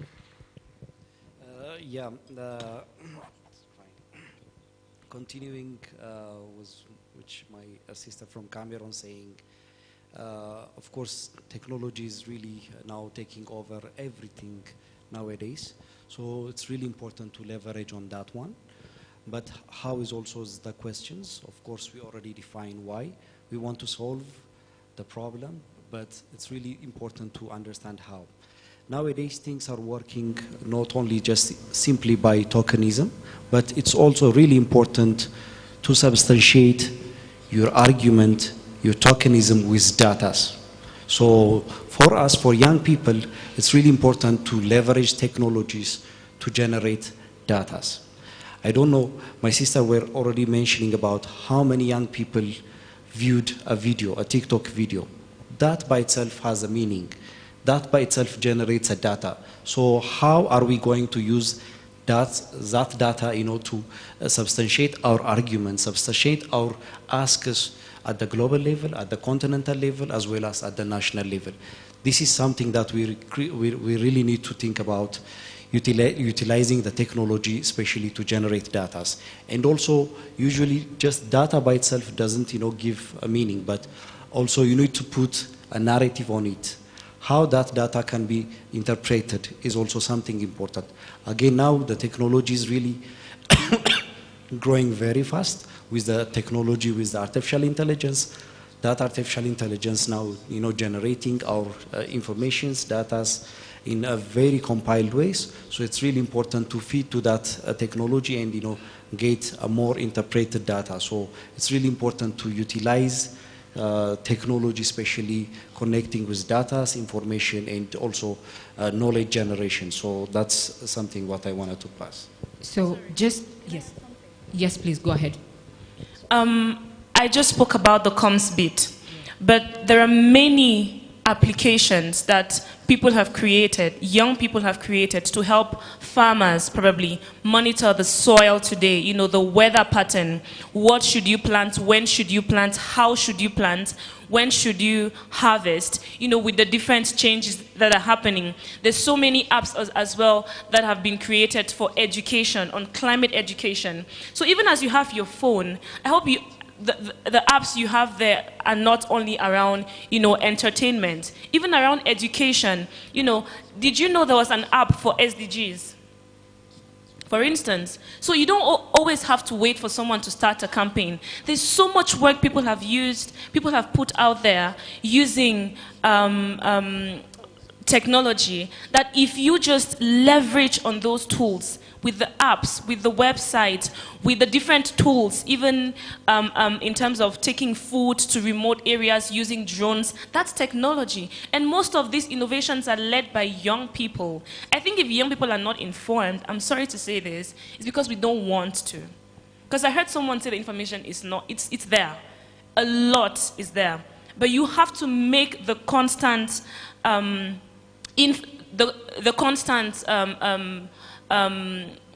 commitment to look for this information. If you're interested in soil degradation, go type, what are the initiatives in my country out there for soil degradation? You'll see so many organizations working in the area, and you can join for free as a member, as a delegate, as an advocate, whatever. And then that's how you get information that you can share with your friends, with your family. So honestly, technology has done a lot, and it keeps doing a lot for us in this space. Thanks. Okay, so one thing that I think I picked from you is we have technology, and then there is that difference in TikTok, that there is a video in environment cannot accumulate as many likes as possible. So it means that, yes, there is a gap.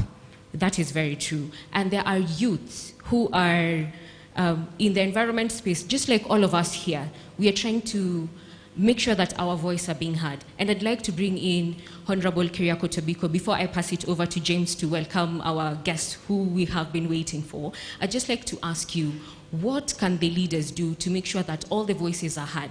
Because I understand, yes, there's all this. There's some things that are not interesting to the youths. There's some that are.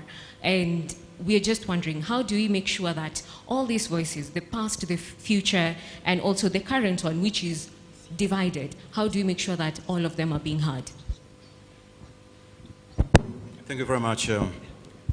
The first point here is to move beyond tokenism to real, meaningful involvement and engagement. And there are so many structures and governance structures, both nationally, regionally, and globally, that deal with environmental and climate action. So the first thing that we must, as leaders, and here political leaders, religious leaders, corporate leaders, policymakers must do, is to mainstream the involvement and participation of youth at decision making, or in decision making and policy making.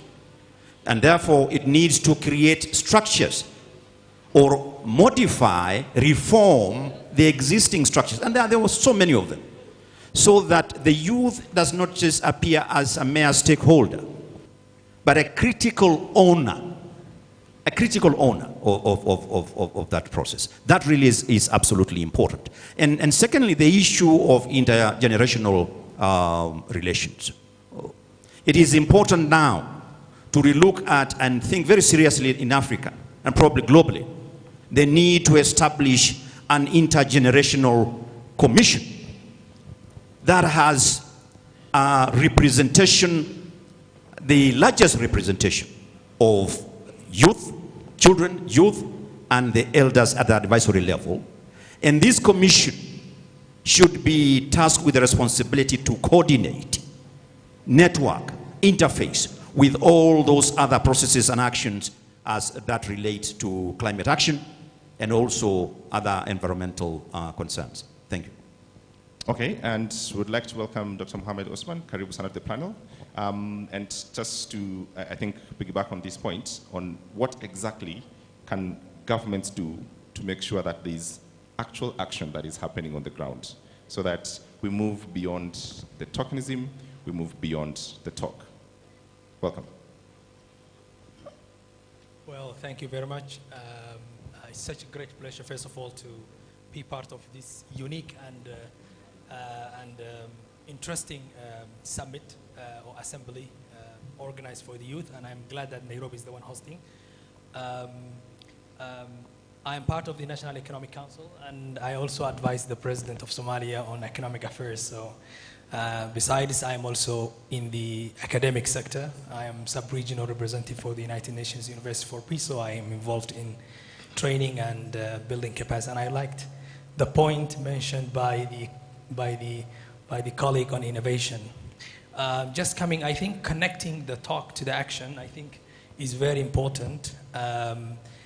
One thing you realize is that it all starts promoting robust learning and knowledge exchange among the different stakeholders in climate action, be it the public sector, the private sector, as our colleague mentioned, the community leaders, faith communities, and also academia, which has an active role, as well as the civil society. I think there's so many opportunities out there. There are people whom I call them problem holders. They have the problems, and there are people who are also solution holders.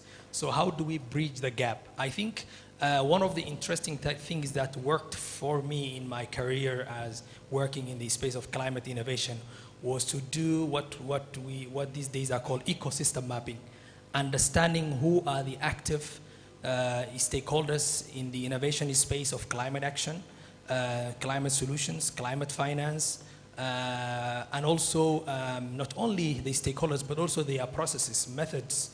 There are resources available.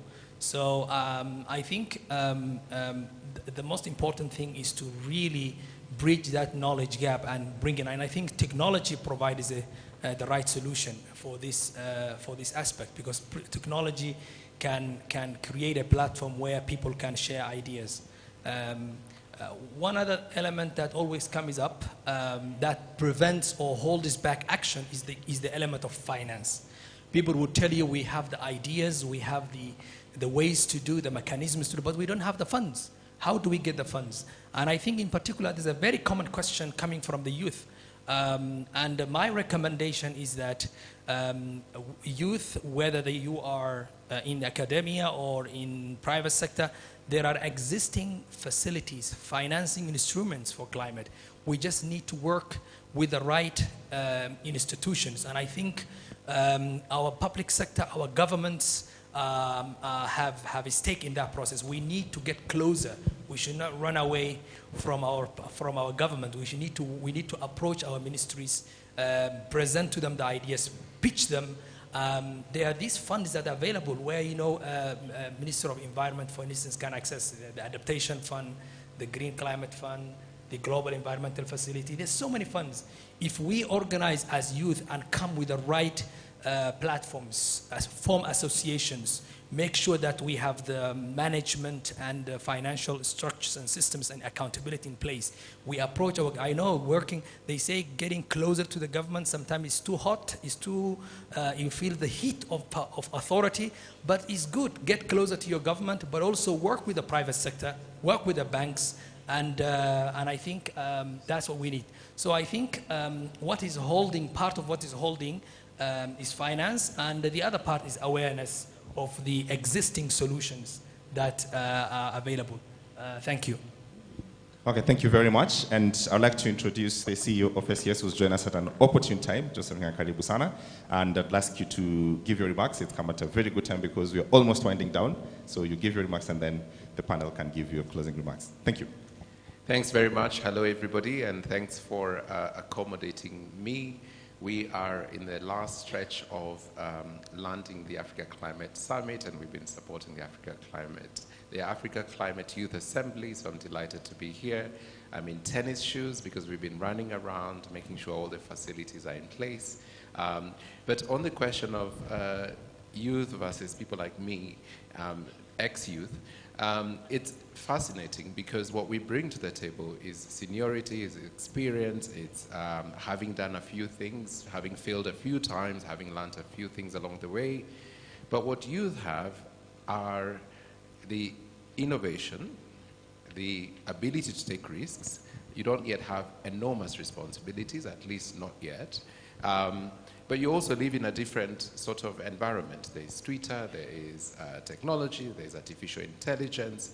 And so bringing those two together, the experience and the age, and combining it very closely with the tools that you have today is how we're going to be able to address the climate challenge that we're facing together. I think when I think about the connection between the two, if you look at something like energy, up until a few years ago, you had to build a huge power plant which cost hundreds of millions of dollars in order to deliver electricity. Today, with a couple of solar panels, a battery, and so on, something in the range of $100 or so, you have electricity that can power your phone, and your phone has the chip in it that can work incredibly well in terms of analysis, in terms of research, and now with AI, even in terms of being very efficient. And so from my perspective, and addressing the question I was told to address, how the older generation and the younger generation can combine their strengths to bring out solutions for climate change, I think it's really about thinking innovatively. And I also like the comment made by the previous speaker, which was on coming together. It's incredibly important that you work together. Each of you has strengths, but as we say in Swahili, kidole kimoja hakiui chawa. So you have to combine your strengths. Some of you are innovators, some of you are marketers, some of you are influencers. I'm learning a new term, influencers. And so if you combine your resources and you work together, you don't need the hundreds of millions of dollars that previously have been needed. And you also have the opportunity to change the status quo. I like the funds that have been mentioned, but they are impossible to access. They are so demanding in the terms of criteria, expectation, business models, and so on. But you can disrupt that. Today, young people have the tools to do so. So hang out with those of us who are a bit older, who have a bit more experience. We can give you the substance, but then apply that in the context of your own experience and in the context of your own tools to then unlock the challenges we face. That is what I wanted to share. I am going to have to leave, but I'm looking forward to our continued discussions. Thank you. Well, thank you so much. And I understand, Yared, you have a comment that you'd want to put across. I'd give you 1.5 minutes to put it across. Yeah, while the CEO, Joseph, were speaking, things are difficult, and also my brother from Somalia were saying, it's really difficult to access the finance and other things. So what lies in this kinds of, from my experience or from my observation is also, it's really also important to build a trust in delivering our responsibilities. So that's also something that we need to think about. The issue of trust I bring here is also when young people want to do something also, usually the approval needs to come from our elders. So the elders needs to trust us, needs to, believe on us, give us the opportunity at least to exercise, even to do a mistake. So I think one of the issue that we need to also work as a young people is also build a trust, one among ourselves. The second one is also with our elders. So maybe before just winding up this panel, just to make it more a dialogue format, I would like to forward a question to Honorable Tobiko. Yeah, how young people can build a trust between their elders is my question to you. I think we do that with just going like this, with finishing with something positive. Let's give him elders the microphone, come this way. Just finish with something positive. What is it that you've seen in the last few months or years that can leave us with some motivation, say this is actually working.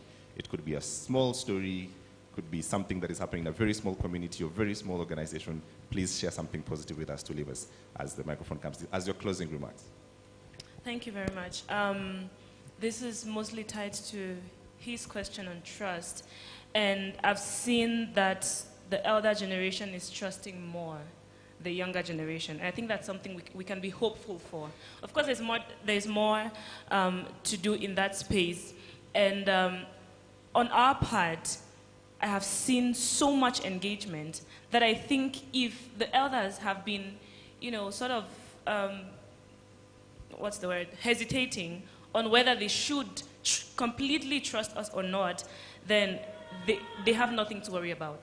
There is so much engagement, there's so many experiences, there's so many projects, there's the passion that you see in these young people when they take the mic. During the UNICEF session, I really loved that because we had young people giving their idea. I mean, my peers, I'm not old, giving their ideas, putting forth projects and saying, this is what we want, this is the problem we have, and this is how we think you can help us. So one thing that I'm very positive about in the future is that the elders do not have to worry. We are going to take the baton anyways, whether you give it or not. We are going to take it. But we have what it takes. We are looking for the qualifications. We have them. You have very young people who have PhDs in this, so which means they are trying to get the qualifications, the maximum possible qualification to be an expert in the field so that you can trust them with your money, with your blessing to go forth and change the world.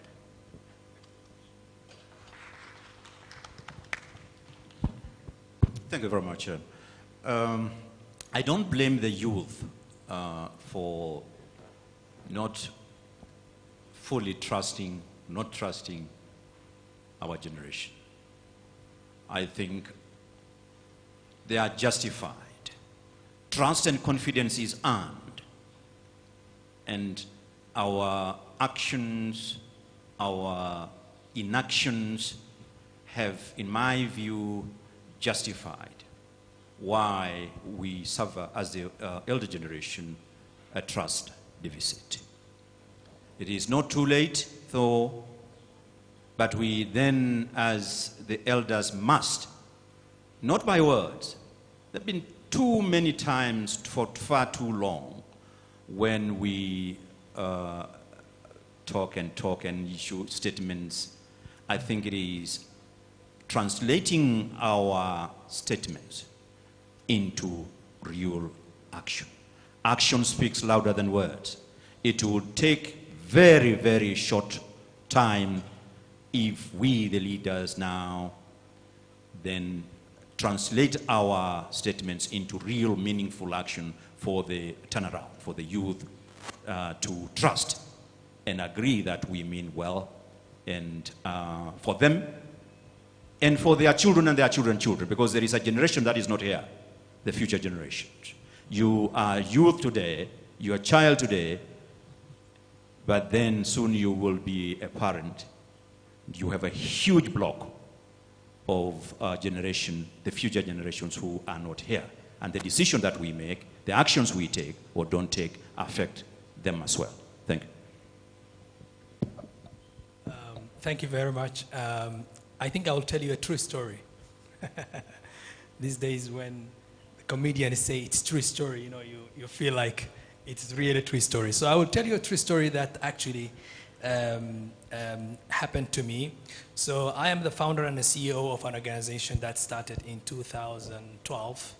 It is today employing 93 staff members in 10 countries with over $10 million annual turnover. But the day we started, 10 years ago, or probably 11 years ago in 2012, I was in Uganda. I was studying at Makerere University. I walked into the office of my vice chancellor.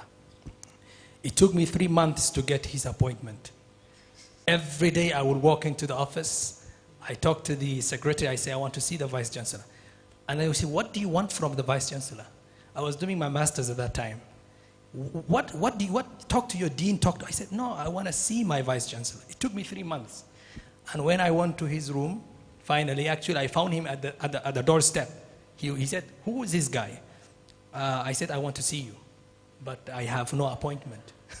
So no problem, walk into the office. It was a very freezing cold room. I've never been to that kind of room. It was around, the AC was around 16, I think. I don't like ACs. So he said, what do you want? I said, Vice Chancellor, I'm finishing my program. I was doing economic policy and planning.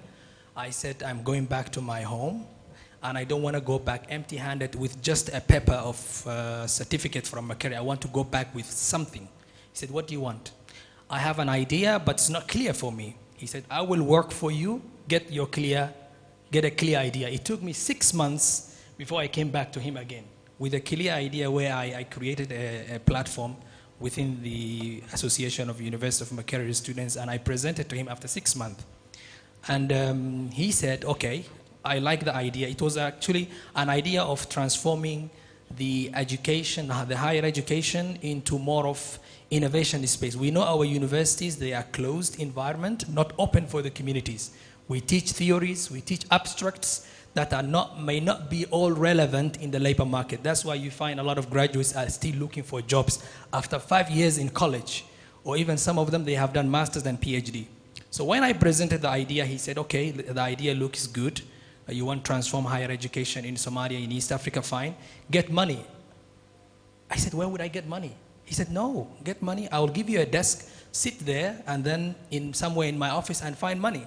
And he taught me how to write. He assigned me someone to teach me how to write grants. And I wrote a grant, and the first grant I got was $30,000. And which actually kickstarted the institute we founded at that time in 2012. Today, we were 2 people, now we are 93 people, and with annual turnover of $10 million, and we are focusing on higher education, climate, and people talk about these big funds of which have complicated criteria to access when it comes to climate. We know climate financing instruments have complicated mechanisms to access, but we have worked around. We built efficient procurement systems, efficient financial management, efficient administration that have attracted our government and also regional governments. We are working with IGAD, we are working with African Union. As youth organization, we are working with our own government, other governments. So I think the point I'm trying to say here is that unless the youth are organized in a modern way, form associations, form centers, form institutions, institutions talk louder than individuals. As a youth activist, I see these days, I'm a social media influencer. What does it mean? What does it mean? I'm a social media influencer. Okay, if you have 1 million followers, do you meet those 1 million followers? The only way you can meet those 1 million followers you have on your Facebook or Twitter or TikTok is when you create a platform. They can meet you. You can interact with them. It's we didn't have at that time, I didn't even know. I could have been even a better social influencer at that time. But, and that's why I'm still struggling to catch up actually, even though it's just 10 years ago. So what my advice is that where there is complexity, there is an opportunity. Let's look at that. And the best way we can communicate our ideas, our talents as youth is to form institutions and institutionalize our ambitions. If we don't institutionalize our ambitions, they will end up in just TikTok, how they call realms these days, these short clips. People will just smile and go. But when we institutionalize our ideas, then we will have an impact. The other thing is, I want to revolutionize, and I want to really mention this very careful. We need to work with our governments. Our governments, they are us.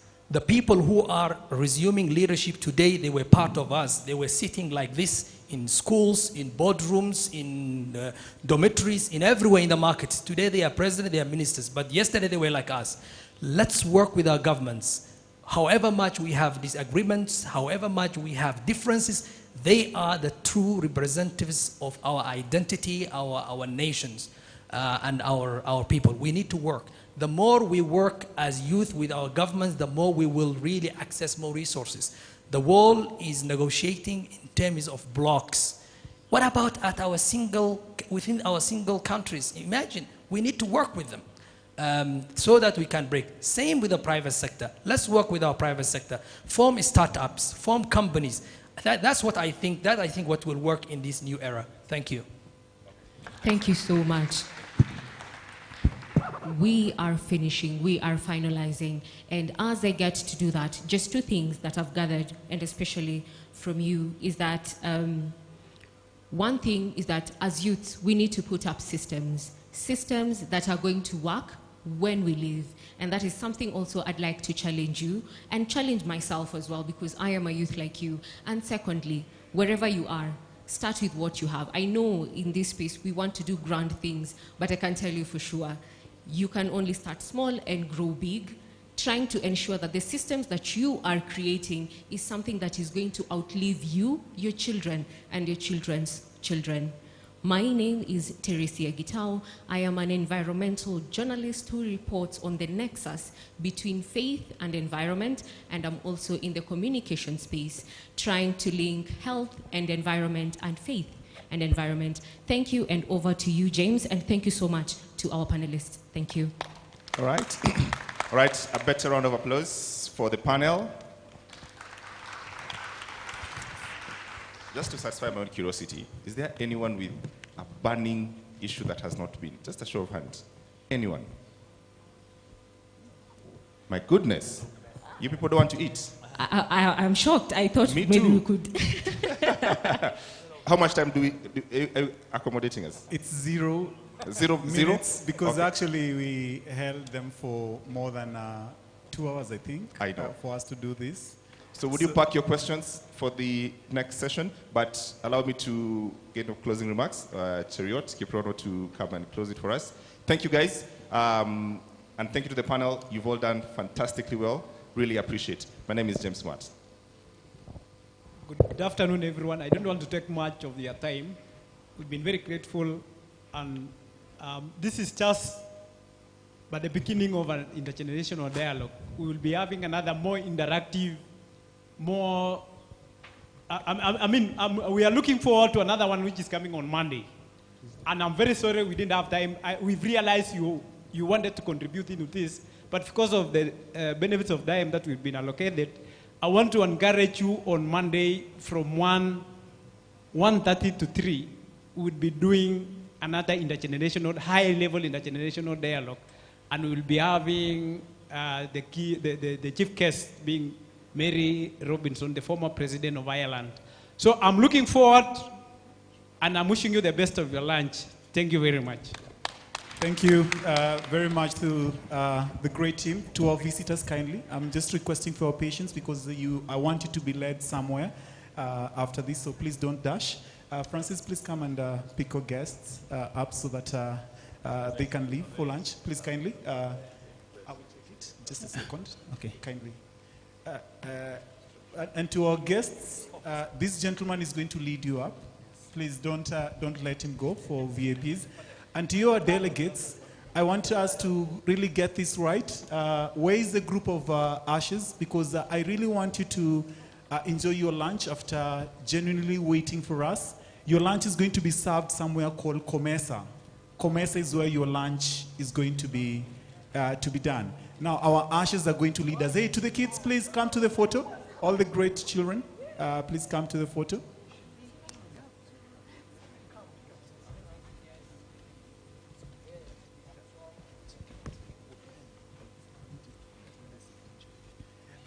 To the DJs, please give us We Love Africa as we cue these up as the photos get here.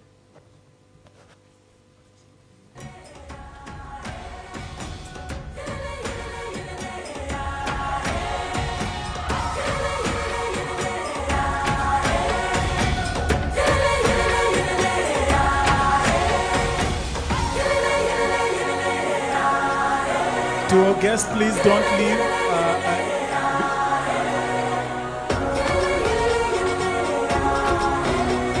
To our VIP guests, please don't. A minute to the delegates. If you rush, you'll end up missing out on your lunch. Kindly, just give me 1 minute of your patience. This is the exit you're meant to use so that you're directed well to your lunch. To the delegates, I hope to our VIPs, they have already been picked, kindly. Kindly pick our main guests. We're done on that. We need to...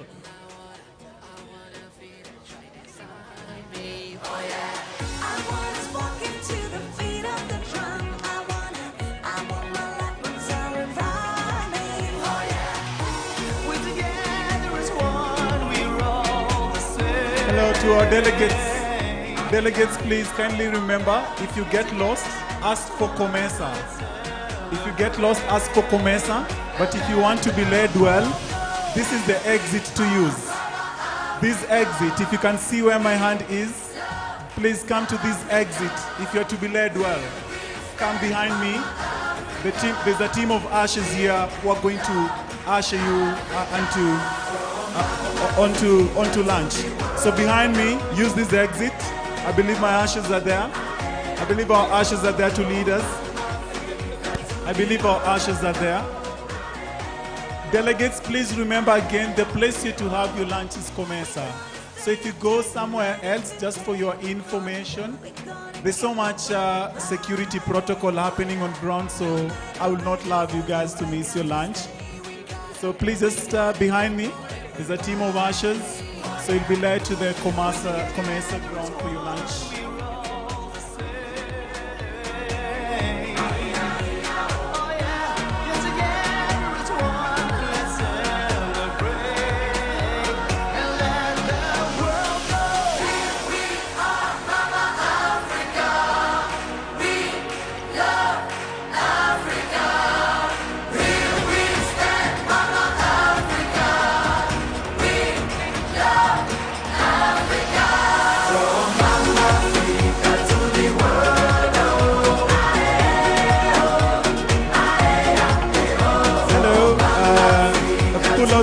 Pull out a little bit.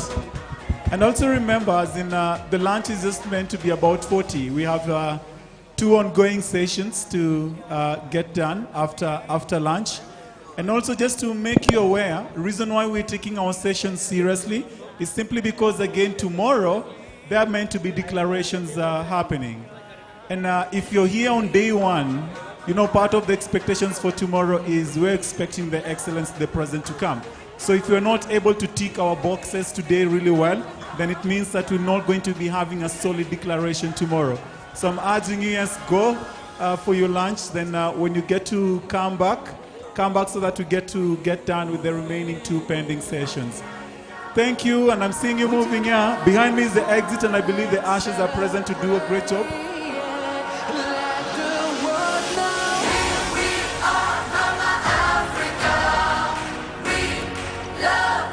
So I don't want you to miss out on any lunch. So please use this exit. I hope the ushers are serving as well. This is the exit to use so that you can be led.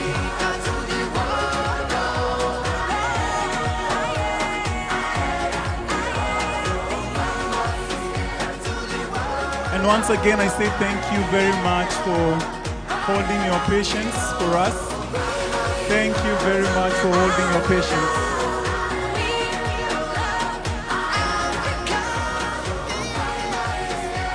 I say a big thank you again for being patient and actually for being present in the room.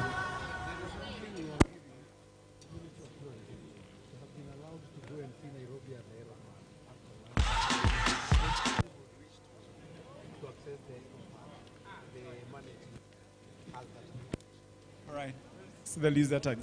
So I know there's plenty much of information to give. I don't want to tell you to go to the aeropad right now because it's fully sponsored by the Ministry of Tourism. So I hope if we get done with our sessions later on in the evening, if you've never gone to the topmost roof of KICC, courtesy of your badge, and sponsored up by the Ministry of Tourism, you'll be able to access that particular rooftop for free. I know it's called the Aeropad. I hope I'm pronouncing it right. So for people still present, you can take note of that. This is the direction to one of our ushers for the lunch zone is Comesa. So please feel free to exit through this direction. AV, back to you, boss.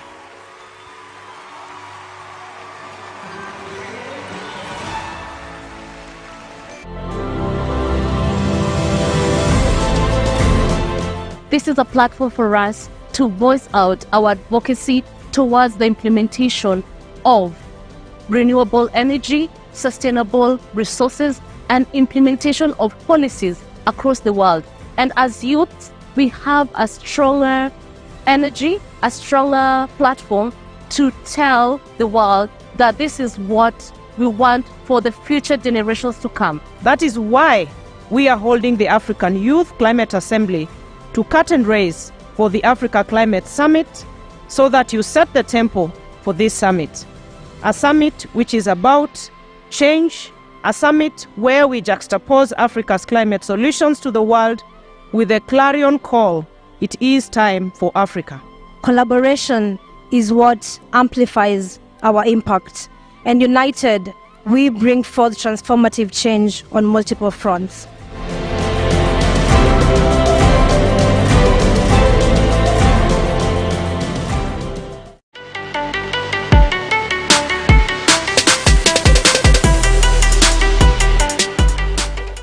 Africa's youth are the continent's cheetah generation. Herein lies our solution to climate change, not because they're the future leaders, but because they're leaders of today that will lead us to a better future. The possibilities of the future are immense. When I see what the young people are doing, the innovations, gives me great confidence that climate change is a challenge that we will overcome.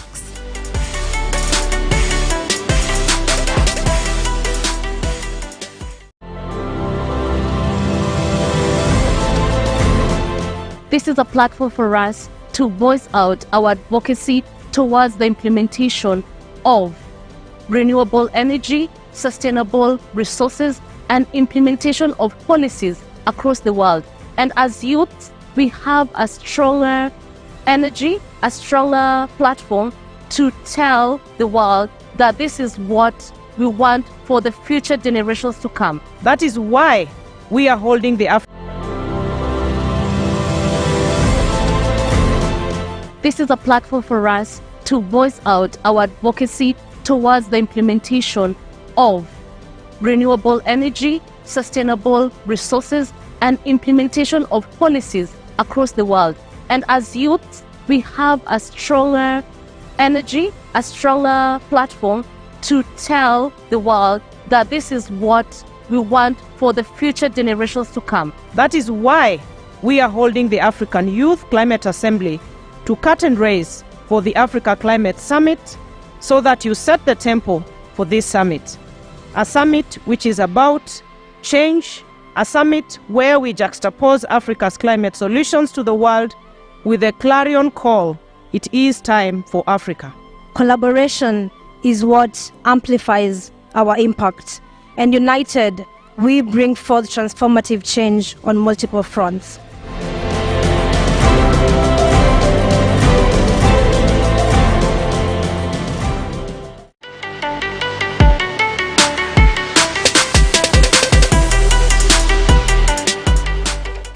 Africa's youth are the continent's cheetah generation.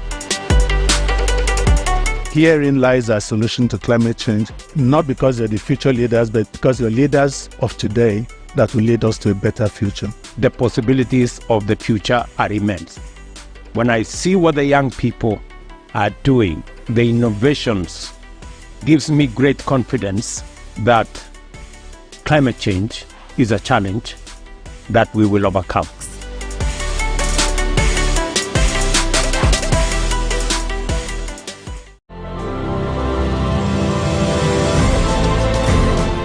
This is a platform for us to voice out our advocacy towards the implementation of renewable energy, sustainable resources, and implementation of policies across the world.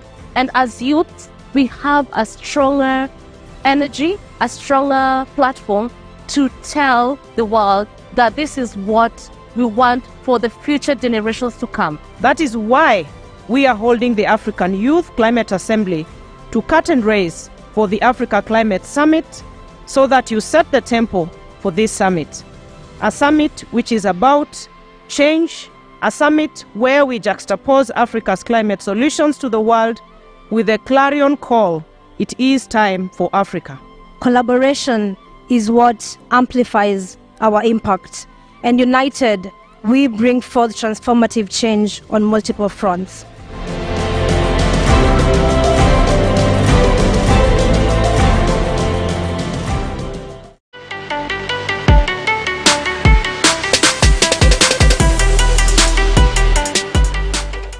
Africa's youth are the continent's cheetah generation.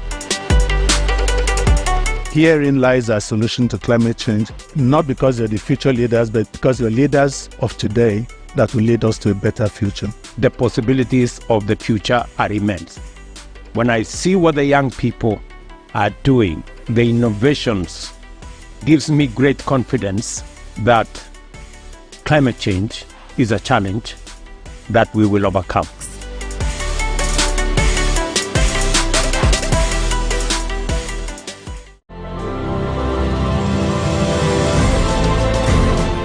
This is a platform for us to voice out our advocacy towards the implementation of renewable energy, sustainable resources, and implementation of policies across the world.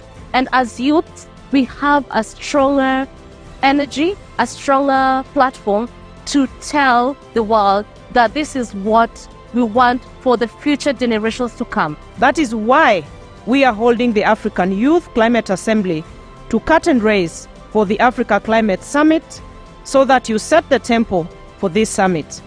A summit which is about change, a summit where we juxtapose Africa's climate solutions to the world with a clarion call: it is time for Africa. Collaboration is what amplifies our impact, and united, we bring forth transformative change on multiple fronts.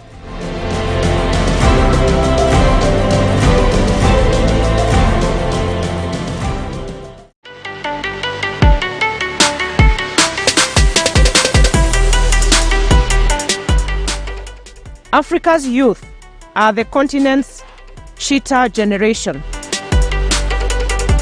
Herein lies our solution to climate change, not because you're the future leaders, but because you're leaders of today that will lead us to a better future. The possibilities of the future are immense. When I see what the young people are doing, the innovations, gives me great confidence that climate change is a challenge that we will overcome.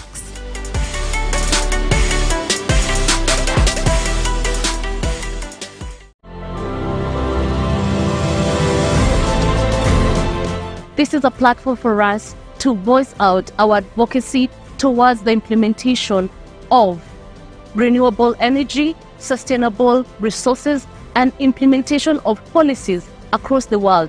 And as youths, we have a stronger energy, a stronger platform to tell the world that this is what we want for the future generations to come. That is why we are holding the African Youth Climate Assembly to cut and raise for the Africa Climate Summit, so that you set the tempo for this summit.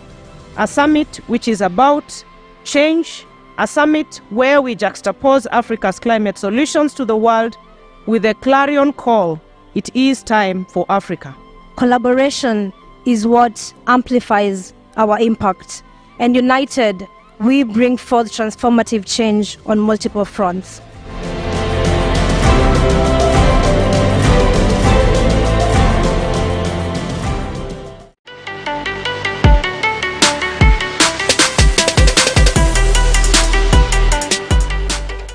Africa's youth are the continent's cheetah generation.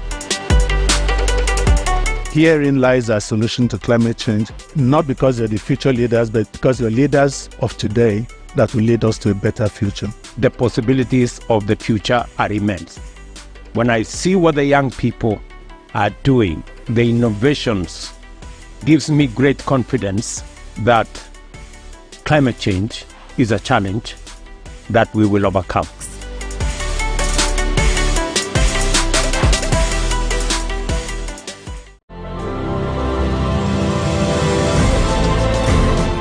This is a platform for us to voice out our advocacy towards the implementation of renewable energy, sustainable resources, and implementation of policies across the world. And as youths, we have a stronger energy, a stronger platform to tell the world that this is what we want for the future generations to come. That is why we are holding the African Youth Climate Assembly to cut and raise for the Africa Climate Summit, so that you set the tempo for this summit. A summit which is about change, a summit where we juxtapose Africa's climate solutions to the world with a clarion call: it is time for Africa. Collaboration is what amplifies our impact, and united, we bring forth transformative change on multiple fronts.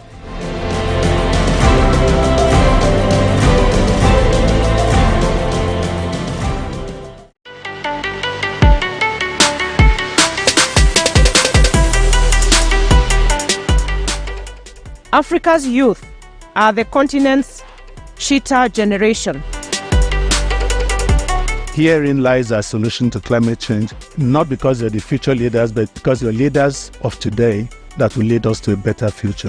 The possibilities of the future are immense.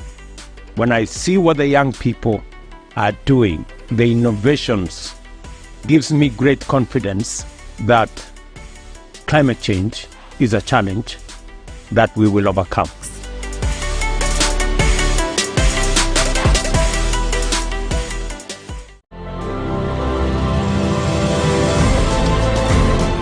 This is a platform for us to voice out our advocacy towards the implementation of renewable energy, sustainable resources, and implementation of policies across the world. And as youths, we have a stronger energy, a stronger platform to tell the world that this is what we want for the future generations to come. That is why we are holding the African Youth Climate Assembly to cut and raise for the Africa Climate Summit, so that you set the tempo for this summit.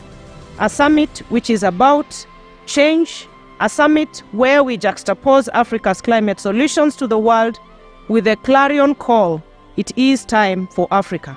Collaboration is what amplifies our impact, and united, we bring forth transformative change on multiple fronts.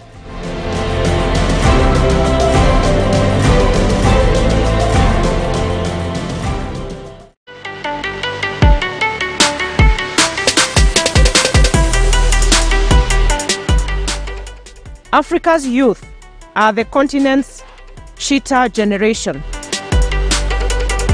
Herein lies our solution to climate change, not because they're the future leaders, but because they're leaders of today that will lead us to a better future. The possibilities of the future are immense. When I see what the young people are doing, the innovations, gives me great confidence that climate change is a challenge that we will overcome.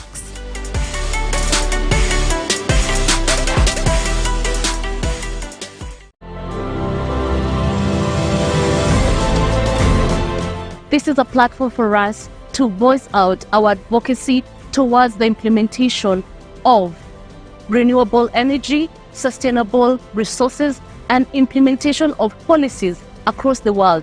And as youths, we have a stronger energy, a stronger platform to tell the world that this is what we want for the future generations to come. That is why we are holding the African Youth Climate Assembly to cut and raise for the Africa Climate Summit, so that you set the tempo for this summit.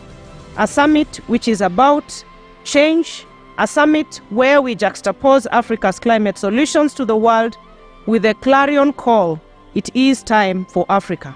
Collaboration is what amplifies our impact, and united, we bring forth transformative change on multiple fronts.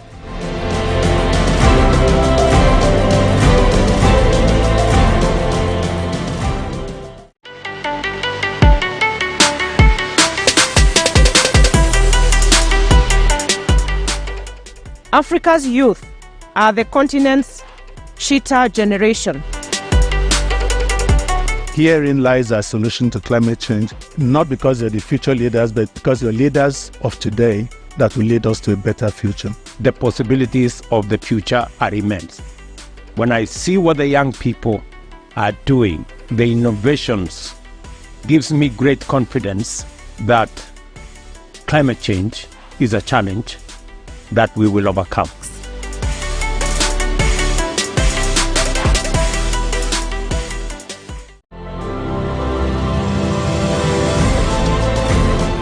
This is a platform for us to voice out our advocacy towards the implementation of renewable energy, sustainable resources, and implementation of policies across the world. And as youths, we have a stronger energy, a stronger platform to tell the world that this is what we want for the future generations to come. That is why we are holding the African Youth Climate Assembly to cut and raise for the Africa Climate Summit, so that you set the tempo for this summit. A summit which is about change, a summit where we juxtapose Africa's climate solutions to the world with a clarion call: it is time for Africa. Collaboration is what amplifies our impact, and united, we bring forth transformative change on multiple fronts.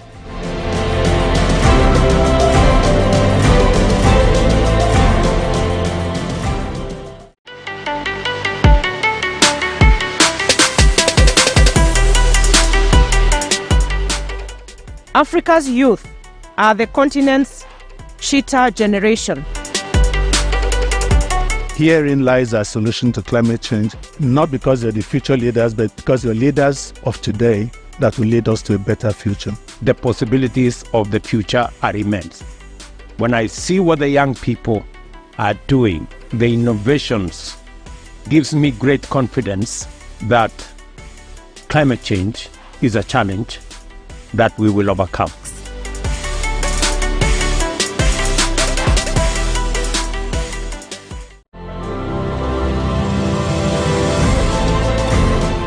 This is a platform for us to voice out our advocacy towards the implementation of renewable energy, sustainable resources, and implementation of policies across the world. And as youths, we have a stronger energy, a stronger platform to tell the world that this is what we want for the future generations to come. That is why we are holding the African Youth Climate Assembly to cut and raise for the Africa Climate Summit, so that you set the tempo for this summit. A summit which is about change, a summit where we juxtapose Africa's climate solutions to the world with a clarion call: it is time for Africa. Collaboration is what amplifies our impact, and united, we bring forth transformative change on multiple fronts.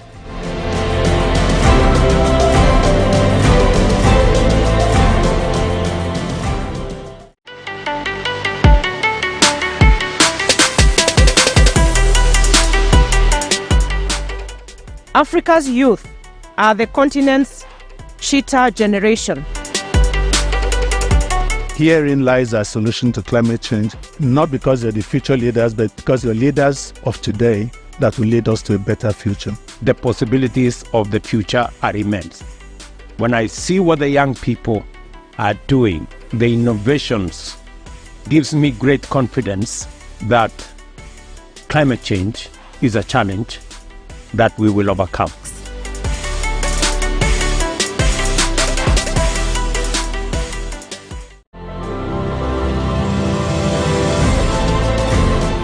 This is a platform for us to voice out our advocacy towards the implementation of renewable energy, sustainable resources, and implementation of policies across the world. And as youths, we have a stronger energy, a stronger platform to tell the world that this is what we want for the future generations to come. That is why we are holding the African Youth Climate Assembly to cut and raise for the Africa Climate Summit, so that you set the tempo for this summit. A summit which is about change, a summit where we juxtapose Africa's climate solutions to the world with a clarion call: it is time for Africa. Collaboration is what amplifies our impact, and united, we bring forth transformative change on multiple fronts.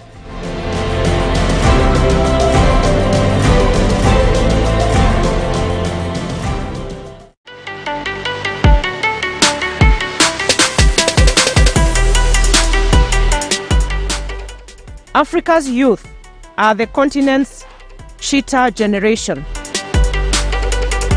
Herein lies our solution to climate change, not because you're the future leaders, but because you're leaders of today that will lead us to a better future. The possibilities of the future are immense.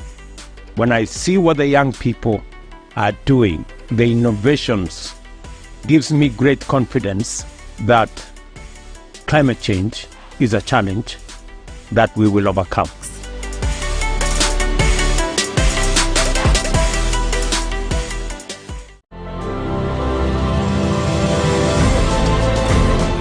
This is a platform for us to voice out our advocacy towards the implementation of renewable energy, sustainable resources, and implementation of policies across the world.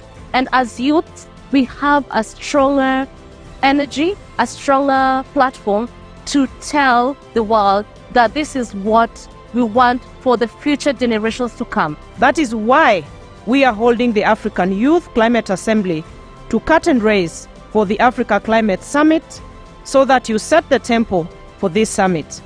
A summit which is about change, a summit where we juxtapose Africa's climate solutions to the world with a clarion call: it is time for Africa.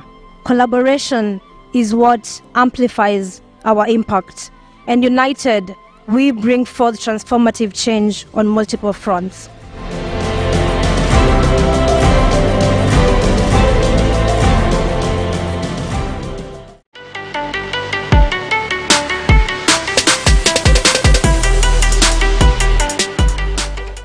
Africa's youth are the continent's cheetah generation. Herein lies our solution to climate change, not because you're the future leaders, but because you're leaders of today that will lead us to a better future. The possibilities of the future are immense. When I see what the young people are doing, the innovations, gives me great confidence that climate change is a challenge that we will overcome.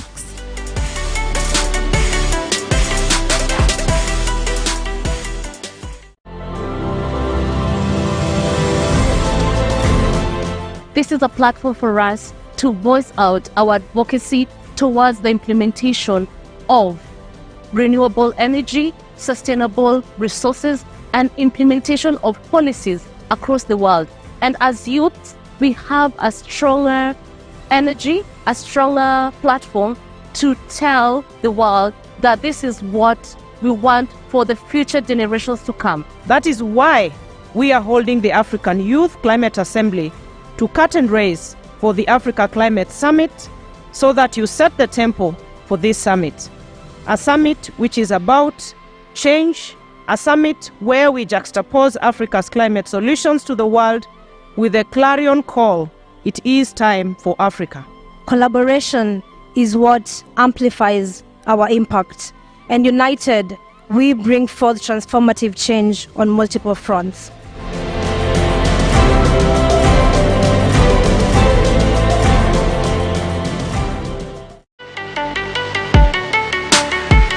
The innovations gives me great confidence that climate change is a challenge that we will overcome.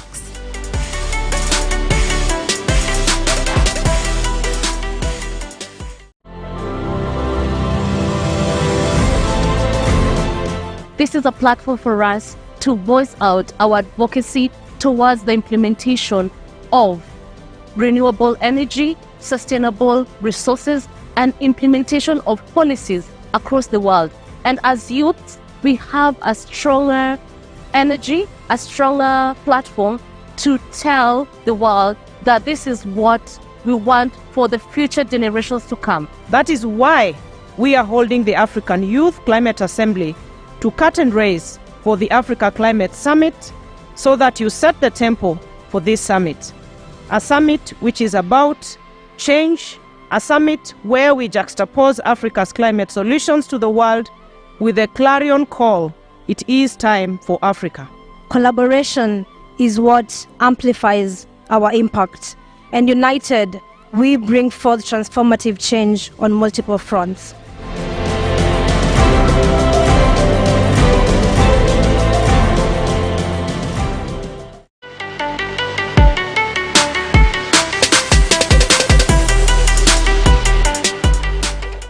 Africa's youth are the continent's cheetah generation. Herein lies our solution to climate change, not because you're the future leaders, but because you're leaders of today that will lead us to a better future. The possibilities of the future are immense. When I see what the young people are doing, the innovations, gives me great confidence that climate change is a challenge that we will overcome.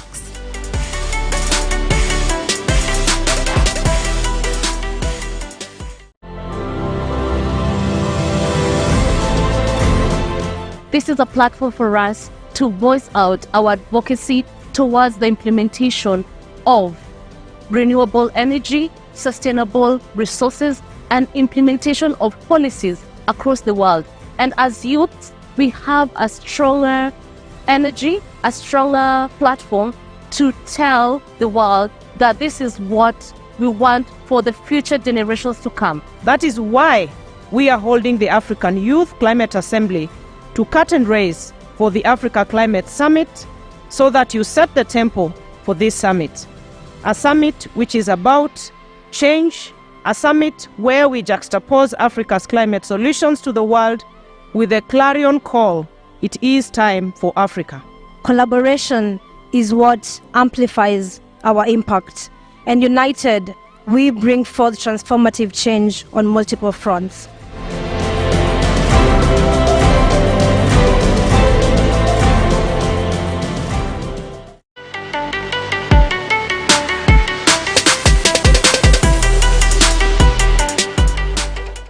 Africa's youth are the continent's cheetah generation. Herein lies our solution to climate change, not because you're the future leaders, but because you're leaders of today that will lead us to a better future. The possibilities of the future are immense. When I see what the young people are doing, the innovations, gives me great confidence that climate change is a challenge that we will overcome.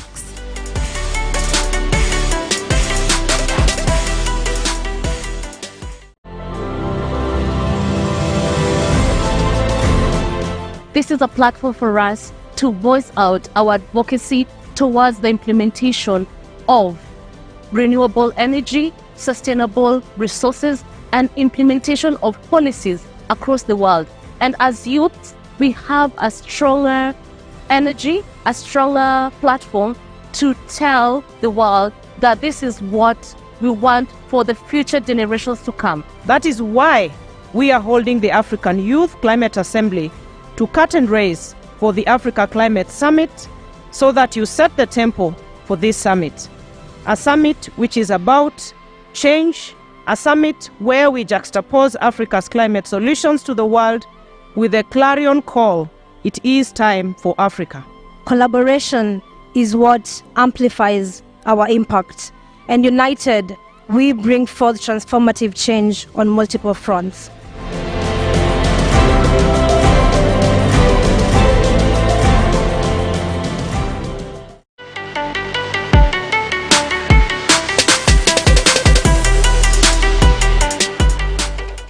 Africa's youth are the continent's cheetah generation. Herein lies our solution to climate change, not because you're the future leaders, but because you're leaders of today that will lead us to a better future. The possibilities of the future are immense. When I see what the young people are doing, the innovations, gives me great confidence that climate change is a challenge that we will overcome.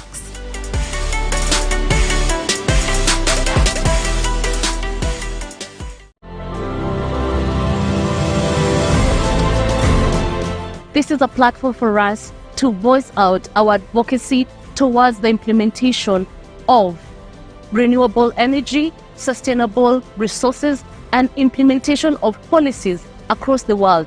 And as youths, we have a stronger energy, a stronger platform to tell the world that this is what we want for the future generations to come. That is why we are holding the African Youth Climate Assembly to cut and raise for the Africa Climate Summit, so that you set the tempo for this summit. A summit which is about change, a summit where we juxtapose Africa's climate solutions to the world with a clarion call: it is time for Africa. Collaboration is what amplifies our impact, and united, we bring forth transformative change on multiple fronts.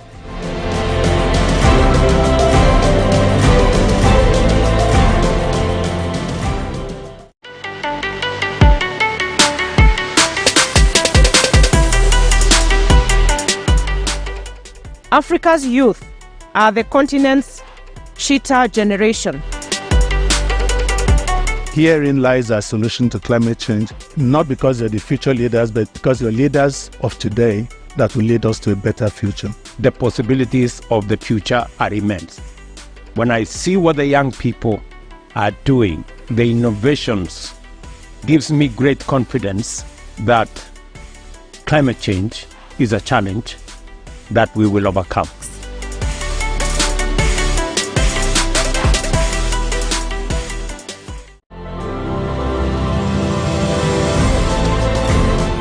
This is a platform for us to voice out our advocacy towards the implementation of renewable energy, sustainable resources, and implementation of policies across the world. And as youths, we have a stronger energy, a stronger platform to tell the world that this is what we want for the future generations to come. That is why we are holding the African Youth Climate Assembly to cut and raise for the Africa Climate Summit, so that you set the tempo for this summit. A summit which is about change, a summit where we juxtapose Africa's climate solutions to the world with a clarion call: it is time for Africa. Collaboration is what amplifies our impact, and united, we bring forth transformative change on multiple fronts.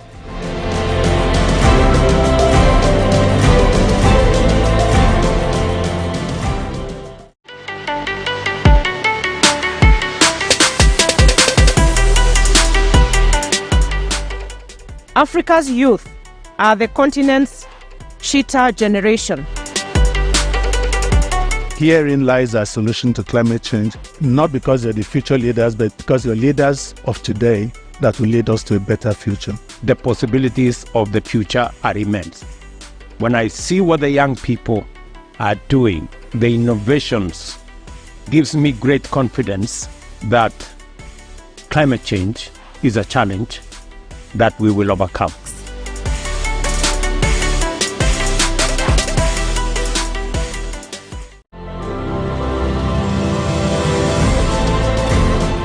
This is a platform for us to voice out our advocacy towards the implementation of renewable energy, sustainable resources, and implementation of policies across the world.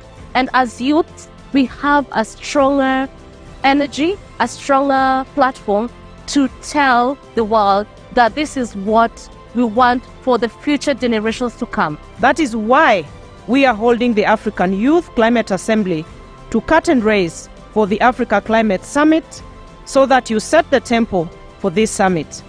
A summit which is about change, a summit where we juxtapose Africa's climate solutions to the world with a clarion call: it is time for Africa. Collaboration is what amplifies our impact, and united, we bring forth transformative change on multiple fronts.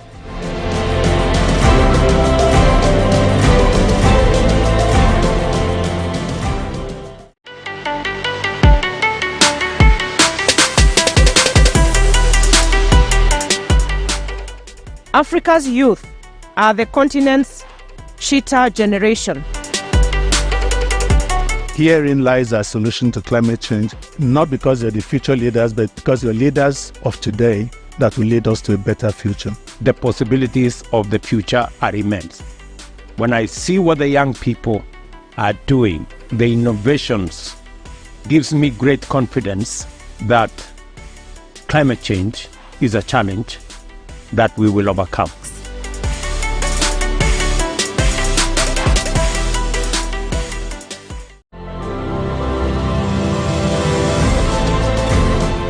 This is a platform for us to voice out our advocacy towards the implementation of renewable energy, sustainable resources, and implementation of policies across the world. And as youths, we have a stronger energy, a stronger platform to tell the world that this is what we want for the future generations to come. That is why we are holding the African Youth Climate Assembly to cut and raise for the Africa Climate Summit, so that you set the tempo for this summit. A summit which is about change, a summit where we juxtapose Africa's climate solutions to the world with a clarion call: it is time for Africa. Collaboration is what amplifies our impact, and united, we bring forth transformative change on multiple fronts.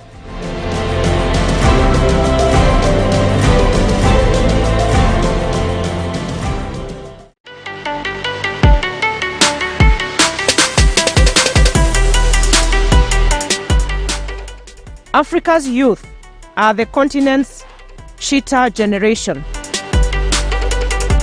Herein lies our solution to climate change, not because you're the future leaders, but because you're leaders of today that will lead us to a better future. The possibilities of the future are immense. When I see what the young people are doing, the innovations, gives me great confidence that climate change is a challenge that we will overcome.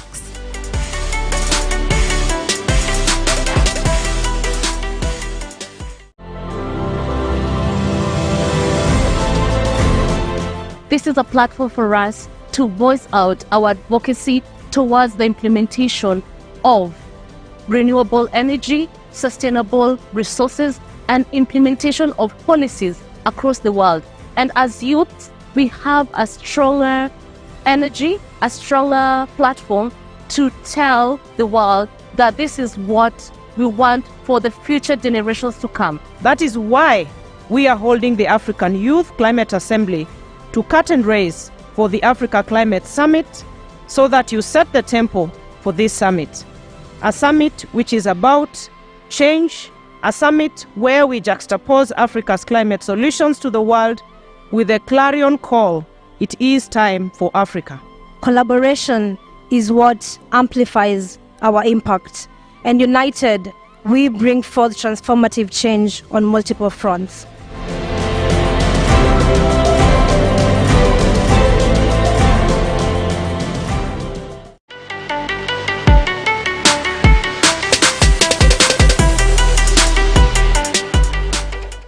Africa's youth are the continent's cheetah generation. Herein lies our solution to climate change, not because you're the future leaders, but because you're leaders of today that will lead us to a better future. The possibilities of the future are immense.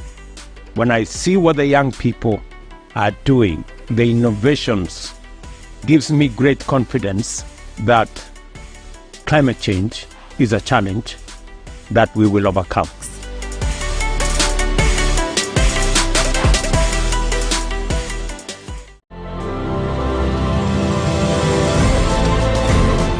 This is a platform for us to voice out our advocacy towards the implementation of renewable energy, sustainable resources, and implementation of policies across the world. And as youths, we have a stronger energy, a stronger platform to tell the world that this is what we want for the future generations to come. That is why we are holding the African Youth Climate Assembly to cut and raise for the Africa Climate Summit, so that you set the tempo for this summit.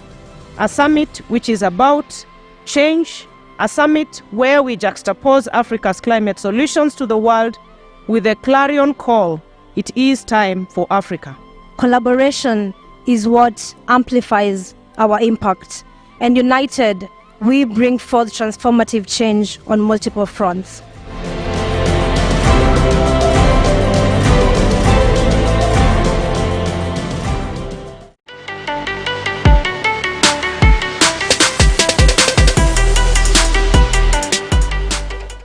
Africa's youth are the continent's cheetah generation. Herein lies our solution to climate change, not because you're the future leaders, but because you're leaders of today that will lead us to a better future. The possibilities of the future are immense. When I see what the young people are doing, the innovations, gives me great confidence that climate change is a challenge that we will overcome.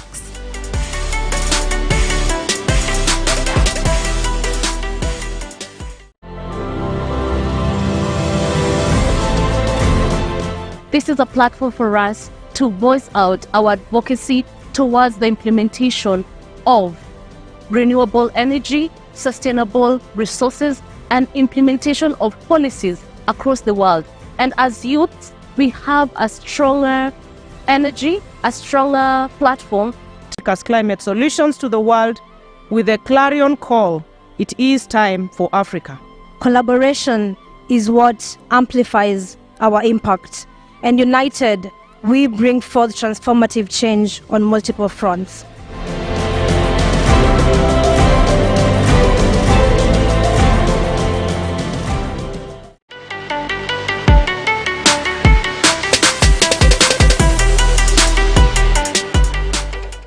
Africa's youth are the continent's cheetah generation.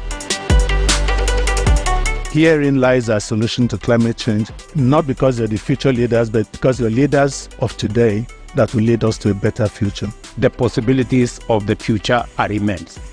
When I see what the young people are doing, the innovations, gives me great confidence that climate change is a challenge that we will overcome.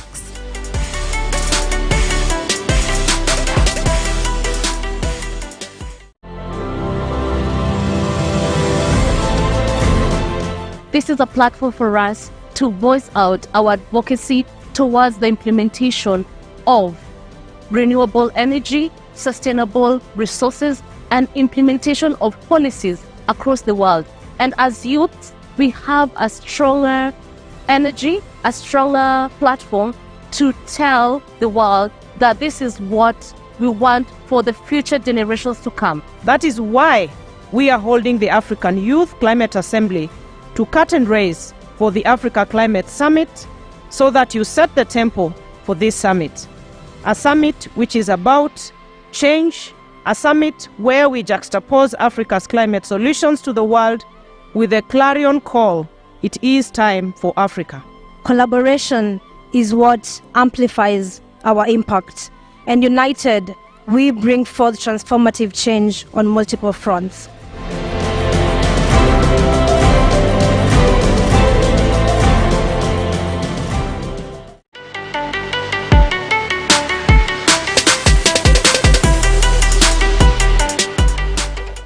Africa's youth are the continent's cheetah generation. Herein lies our solution to climate change, not because you're the future leaders, but because you're leaders of today that will lead us to a better future. The possibilities of the future are immense. When I see what the young people are doing, the innovations, gives me great confidence that climate change is a challenge that we will overcome.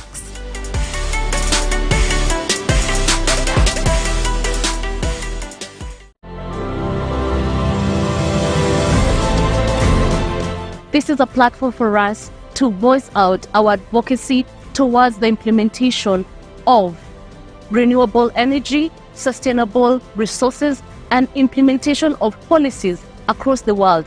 And as youths, we have a stronger energy, a stronger platform to tell the world that this is what we want for the future generations to come. That is why we are holding the African Youth Climate Assembly to cut and raise for the Africa Climate Summit so that you set the tempo for this summit. A summit which is about change, a summit where we juxtapose Africa's climate solutions to the world with a clarion call: it is time for Africa. Collaboration is what amplifies our impact, and united, we bring forth transformative change on multiple fronts.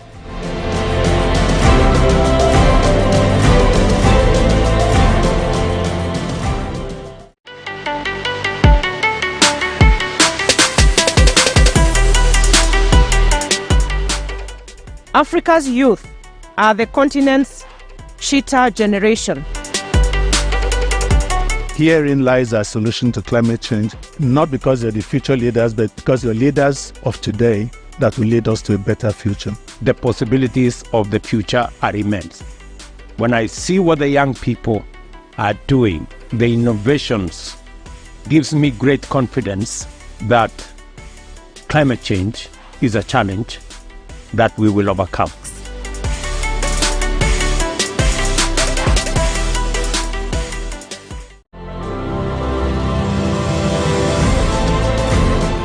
This is a platform for us to voice out our advocacy towards the implementation of renewable energy, sustainable resources, and implementation of policies across the world. And as youths, we have a stronger energy, a stronger platform to tell the world that this is what we want for the future generations to come. That is why we are holding the African Youth Climate Assembly to cut and raise for the Africa Climate Summit so that you set the tempo for this summit.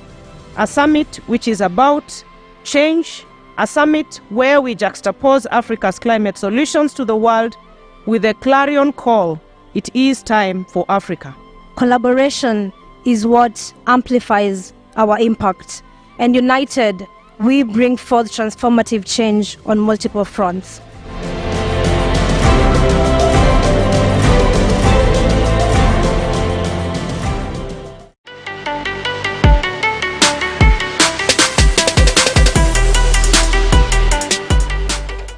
Africa's youth are the continent's cheetah generation. Herein lies our solution to climate change, not because you're the future leaders, but because you're leaders of today that will lead us to a better future. The possibilities of the future are immense. When I see what the young people are doing, the innovations, gives me great confidence that climate change is a challenge. And implementation of policies across the world.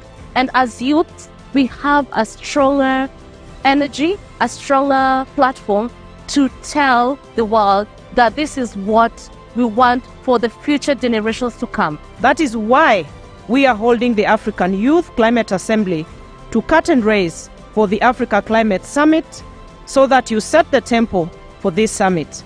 A summit which is about change, a summit where we juxtapose Africa's climate solutions to the world with a clarion call: it is time for Africa. Collaboration is what amplifies our impact, and united, we bring forth transformative change on multiple fronts.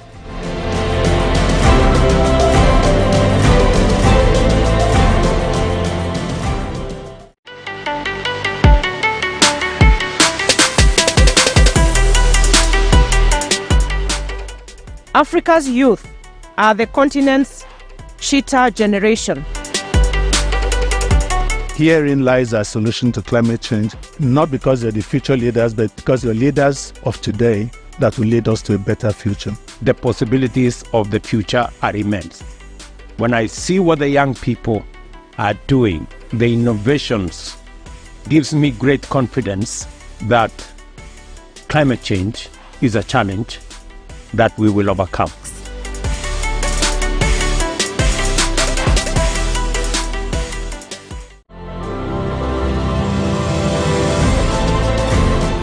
This is a platform for us to voice out our advocacy towards the implementation of renewable energy, sustainable resources, and implementation of policies across the world.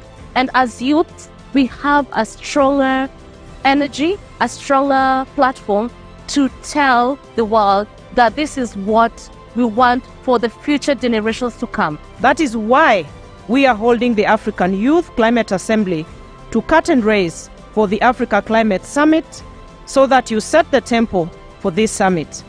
A summit which is about change, a summit where we juxtapose Africa's climate solutions to the world with a clarion call: it is time for Africa. Collaboration is what amplifies our impact, and united, we bring forth transformative change on multiple fronts.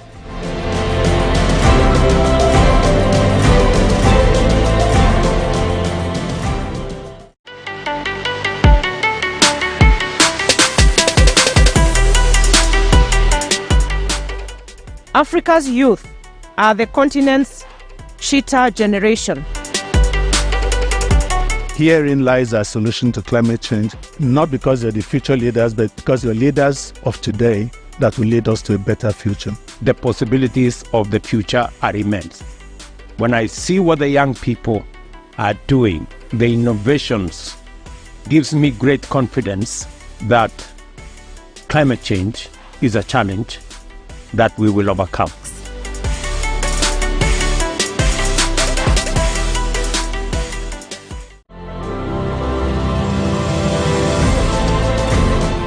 This is a platform for us to voice out our advocacy towards the implementation of renewable energy, sustainable resources, and implementation of policies across the world. And as youths, we have a stronger energy, a stronger platform to tell the world that this is what we want for the future generations to come. That is why we are holding the African Youth Climate Assembly to cut and raise for the Africa Climate Summit, so that you set the tempo for this summit. A summit which is about change, a summit where we juxtapose Africa's climate solutions to the world with a clarion call: it is time for Africa. Collaboration is what amplifies our impact, and united, we bring forth transformative change on multiple fronts.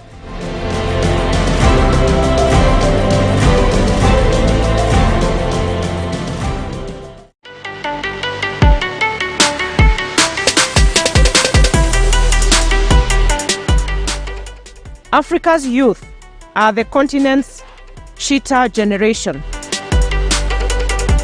Herein lies our solution to climate change, not because you're the future leaders, but because you're leaders of today that will lead us to a better future. The possibilities of the future are immense. When I see what the young people are doing, the innovations, gives me great confidence that climate change is a challenge that we will overcome.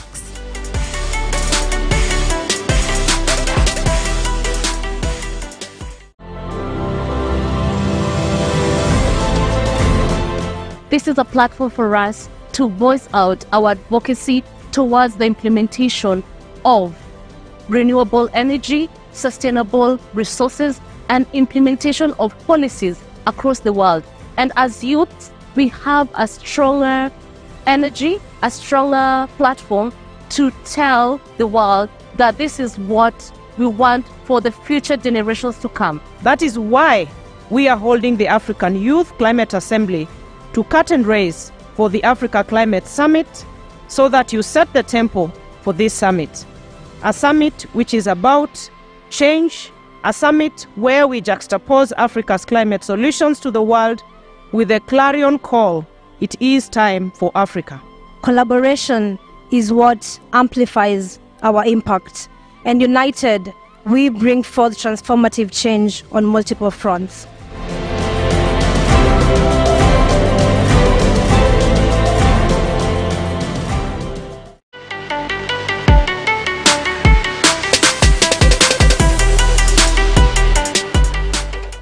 Africa's youth are the continent's Cheetah generation.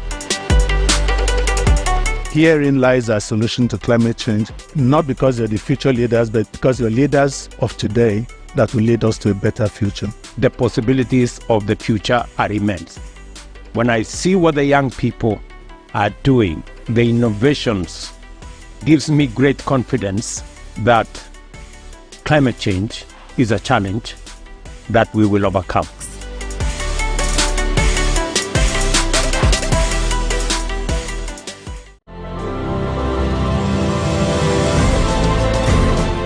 This is a platform for us to voice out our advocacy towards the implementation of renewable energy, sustainable resources, and implementation of policies across the world. And as youths, we have a stronger energy, a stronger platform to tell the world that this is what we want for the future generations to come. That is why we are holding the African Youth Climate Assembly to cut and raise for the Africa Climate Summit, so that you set the tempo for this summit. A summit which is about change, a summit where we juxtapose Africa's climate solutions to the world with a clarion call: it is time for Africa. Collaboration is what amplifies our impact, and united, we bring forth transformative change on multiple fronts.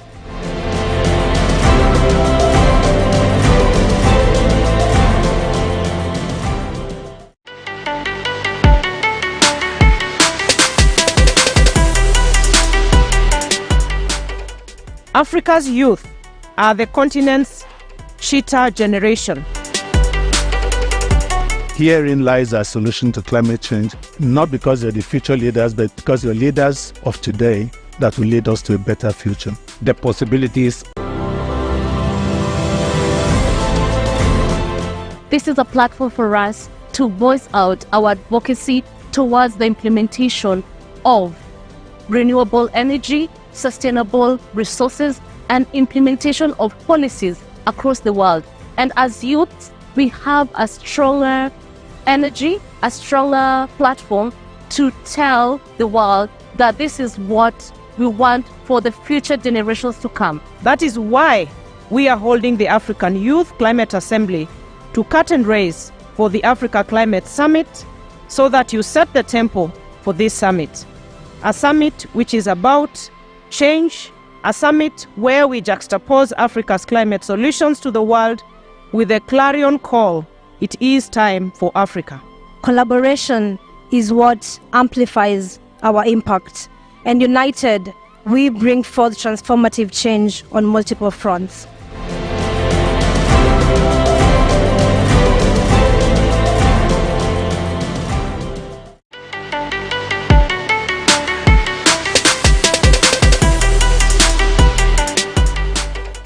Africa's youth are the continent's cheetah generation. Herein lies our solution to climate change, not because you're the future leaders, but because you're leaders of today that will lead us to a better future. The possibilities of the future are immense. When I see what the young people are doing, the innovations, gives me great confidence that climate change is a challenge that we will overcome.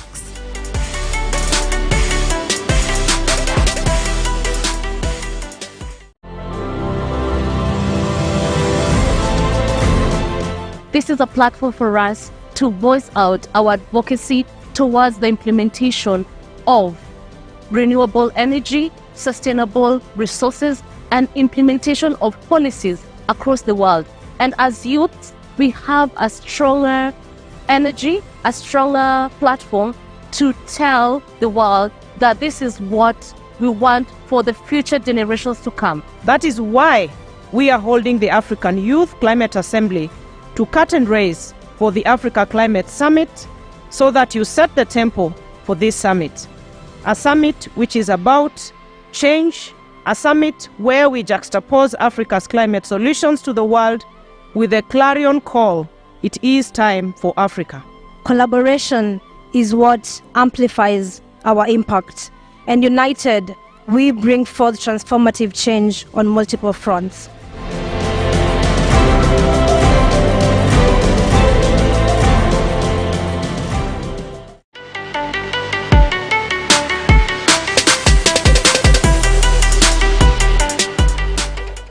Africa's youth are the continent's cheetah generation. Herein lies our solution to climate change, not because you're the future leaders, but because you're leaders of today that will lead us to a better future. The possibilities of the future are immense. When I see what the young people are doing, the innovations, gives me great confidence that climate change is a challenge that we will overcome.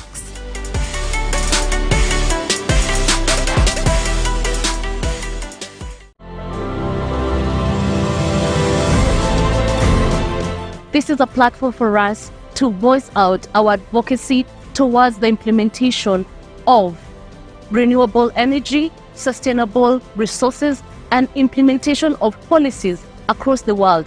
And as youths, we have a stronger energy, a stronger platform to tell the world that this is what we want for the future generations to come. That is why we are holding the African Youth Climate Assembly to cut and raise for the Africa Climate Summit, so that you set the tempo for this summit. A summit which is about change, a summit where we juxtapose Africa's climate solutions to the world with a clarion call: it is time for Africa.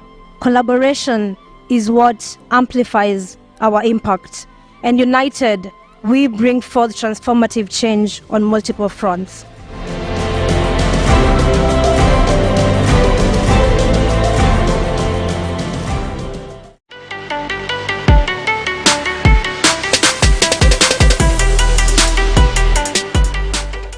Africa's youth are the continent's cheetah generation. Herein lies our solution to climate change, not because you're the future leaders, but because you're leaders of today that will lead us to a better future. The possibilities of the future are immense. When I see what the young people are doing, the innovations, gives me great confidence that climate change is a challenge that we will overcome.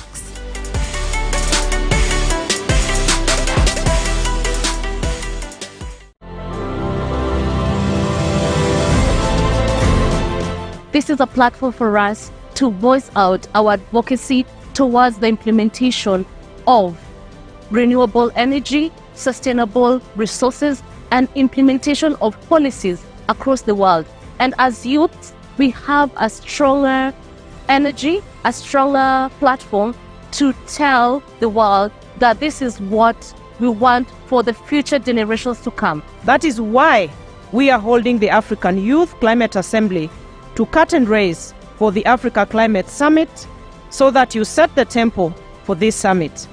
A summit which is about change, a summit where we juxtapose Africa's climate solutions to the world with a clarion call: it is time for Africa. Collaboration is what amplifies our impact, and united, we bring forth transformative change on multiple fronts.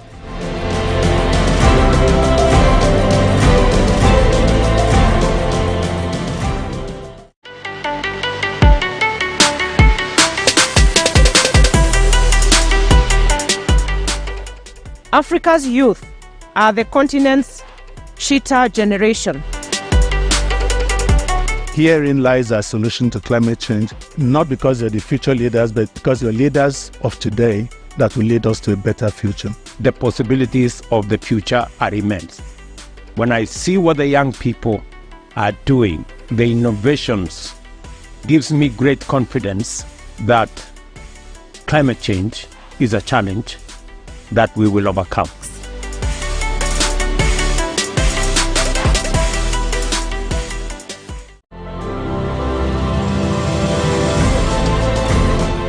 This is a platform for us to voice out our advocacy towards the implementation of renewable energy, sustainable resources, and implementation of policies across the world. And as youths, I would want us to be aware of. And I will wish to take this again. And the first session, which is meant to be happening at this amphitheater, if it's a session of interest to you, It's centered on green jobs and skills session, a Jacob's Ladder and Youth Pact for Green Jobs at the amphitheater. That's meant to happen here. Then there's meant to be the session on the AU-EU workshop, which is being led by the Office of the AU Youth Invoice. This is meant to be at Taifa Hall, right? At the bit of it, there's also meant to be a side event which is going to be focused on women and youth for blue and green economy, which is going to center a case study by Duapa. This is meant to happen at room 2, right? Then there's also meant to be a side event that's by AYCA, which is meant to be at room 3.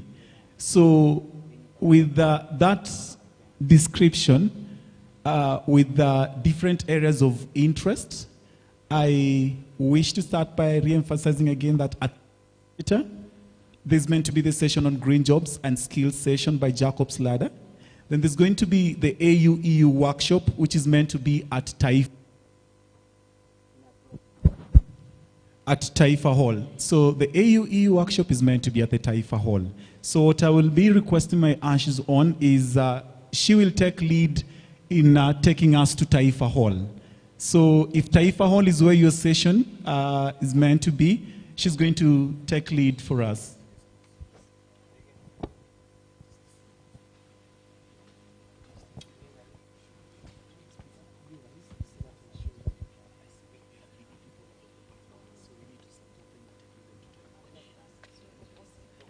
So if you can see me, for Taifa Hall session, this great lady is going to lead us onto that session. And remember, for Taifa Hall, it's meant to be the session centered on the AU-EU workshop, okay?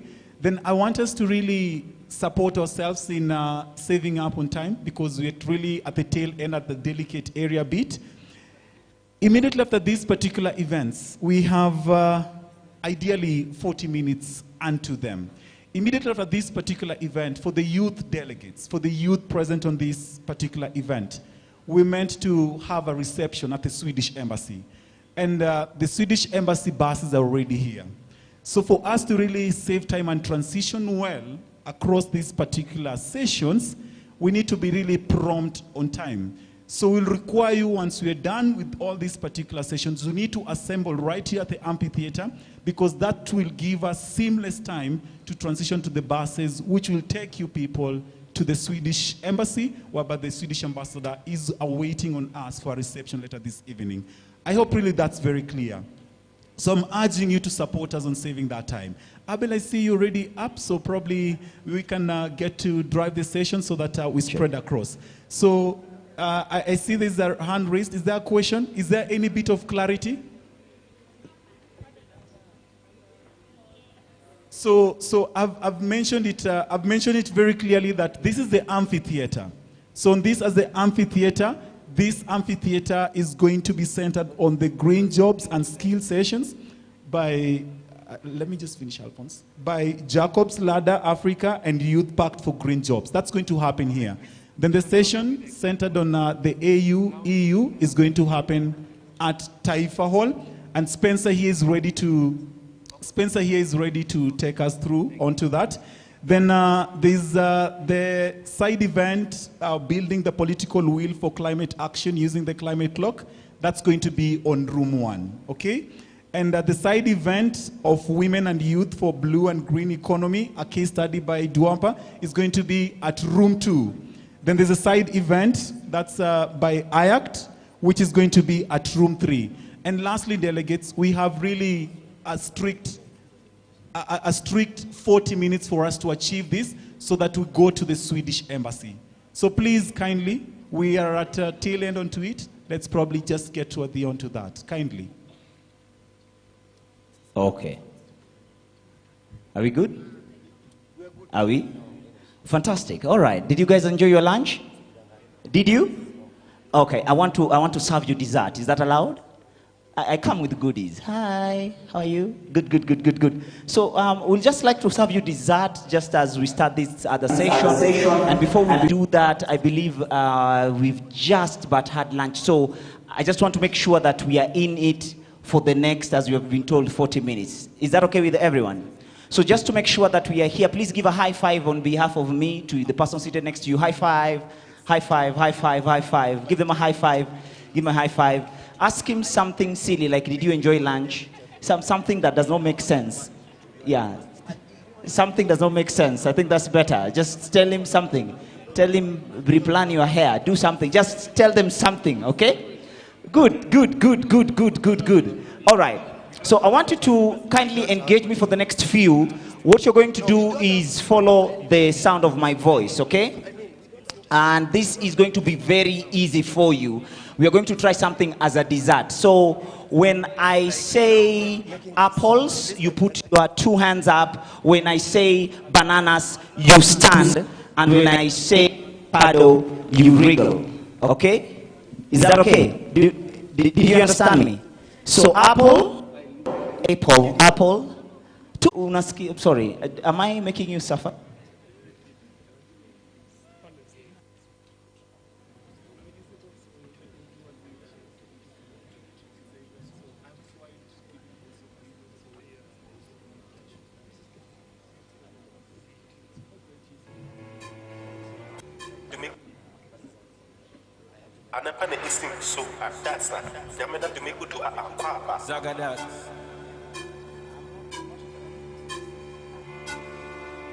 Sorry, kindly you'll bear with us. There's an urgent announcement that we have to make. First of all, we are joined in the room by colleagues from the African Union Commission, and we can give them a minute to shout out to the youth. Then I'll also, kindly with your indulgence, everybody who has received an email, an invitation email from the Swedish embassy, transfers have to happen like immediately, and you're being waited opposite the Parliament building. So kindly, if we can, I understand there's a mishap here and there, but we have just to bear with these challenges. Sam. All right. Okay. You have, where were we? Where were we? Sorry? Thank you.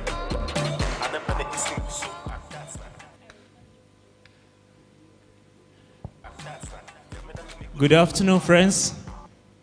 Hello. Hello, African youth. Hello. Yes, it's good to be here.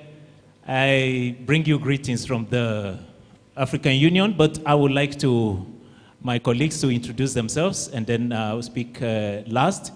Also, recognizing our boss, Professor Anthony Young, and from the African Development Bank, he's seated there, and Edith, who is also a friend. Prof, good afternoon. Good afternoon, friends. So let me allow my colleagues to do the introduction of themselves, and then we can just say one or two things, and we leave because time is not on our side. Hello, good afternoon. I'm Jimmy Daniel. I'm from Central African Republic. I'm working in AU, African Union. I'm working with Mr. Sam and I'm program assistant on climate change and biodiversity. Thank you.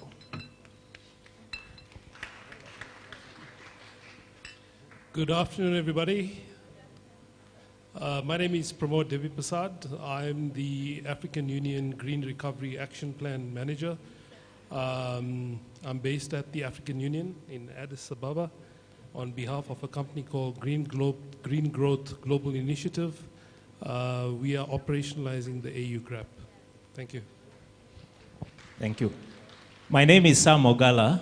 I'm Senior Climate Change Advisor at the African Union Commission. I'm very happy to be here, and our team. We've been working with you all the way to this point. Some of you that were here, you were at the African Union headquarters in March this year, where we convened the road to COP28 and the post-COP27 summit for the African youth at the AU headquarters in collaboration with the US and the UK mission to the African Union.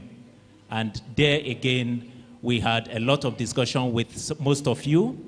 And one of the outcomes from that meeting was to have the deliberations and what we've agreed from leading up to this summit, and then COP28 being presented here at the summit. And I believe that our force and the entire team are working towards that. We're looking forward to see how the outcome from this African Youth Assembly is going to feed into the African Union Nairobi Declaration by our heads of state. Once again, we stand to work with you. In the African Union Climate Change and Resilient Development Strategy 2022 to 2032, the role of the youth is critically emphasized and very important to us. And we keep saying, even at our meeting in Addis Ababa, when we had the African Youth Summit, that you always have a table in the discussion at the African Union and in the implementation of our strategy. So be rest assured that we stand with you. We will support you every step of the way. The African youth is the hope that we have. You are our hope, you are our destiny, and we believe in you.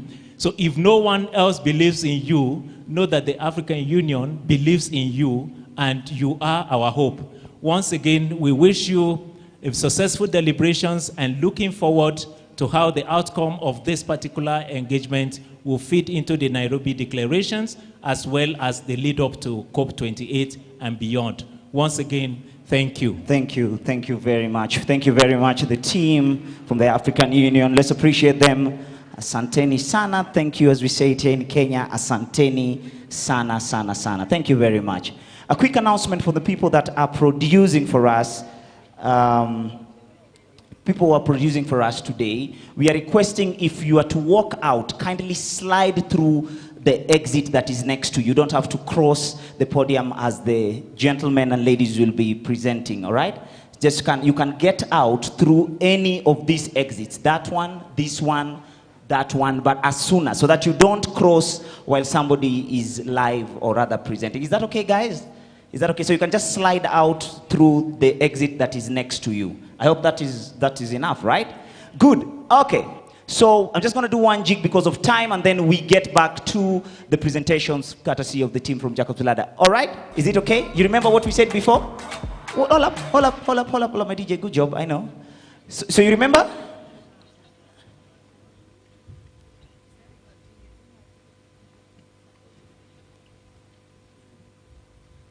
Is that okay? So are you guys ready?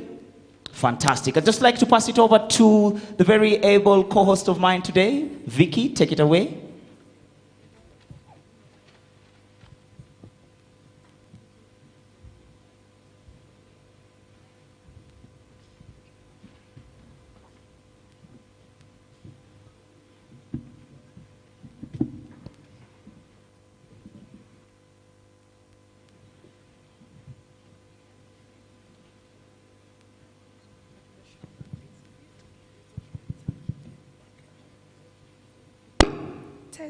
Testing. Good afternoon.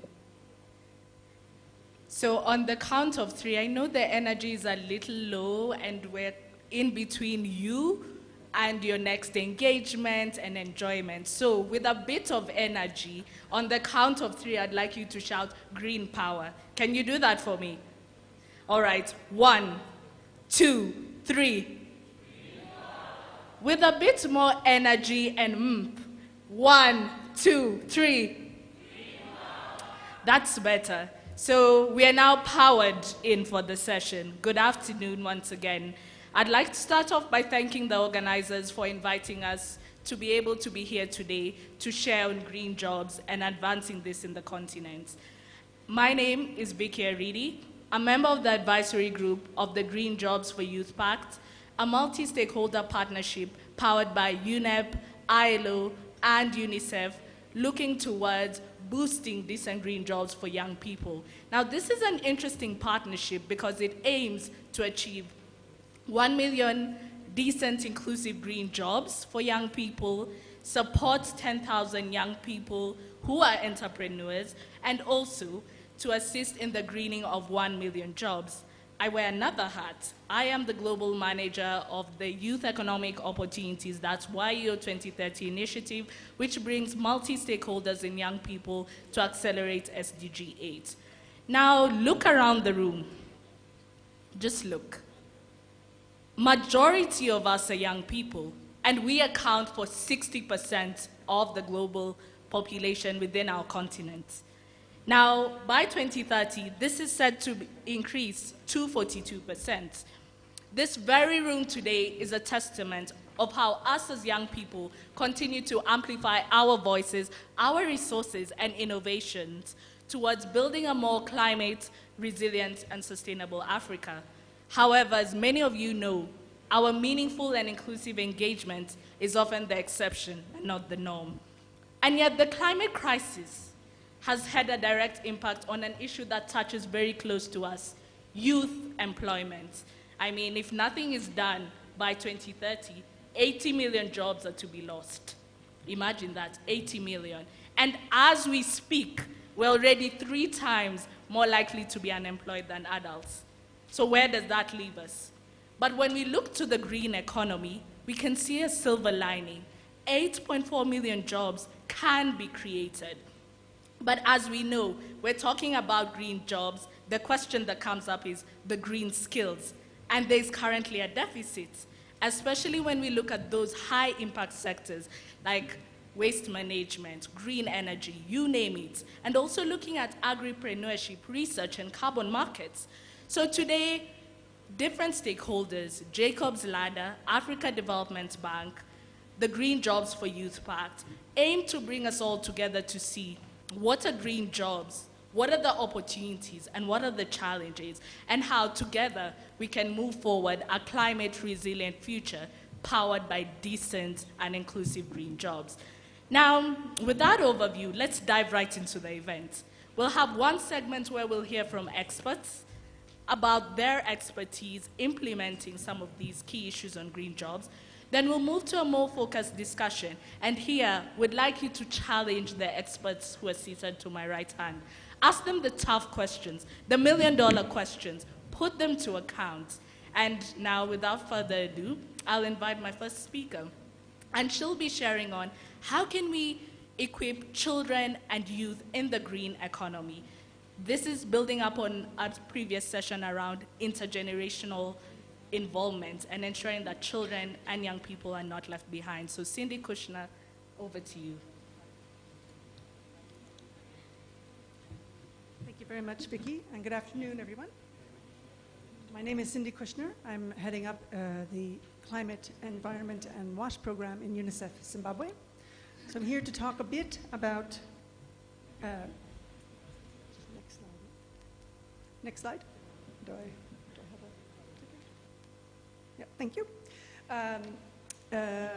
How do we equip our youth for the green economy, green growth? And how do we start at an early age? Because at an early age is when we can foster the environmental stewardship responsibility, where we can build an understanding of climate change, environmental protection, and inculcate that understanding of the problem, the solution. Young children are also incredibly receptive to innovation and technology. They're excellent agents of change. So how do we educate for the green growth and for the green economy? And I'm going to speak today about what's happening in Zimbabwe, led by the government of Zimbabwe, and where UNICEF is supporting a holistic, comprehensive approach to climate education. Next slide. So one component of climate education certainly is the learning, the most obvious. In 2017, the government of Zimbabwe revised the curriculum and mainstreamed climate change at that point.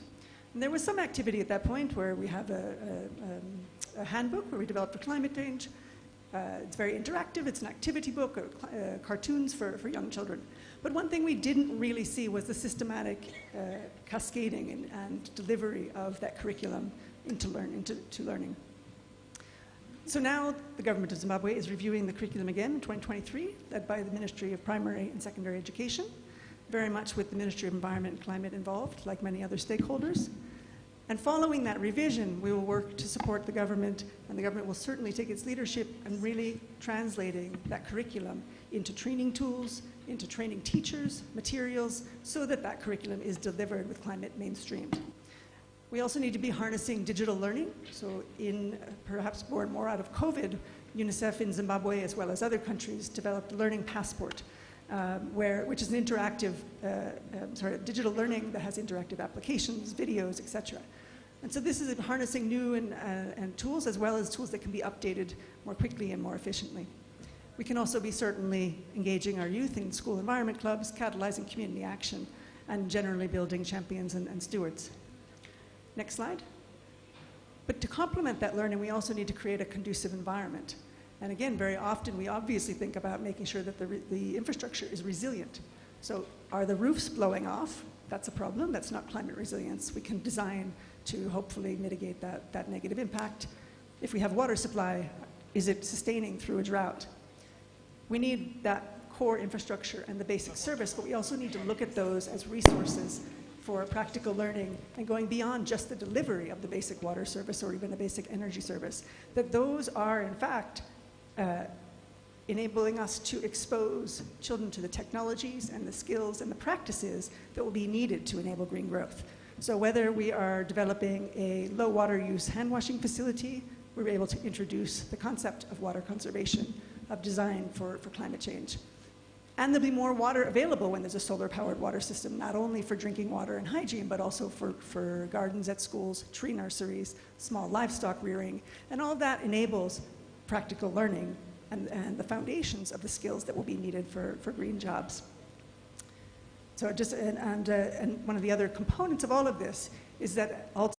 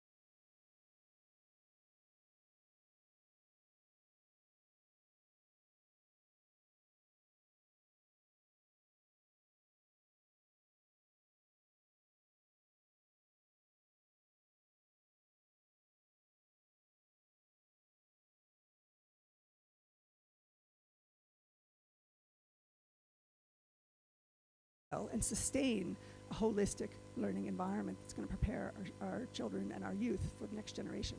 So under the Ministry of Environment and Climate Change, we have supported the development of the Clean Green Zimbabwe, which is not only in schools, there's a community and an urban space component as well.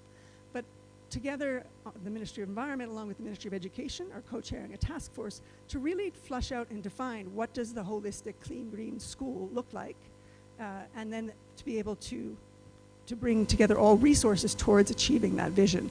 And it's looking at all the components of renewable energy, water supply for hygiene, water, drinking water, gardens, practical learning, along with the DRM plans, the learning, etc. Through this, we can have a clear model. We can then cost that model. We can create an investment case for that model. And we can even tap into climate finance for that model. So this is in the stages of we've proven out the pieces, but how do we go beyond the pieces? And that is currently where the conversation's at in Zimbabwe, led by the government.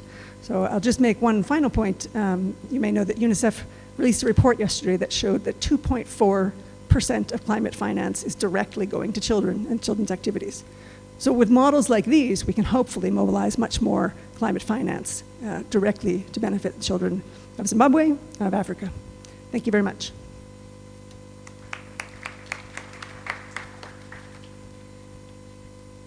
Thank you so much, Cindy. And so we have heard from UNICEF how they are equipping children and youth in this economy. Now we're going to hear from 3 young entrepreneurs who, like many of you in the room, have used the resources available within their reach and been able to innovate. So we'll start with Enoch Mokua, then we'll move to Juveline Gwa, and then Fela Akinse, so stay tuned.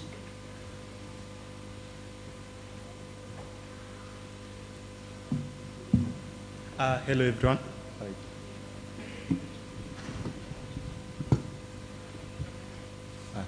Welcome to Kenya. I don't know if the government told you, but welcome to Kenya. I am pleased to talk to my fellow African youth here. My name is Enoch Mokua, co-founder of Kilimo Africa. I want to share the story of, I want to share my story of how I got from where I was to how I became a co-founder. For those of you who have not had a chance to interact with me, I grew up in the slums of Mukuru Kwanjenga, that is in East Lands, Nairobi, and that was basically my beginning. I grew up with this mindset that I was limited in opportunities. I could not become anyone. I could not found a company here, and I could not become an owner of anything. So from where I grew up, as you can see in the photos, that is basically the environment that we were experiencing. There was solid waste all over, landfills all over. Most of the waste that was collected in Nairobi actually ended up there. Now, even at some point in my life, I usually collected that waste at about 12, 13 years old, and I used to sell it to scrap metal dealers back in Mukuru Kwanjenga. Now, you might ask yourselves, how did this guy change from from that to here? After I finished my university education, I had the chance to get a scholarship to join one of the software engineering boot camps here in Kenya. That part was not my turning point. That's where I started. I unlearned, learned, and relearned most of the concepts that were back in when I was a young man. When I was there during that period, I came across a hackathon that was organized by Jacob's Ladder Africa. That was the first contact that I had with them. And this hackathon basically called all African youth to come and create solutions centered around food insecurity and solid waste management. I don't know if you have looked at the statistics, but we are not doing very good around the areas of solid waste management as a continent and the area of food insecurity. This really touched something in me, and as a guy who, as a young man, as a boy, I had grown up in the West. So my first step was creating a solution that centered around solving the solid waste that we were facing back in Mukuru Kwanjenga and creating value from it. I submitted my idea, and during the pitching, I was first runners up. That is now where Kilimo Africa became an entity. Now that is where I started shaping it and creating it so that it could solve problems that we were facing back in Mukuru Kwanjenga. I also focused on the African farmer. So in a way, we are killing two birds with one stone. So we have created a system whereby we collect the waste, we take the waste in, we process the waste into green fertilizers, or what you might know as organic fertilizers. This we are doing it basically using nature-based methods. It's purely organic, and as you can see from the photos there, those are the farmers who had the chance during our phase 1 to interact with one of our products. They are smiling. The lady on the right, she is my co-founder, Andrin Mushiri. We were pleased by what Jacob's Ladder built in us. They gave us the resources. They were great mentors over there. I actually call them my family. They first impacted me by looking at me not as an entrepreneur first, but as an individual. For you to be able to become successful, first you have to look inside you. You have just to unlock the person that is in you. That you have to dive into your creative nature. At this point in time, when we were actually first building our first prototype, we had basically no resources. All the processing that we are doing, we were very limited in processes, but what we had was time and ourselves and our creativity. We dived back into our creativity. We created the first organic fertilizer, and we actually took it out there. That is my story. As an African youth who is sitting in the audience, I want to challenge you. As you go back to your country, whether it's from Togo, whether it's Congo, whether it's Chad, go back there, look at what your community is facing. Come up with something that can help the community. You can be able to still create profit from impact, but first what we have to create is impact. Create impact, then profit. And that, if you take it back to the community, and if you create a great solution, the money will come. People will actually get engaged with you. Thank you. That is my story.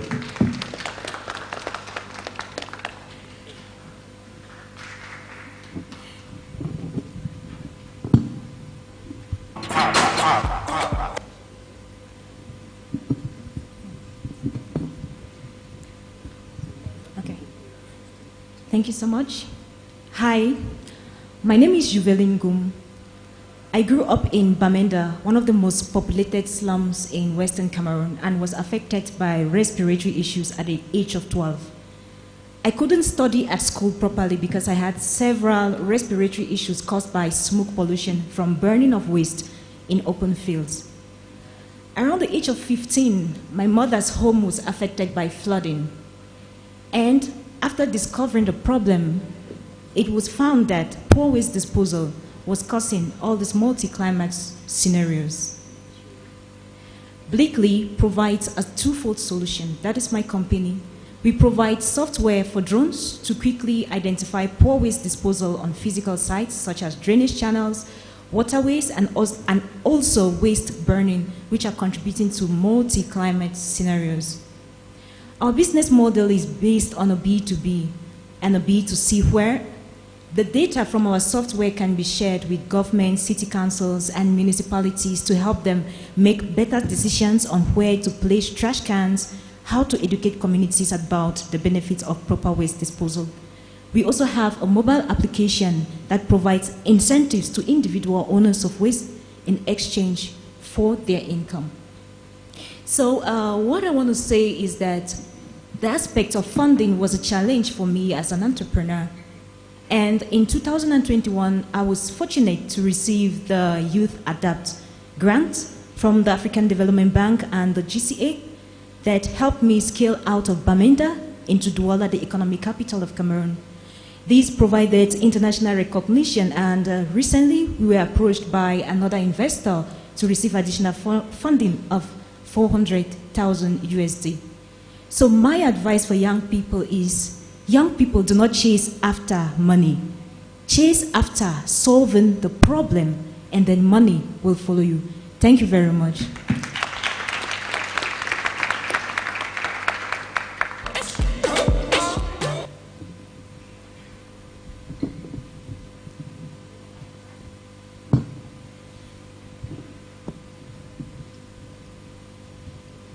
Hello, everyone.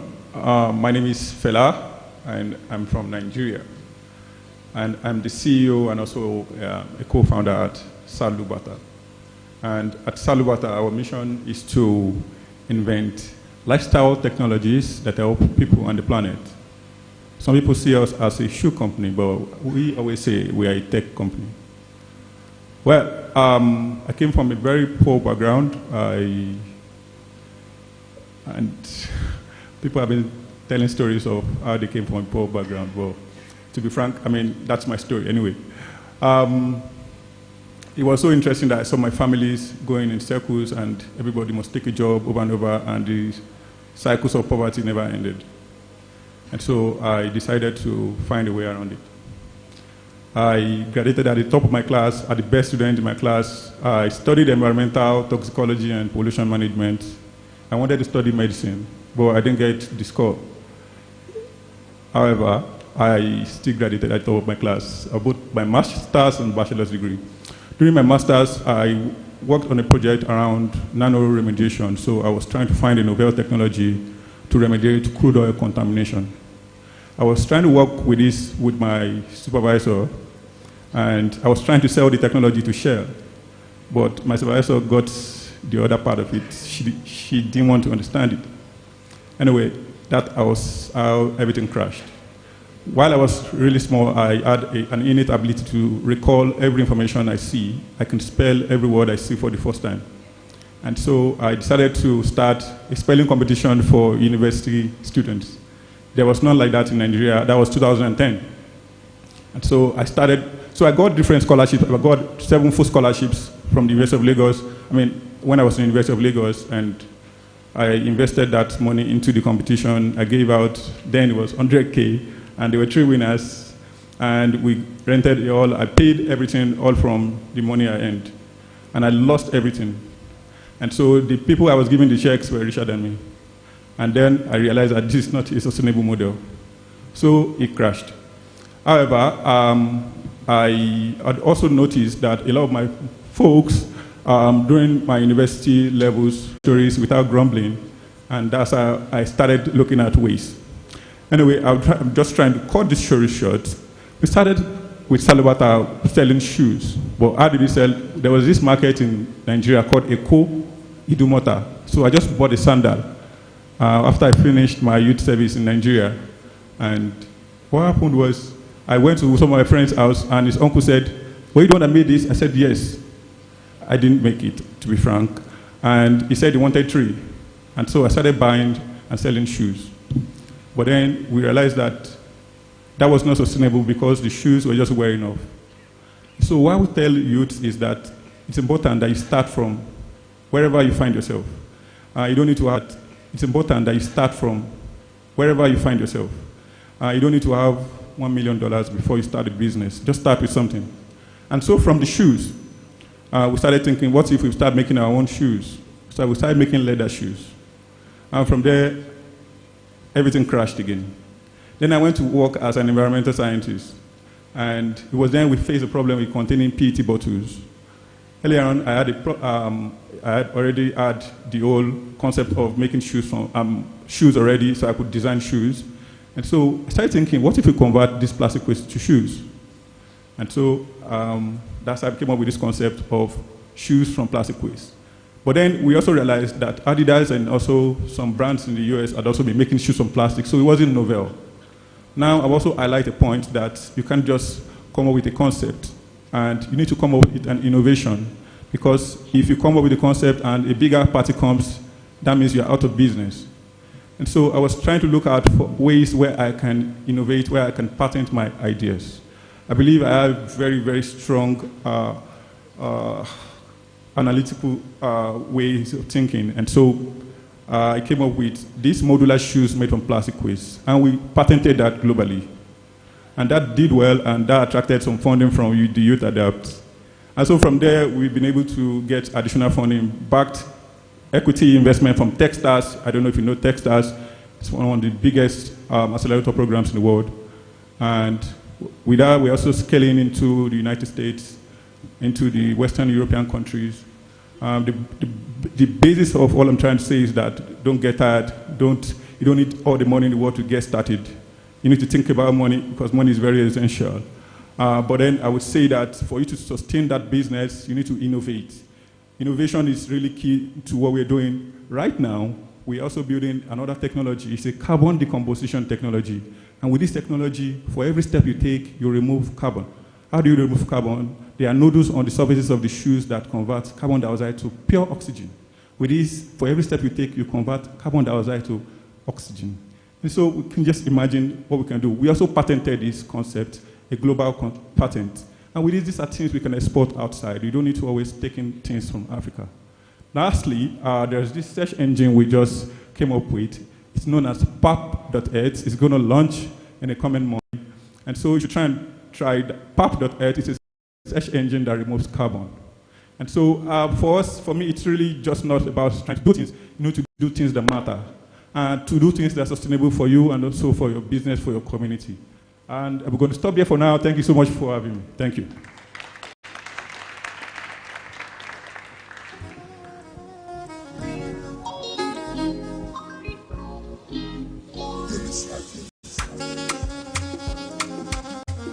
Indeed, just start, innovate, and partner. A perfect segue to our next part of this event.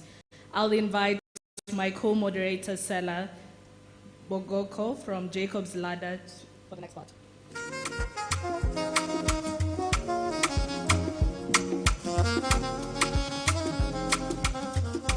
Hi, good afternoon, everyone. Good afternoon. If you can see me, please wave. Just for the records, we were the source of the chocolates together with Fortescue. So who wants chocolates? Who wants some sugar? Abel, please help me give out a couple of chocolates, please. There's a gentleman who said, bless you, may you get 2 chocolates. Somebody with the chocolates, please. We have this gentleman right here who told Stella, bless you. So 2 chocolates for him. Who else wants chocolate? I'm giving out chocolate. Just like that. Those ladies, did you get your chocolate? Did you? Or you got chocolate? Okay, fantastic. Hello, sir, did you get chocolate? You want dessert? I know. And if chocolate does not get to you, please, this mate it, you give him 2. And then there's a gentleman right there. Next time, and he's coming. Don't worry. Keep raising your hand. Keep on raising. Keep putting your hand up like that. Yeah, we are spoiling you. We told you our session is different. Now you know me. Abel, yes. I think now they should earn it. Yes, now people need to earn your chocolate. Please be up on your feet so that you can earn chocolate. I know you want chocolate. Stand. This must be a reminder to any person that from today onwards, if you go to any party, carry your own dessert. I'm just saying. Put music.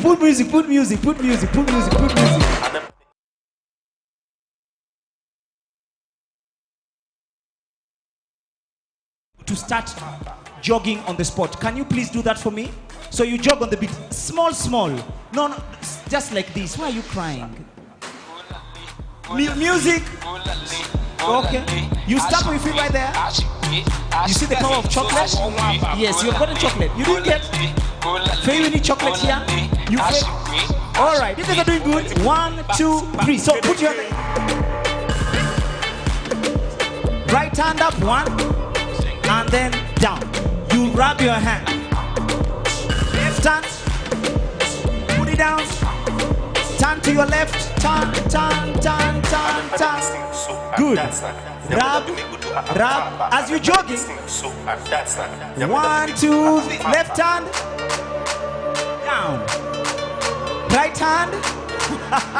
Down. And I want you to keep on jogging. Turn to your right. Turn to your right. Turn to your right. Give me one. Rub. Right hand up. 1. Put it down. Left hand up. Down. PJ. Pull up. Which dance style is this? Tomorrow is Sunday. I don't trust you. Please give. Have you given a chocolate? Have you given a chocolate? Faith, she didn't get chocolate. She has been doing well. Who? Bishop. I want anointing. Chocolate for Bishop. Chocolate for Bishop. And the Amabera. All right. So last but not least, as I welcome you back to your seat, Mpiloyami. As I'm welcoming you back. Give me volume.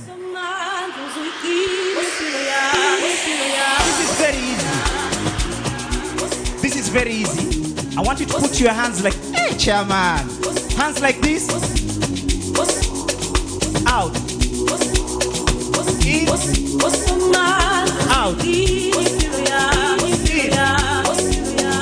Out.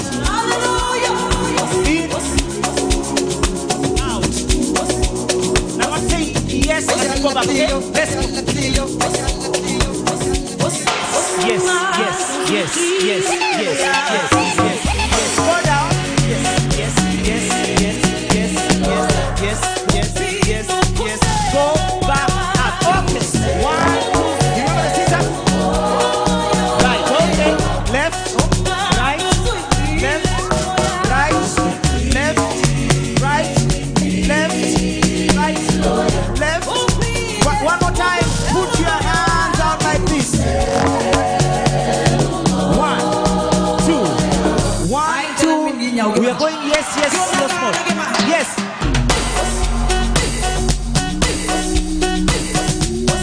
Oh, pull up. I want chocolate. Clap for yourselves. You've done a good job. Please give chocolate. Faith, where are you? Give chocolate. Did Bishop get chocolate? You don't want anointing? Take chocolate. Amabera chocolate.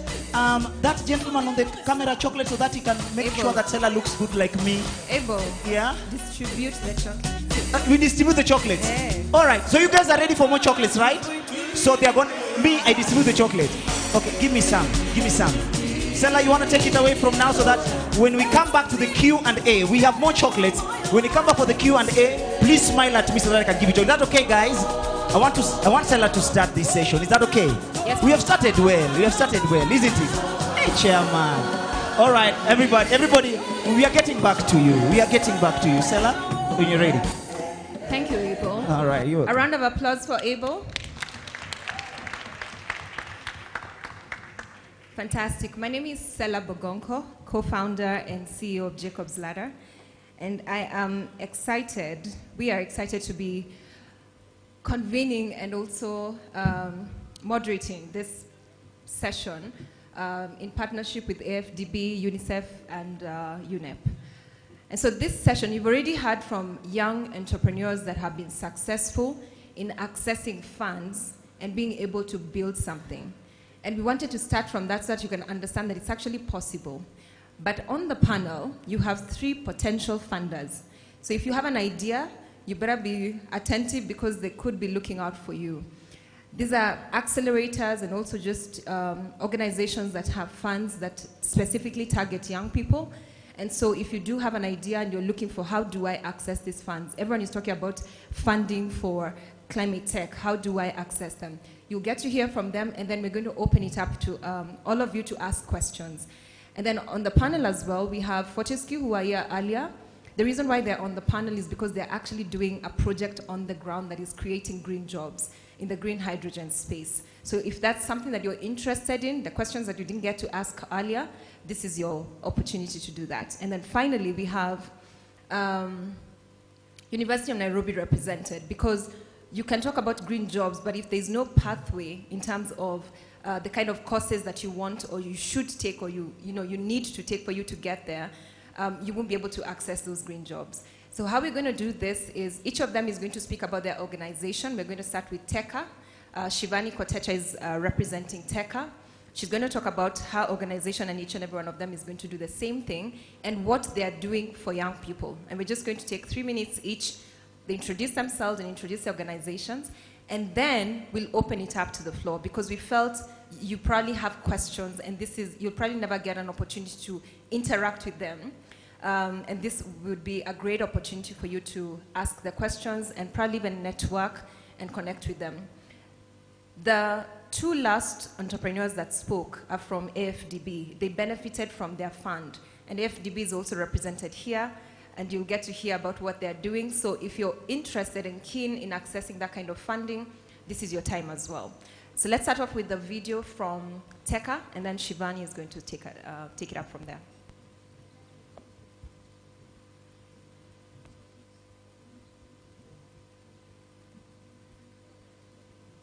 On how local communities address climate change.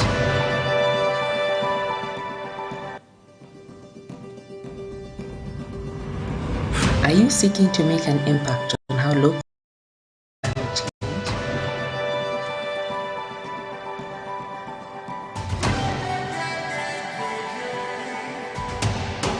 Are you keen to protect biodiversity and help reduce carbon in our atmosphere? If you're a local innovator passionate about making a difference for our planet and its people, join TECA to access capital and resources,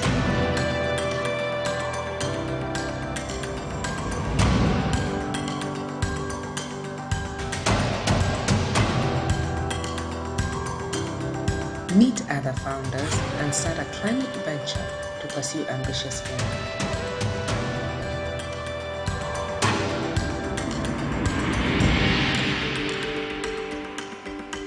TECA, triggering exponential climate action.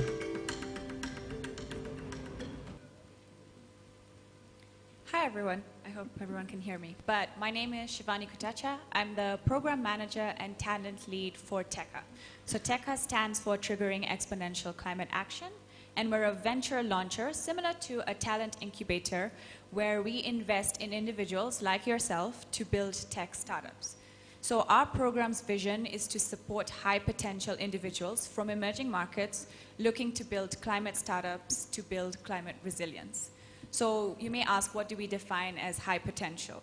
A high potential individual to us is someone that presents a passion for climate, but has also displayed said passion.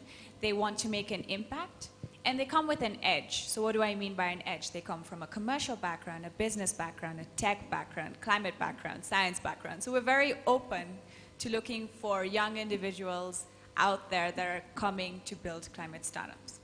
So TECA launched last year in April, and our first cohort was around the blue economy. So we were trying to build solutions, we were building solutions for our oceans, rivers, lakes, and seas across Africa. So our program ranged across Africa. We had fellows and founders from Egypt, South Africa, Kenya, Zimbabwe, Rwanda, Ethiopia. So we are looking across Africa, across emerging markets. And what do I mean by building solutions for the blue economy? We build solutions, for example, for fishermen, building solutions for climate, for coastal communities. We actually have one of our entrepreneurs over here in the panel. Her name is Anga, launched, and she has a startup from our portfolio called Ole Blue. So in our first wave, we brought together 30 young individuals. By young, I mean 18 to 35, and 29 out of 30 of these fellows and now founders were within this age range. 50% were women, and they all had a passion for building climate solutions. So TECA is going to be launching our second wave soon. Our focus will remain the blue economy, but we hope to expand in different sectors. But yeah, we're looking for young individuals to come and build climate startups. We're there to provide you with mentorship, with funding, and support you through your journey from idea stage all the way to market. Excellent. That's TECA for you. We'll take just 3 minutes each. Fortescue, what are you doing to create jobs for young people? Right. My name is Basil Amuzu Sefoji. I'm the Regional Environmental Advisor for Fortescue, mainly focusing on our Africa projects, right? So Fortescue is a green technology, green energy and minerals company, originally from Western Australia, right? The company was founded in 2003. This year we celebrated our 20 years anniversary. So this company originally started as an iron ore mining company, and currently is the 4th largest iron ore producer in the world, right? A couple of years ago, I would say late 2019, we saw a compelling need to decarbonize our operations, right? Yeah, using green hydrogen and also other renewable energy technologies and green technologies to decarbonize our whole mining operation. However, we have identified that there's a big market out there for decarbonization, right? So that's how come we have footprints all across the globe, right? Mainly developing green hydrogen projects for hard to abate industries or high carbon intensive industries like the fertilizer industry that heavily relies on natural gas, and also the marine industry, and also the steel manufacturing industry. Yes, so in Kenya, we are working with the government of Kenya to develop a 300 megawatt green hydrogen to green ammonia project, mainly with the aim to produce green fertilizer for the local market, right? It is essential that we identify opportunities to decarbonize our local economies as well, right? And this will create immense opportunity for, you know, the local Kenyans who we already know have immense expertise and capacity to decarbonize. They have demonstrated that countless times, right? So regarding green economy, green hydrogen, right, it is important we establish that the opportunities are enormous. The opportunities are enormous. In every economy, let's assume that the basic components of any economy is projects, right? projects that drive the economy, policy advocacy to set up the rules and regulations for that particular sector, and also, of course, knowledge creation, right? We can break it down from the project point of view. We have the mitigation project, adaptation project, and you can break it down further to all these projects to sort of electrify our grids and whatnot. And these open up a big value chain where we can all play significant roles, right? But at Fortescue, we strongly believe that the area where our youth, the African youth, has the greatest opportunity, to influence this sustainability transition is the knowledge creation aspect of it. That's how come we have partnered with Strathmore University to develop green curriculums for young Africans, young Kenyans, and with the aim to set up a green hydrogen center of excellence in Kenya to help build up the skills of these young Kenyans that will absorb into our project in the next couple of years. Yeah, so I'll pass it on to. Thank you. The next person is Ms. Edith Odera from AFDB Bank. Just briefly, in 3 minutes, I know you guys do a lot, but just highlights of how young people who have dreams in this space can access some of the services that you offer. Thank you very much. Like you've been told, I'm Edith Adera. I'm a coordinator of the Africa Adaptation Acceleration Program and a regional principal officer with the bank. The program that I manage is called the Africa Adaptation Acceleration Program. Within that, we've got the Youth Adapt flagship. And the Youth Adapt flagship is extremely unique. It's one of those programs that we have where we are directly supporting young people. In most cases, we say young people are victims of climate change, but I have seen a totally different story.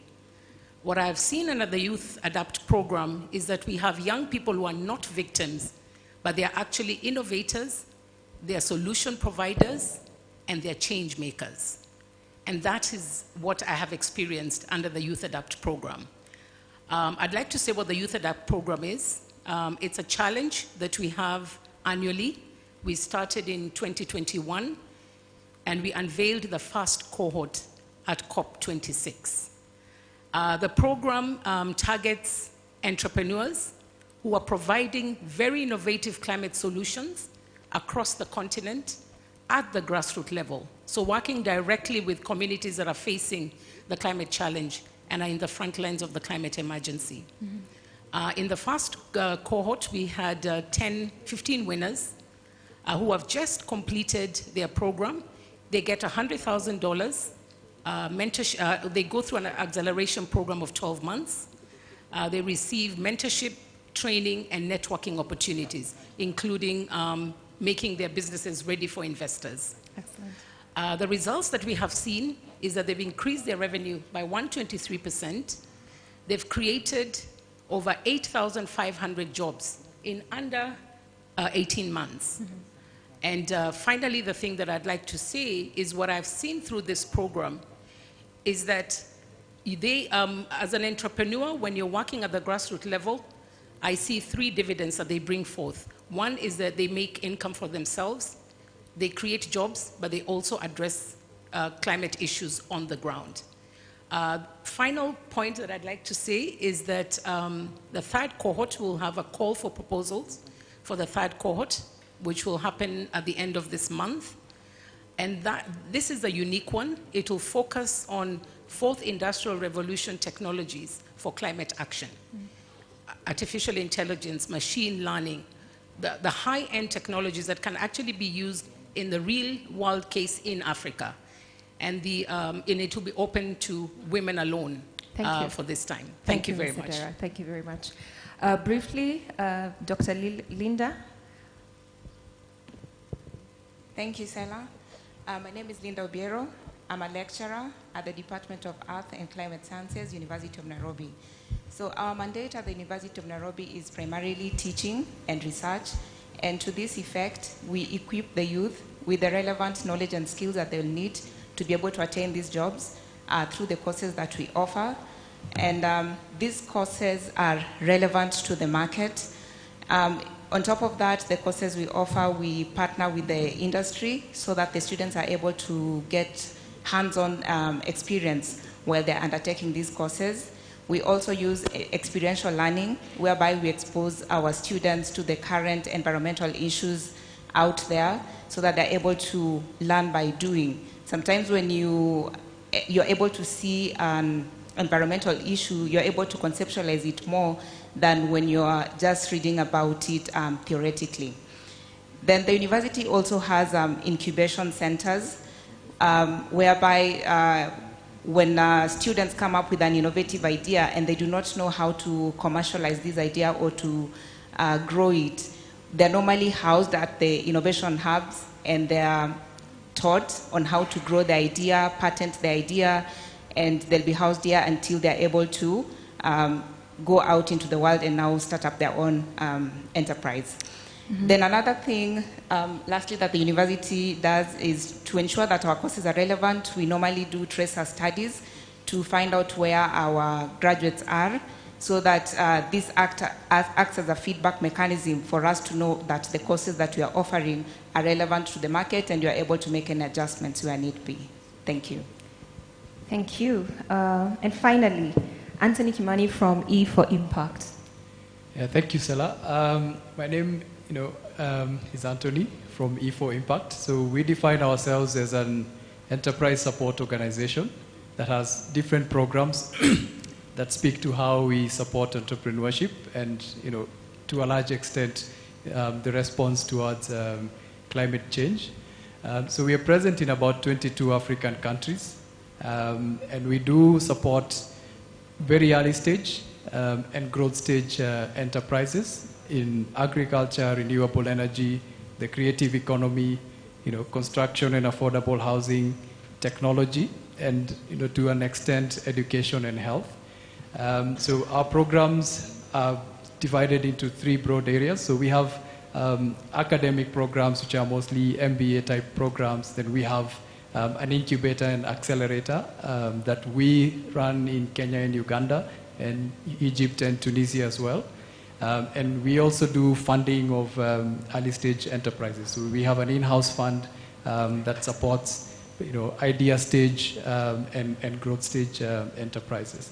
Maybe what's also important to note is at the growth stage, we've also taken different approaches. So other than just accelerating and incubating businesses, we also do what we call north to south market linkages. So that, assisting businesses in the waste management space, particularly set up, joint ventures for technologies in waste management or in any other area that we feel, need to be delivered at scale. So I think I'll leave it at that. Thank you. Yes, that's good. So I'm going to ask the first couple of questions, or people who have questions to raise your hands. If you have a question specific to an area of interest that you've had, please raise your hand and the mic will come to you. We'll start right there, and then go all the way up. Where are my people at?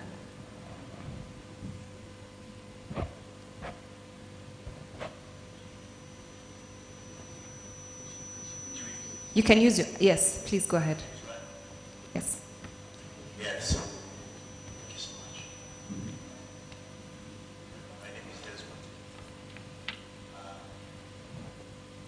I've done a number of audits for three organizations and companies and impact investors, especially on their ESG. And there's something that is interesting that I want to ask across board. Maybe it should be a good yes or no question answer from each of the team members. This is so and how are they dealing with it? What happens in that when you're doing third-party assurance? Most of the selection.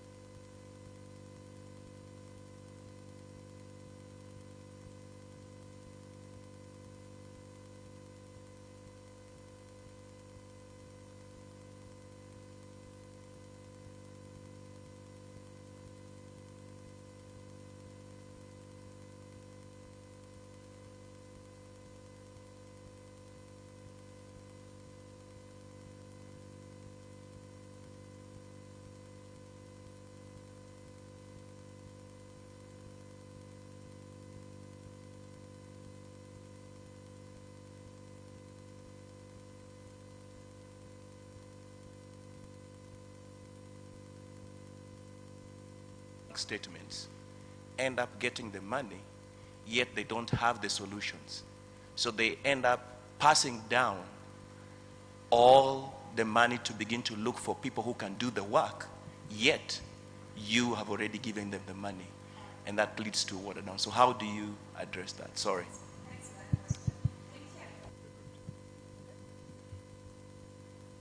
All right, thanks for that question. It's a bit political, but TECA, E for Impact, and FDB, just quick responses.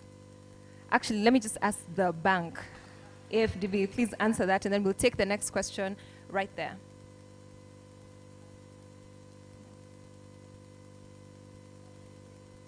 It's very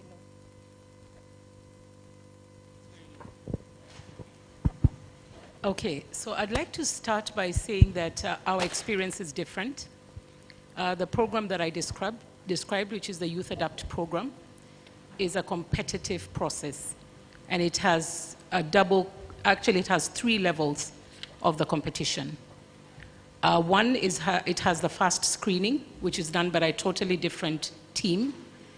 And then the second one is where it has an independent panel.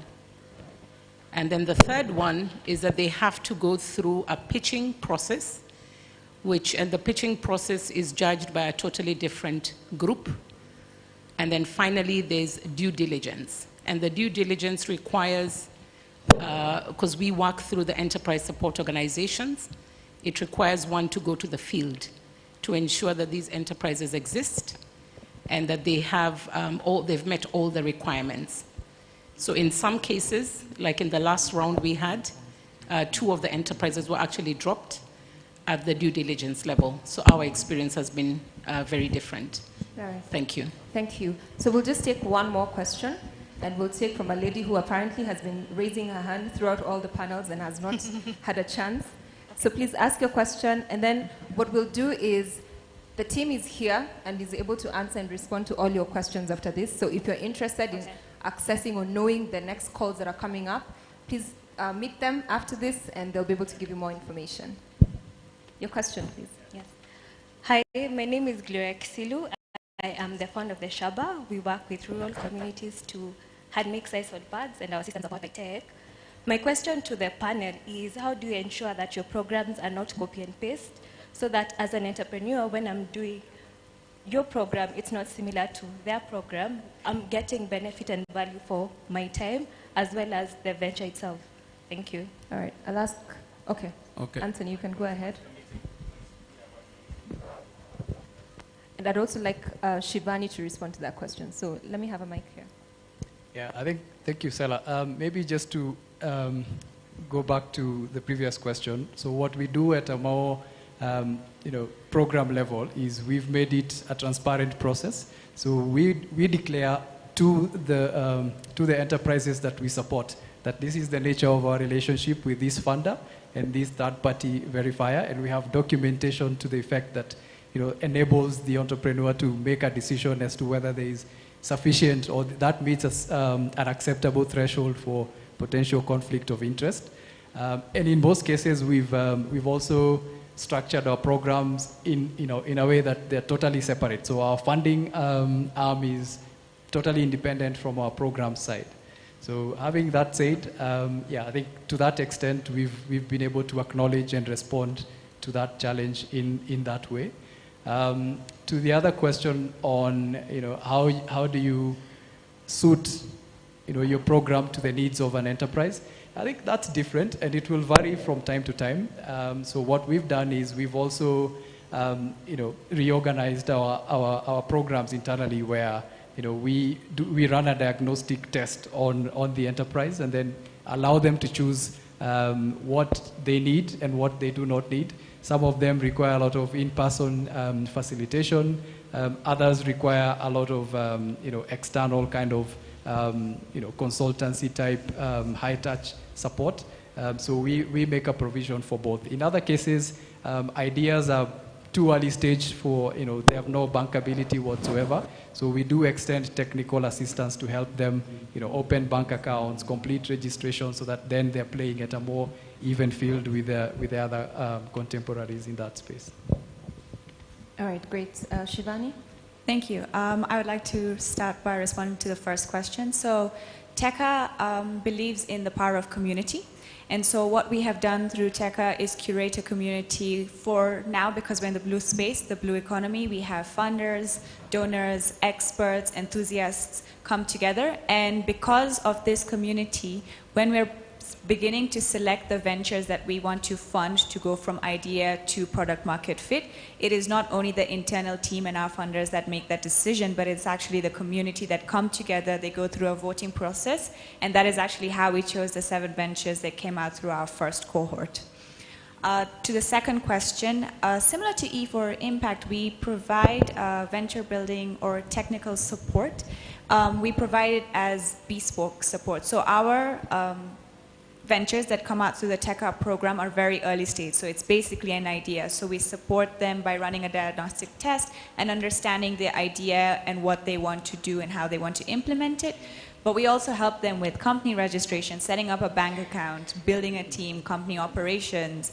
And then from there, what can we do to help them build the company? So it's be user research, whether it be marketing, whether it be going into the field and testing, whether it be pivoting. So we provide hands-on experience, and each company is provided a project lead that helps them lead from idea stage to product market fit. All right, Basil, you have 1 minute because we are... Yeah, just want to respond briefly to what my good friend had asked. So I think it is essential for young entrepreneurs to understand that developing products within the green economy is not all about having a great idea, a great product that we think is fit for purpose, raising funds and upscaling. It goes beyond that significantly. It is important that we have a systems perspective to these products, right? And understand which service industry your product fits into, who are the players in that industry, what is the network in that industry, and how have you partnered with those people in the industry, right? Because there are so many moving parts that can make your project fail, right? And the funder and those who fund these projects, they understand that, right? They understand that. So as entrepreneurs, it's important for us to really understand what role our products play in a broader system, right? So in Fortescue, for instance, right, we have partnered with like stakeholders across board. Of course, with our project in Kenya, for instance, we have partnered with Kengen, right? And we have a framework agreement with the government for local offtake, right? And apart from the local offtake, we have other framework agreements with other sort of businesses that are already existing in these industries, right? So if we present a proposal to, for instance, like the EU, for instance, where we just sort of won, we just got a grant funding for our Norway project, we have a clear approach to who our partners are, who our markets are, right? So I think it's essential that as entrepreneurs, we just don't only focus on developing great products and upscaling. We demonstrate a systems perspective to these projects. Yep. Thank you, Basil. So like I said, thank you very much. I know you have questions, but we are out of time. Like I said, they're still here, so feel free to interact with them and find out what opportunities or ways in which you can access the funding or access other support services that would enable you to either access a job or accelerate your idea. God bless you all, and thank you. Over to you, Kevin. Thank you very much to them. I'm actually glad that we've delved into that rigorous conversations thanks to them. I don't know if at all there's any photographer so that we can, any photographer? Am I seeing any my photographer? Any photographer? Any photographer? Yeah, so probably let's give them some 2 fingers in the sky on that particular backdrop. Hey, please go back so that you can have that. And as we do that for them, as we do our cool pics for them to use, ladies and gentlemen, we come to the tail end of the day. I don't have any more additions to make. Ideally at this particular time, to all you delegates, we want to support you so that you get to the Swedish embassy for the reception. Then to any of you participants who do not have the tag to the summit, any of you participants who do not have the tag to the summit, we are requesting you to give your names or details. Gentleman at the back, please, do you mind raising your hand? So that gentleman at the back, This particular tag does not give you access to the summit from Monday to Wednesday. So for the sake of that, please pass your details, your ID details to that particular gentleman so that we can see if at all there's any strings that they're going to pull to enable you get the summit pass. Without much further ado, Sam, please come over here. Give us all we love Africa. But at this particular juncture, I want to hand over this particular segment to this particular gentleman. He's going to urge you, rather show you where to get the bus so that you are able to transition to the next phase, which is going to the reception at the Swedish Embassy. Thank you very much. My name is Kevin Srandiek. Let's see each other sometime next tomorrow. Sam, over to you. Thank you very much. Okay, hi everybody. So I'm Sam, unfortunately or fortunately. So a quick one, if you got the email about the reception for the Swedish Embassy, please let's get going. We're going to the gate at the Comesa gate, that's opposite Parliament. I want to see the people moving, they're waiting for us. If you got the email about the reception, please let's go towards the gate at the Comesa gate, that's at Parliament. So how you go is after you leave here, KCC, down the steps where the flags are, you will turn to your left and walk. This is opposite the fountain all the way till the end, and you see an expo that says goodbye, and you see the buses there. It's the Parliament Road, Comesa. Yeah. Please let's move with pace. We're leaving the next 15 minutes. Thank you. Tell the world that this is what we want for the future generations to come. That is why we are holding the African Youth Climate Assembly to curtain raise for the Africa Climate Summit so that you set the tempo for this summit. A summit which is about change, a summit where we juxtapose Africa's climate solutions to the world with a clarion call, it is time for Africa. Collaboration is what amplifies our impact, and united, we bring forth transformative change on multiple fronts.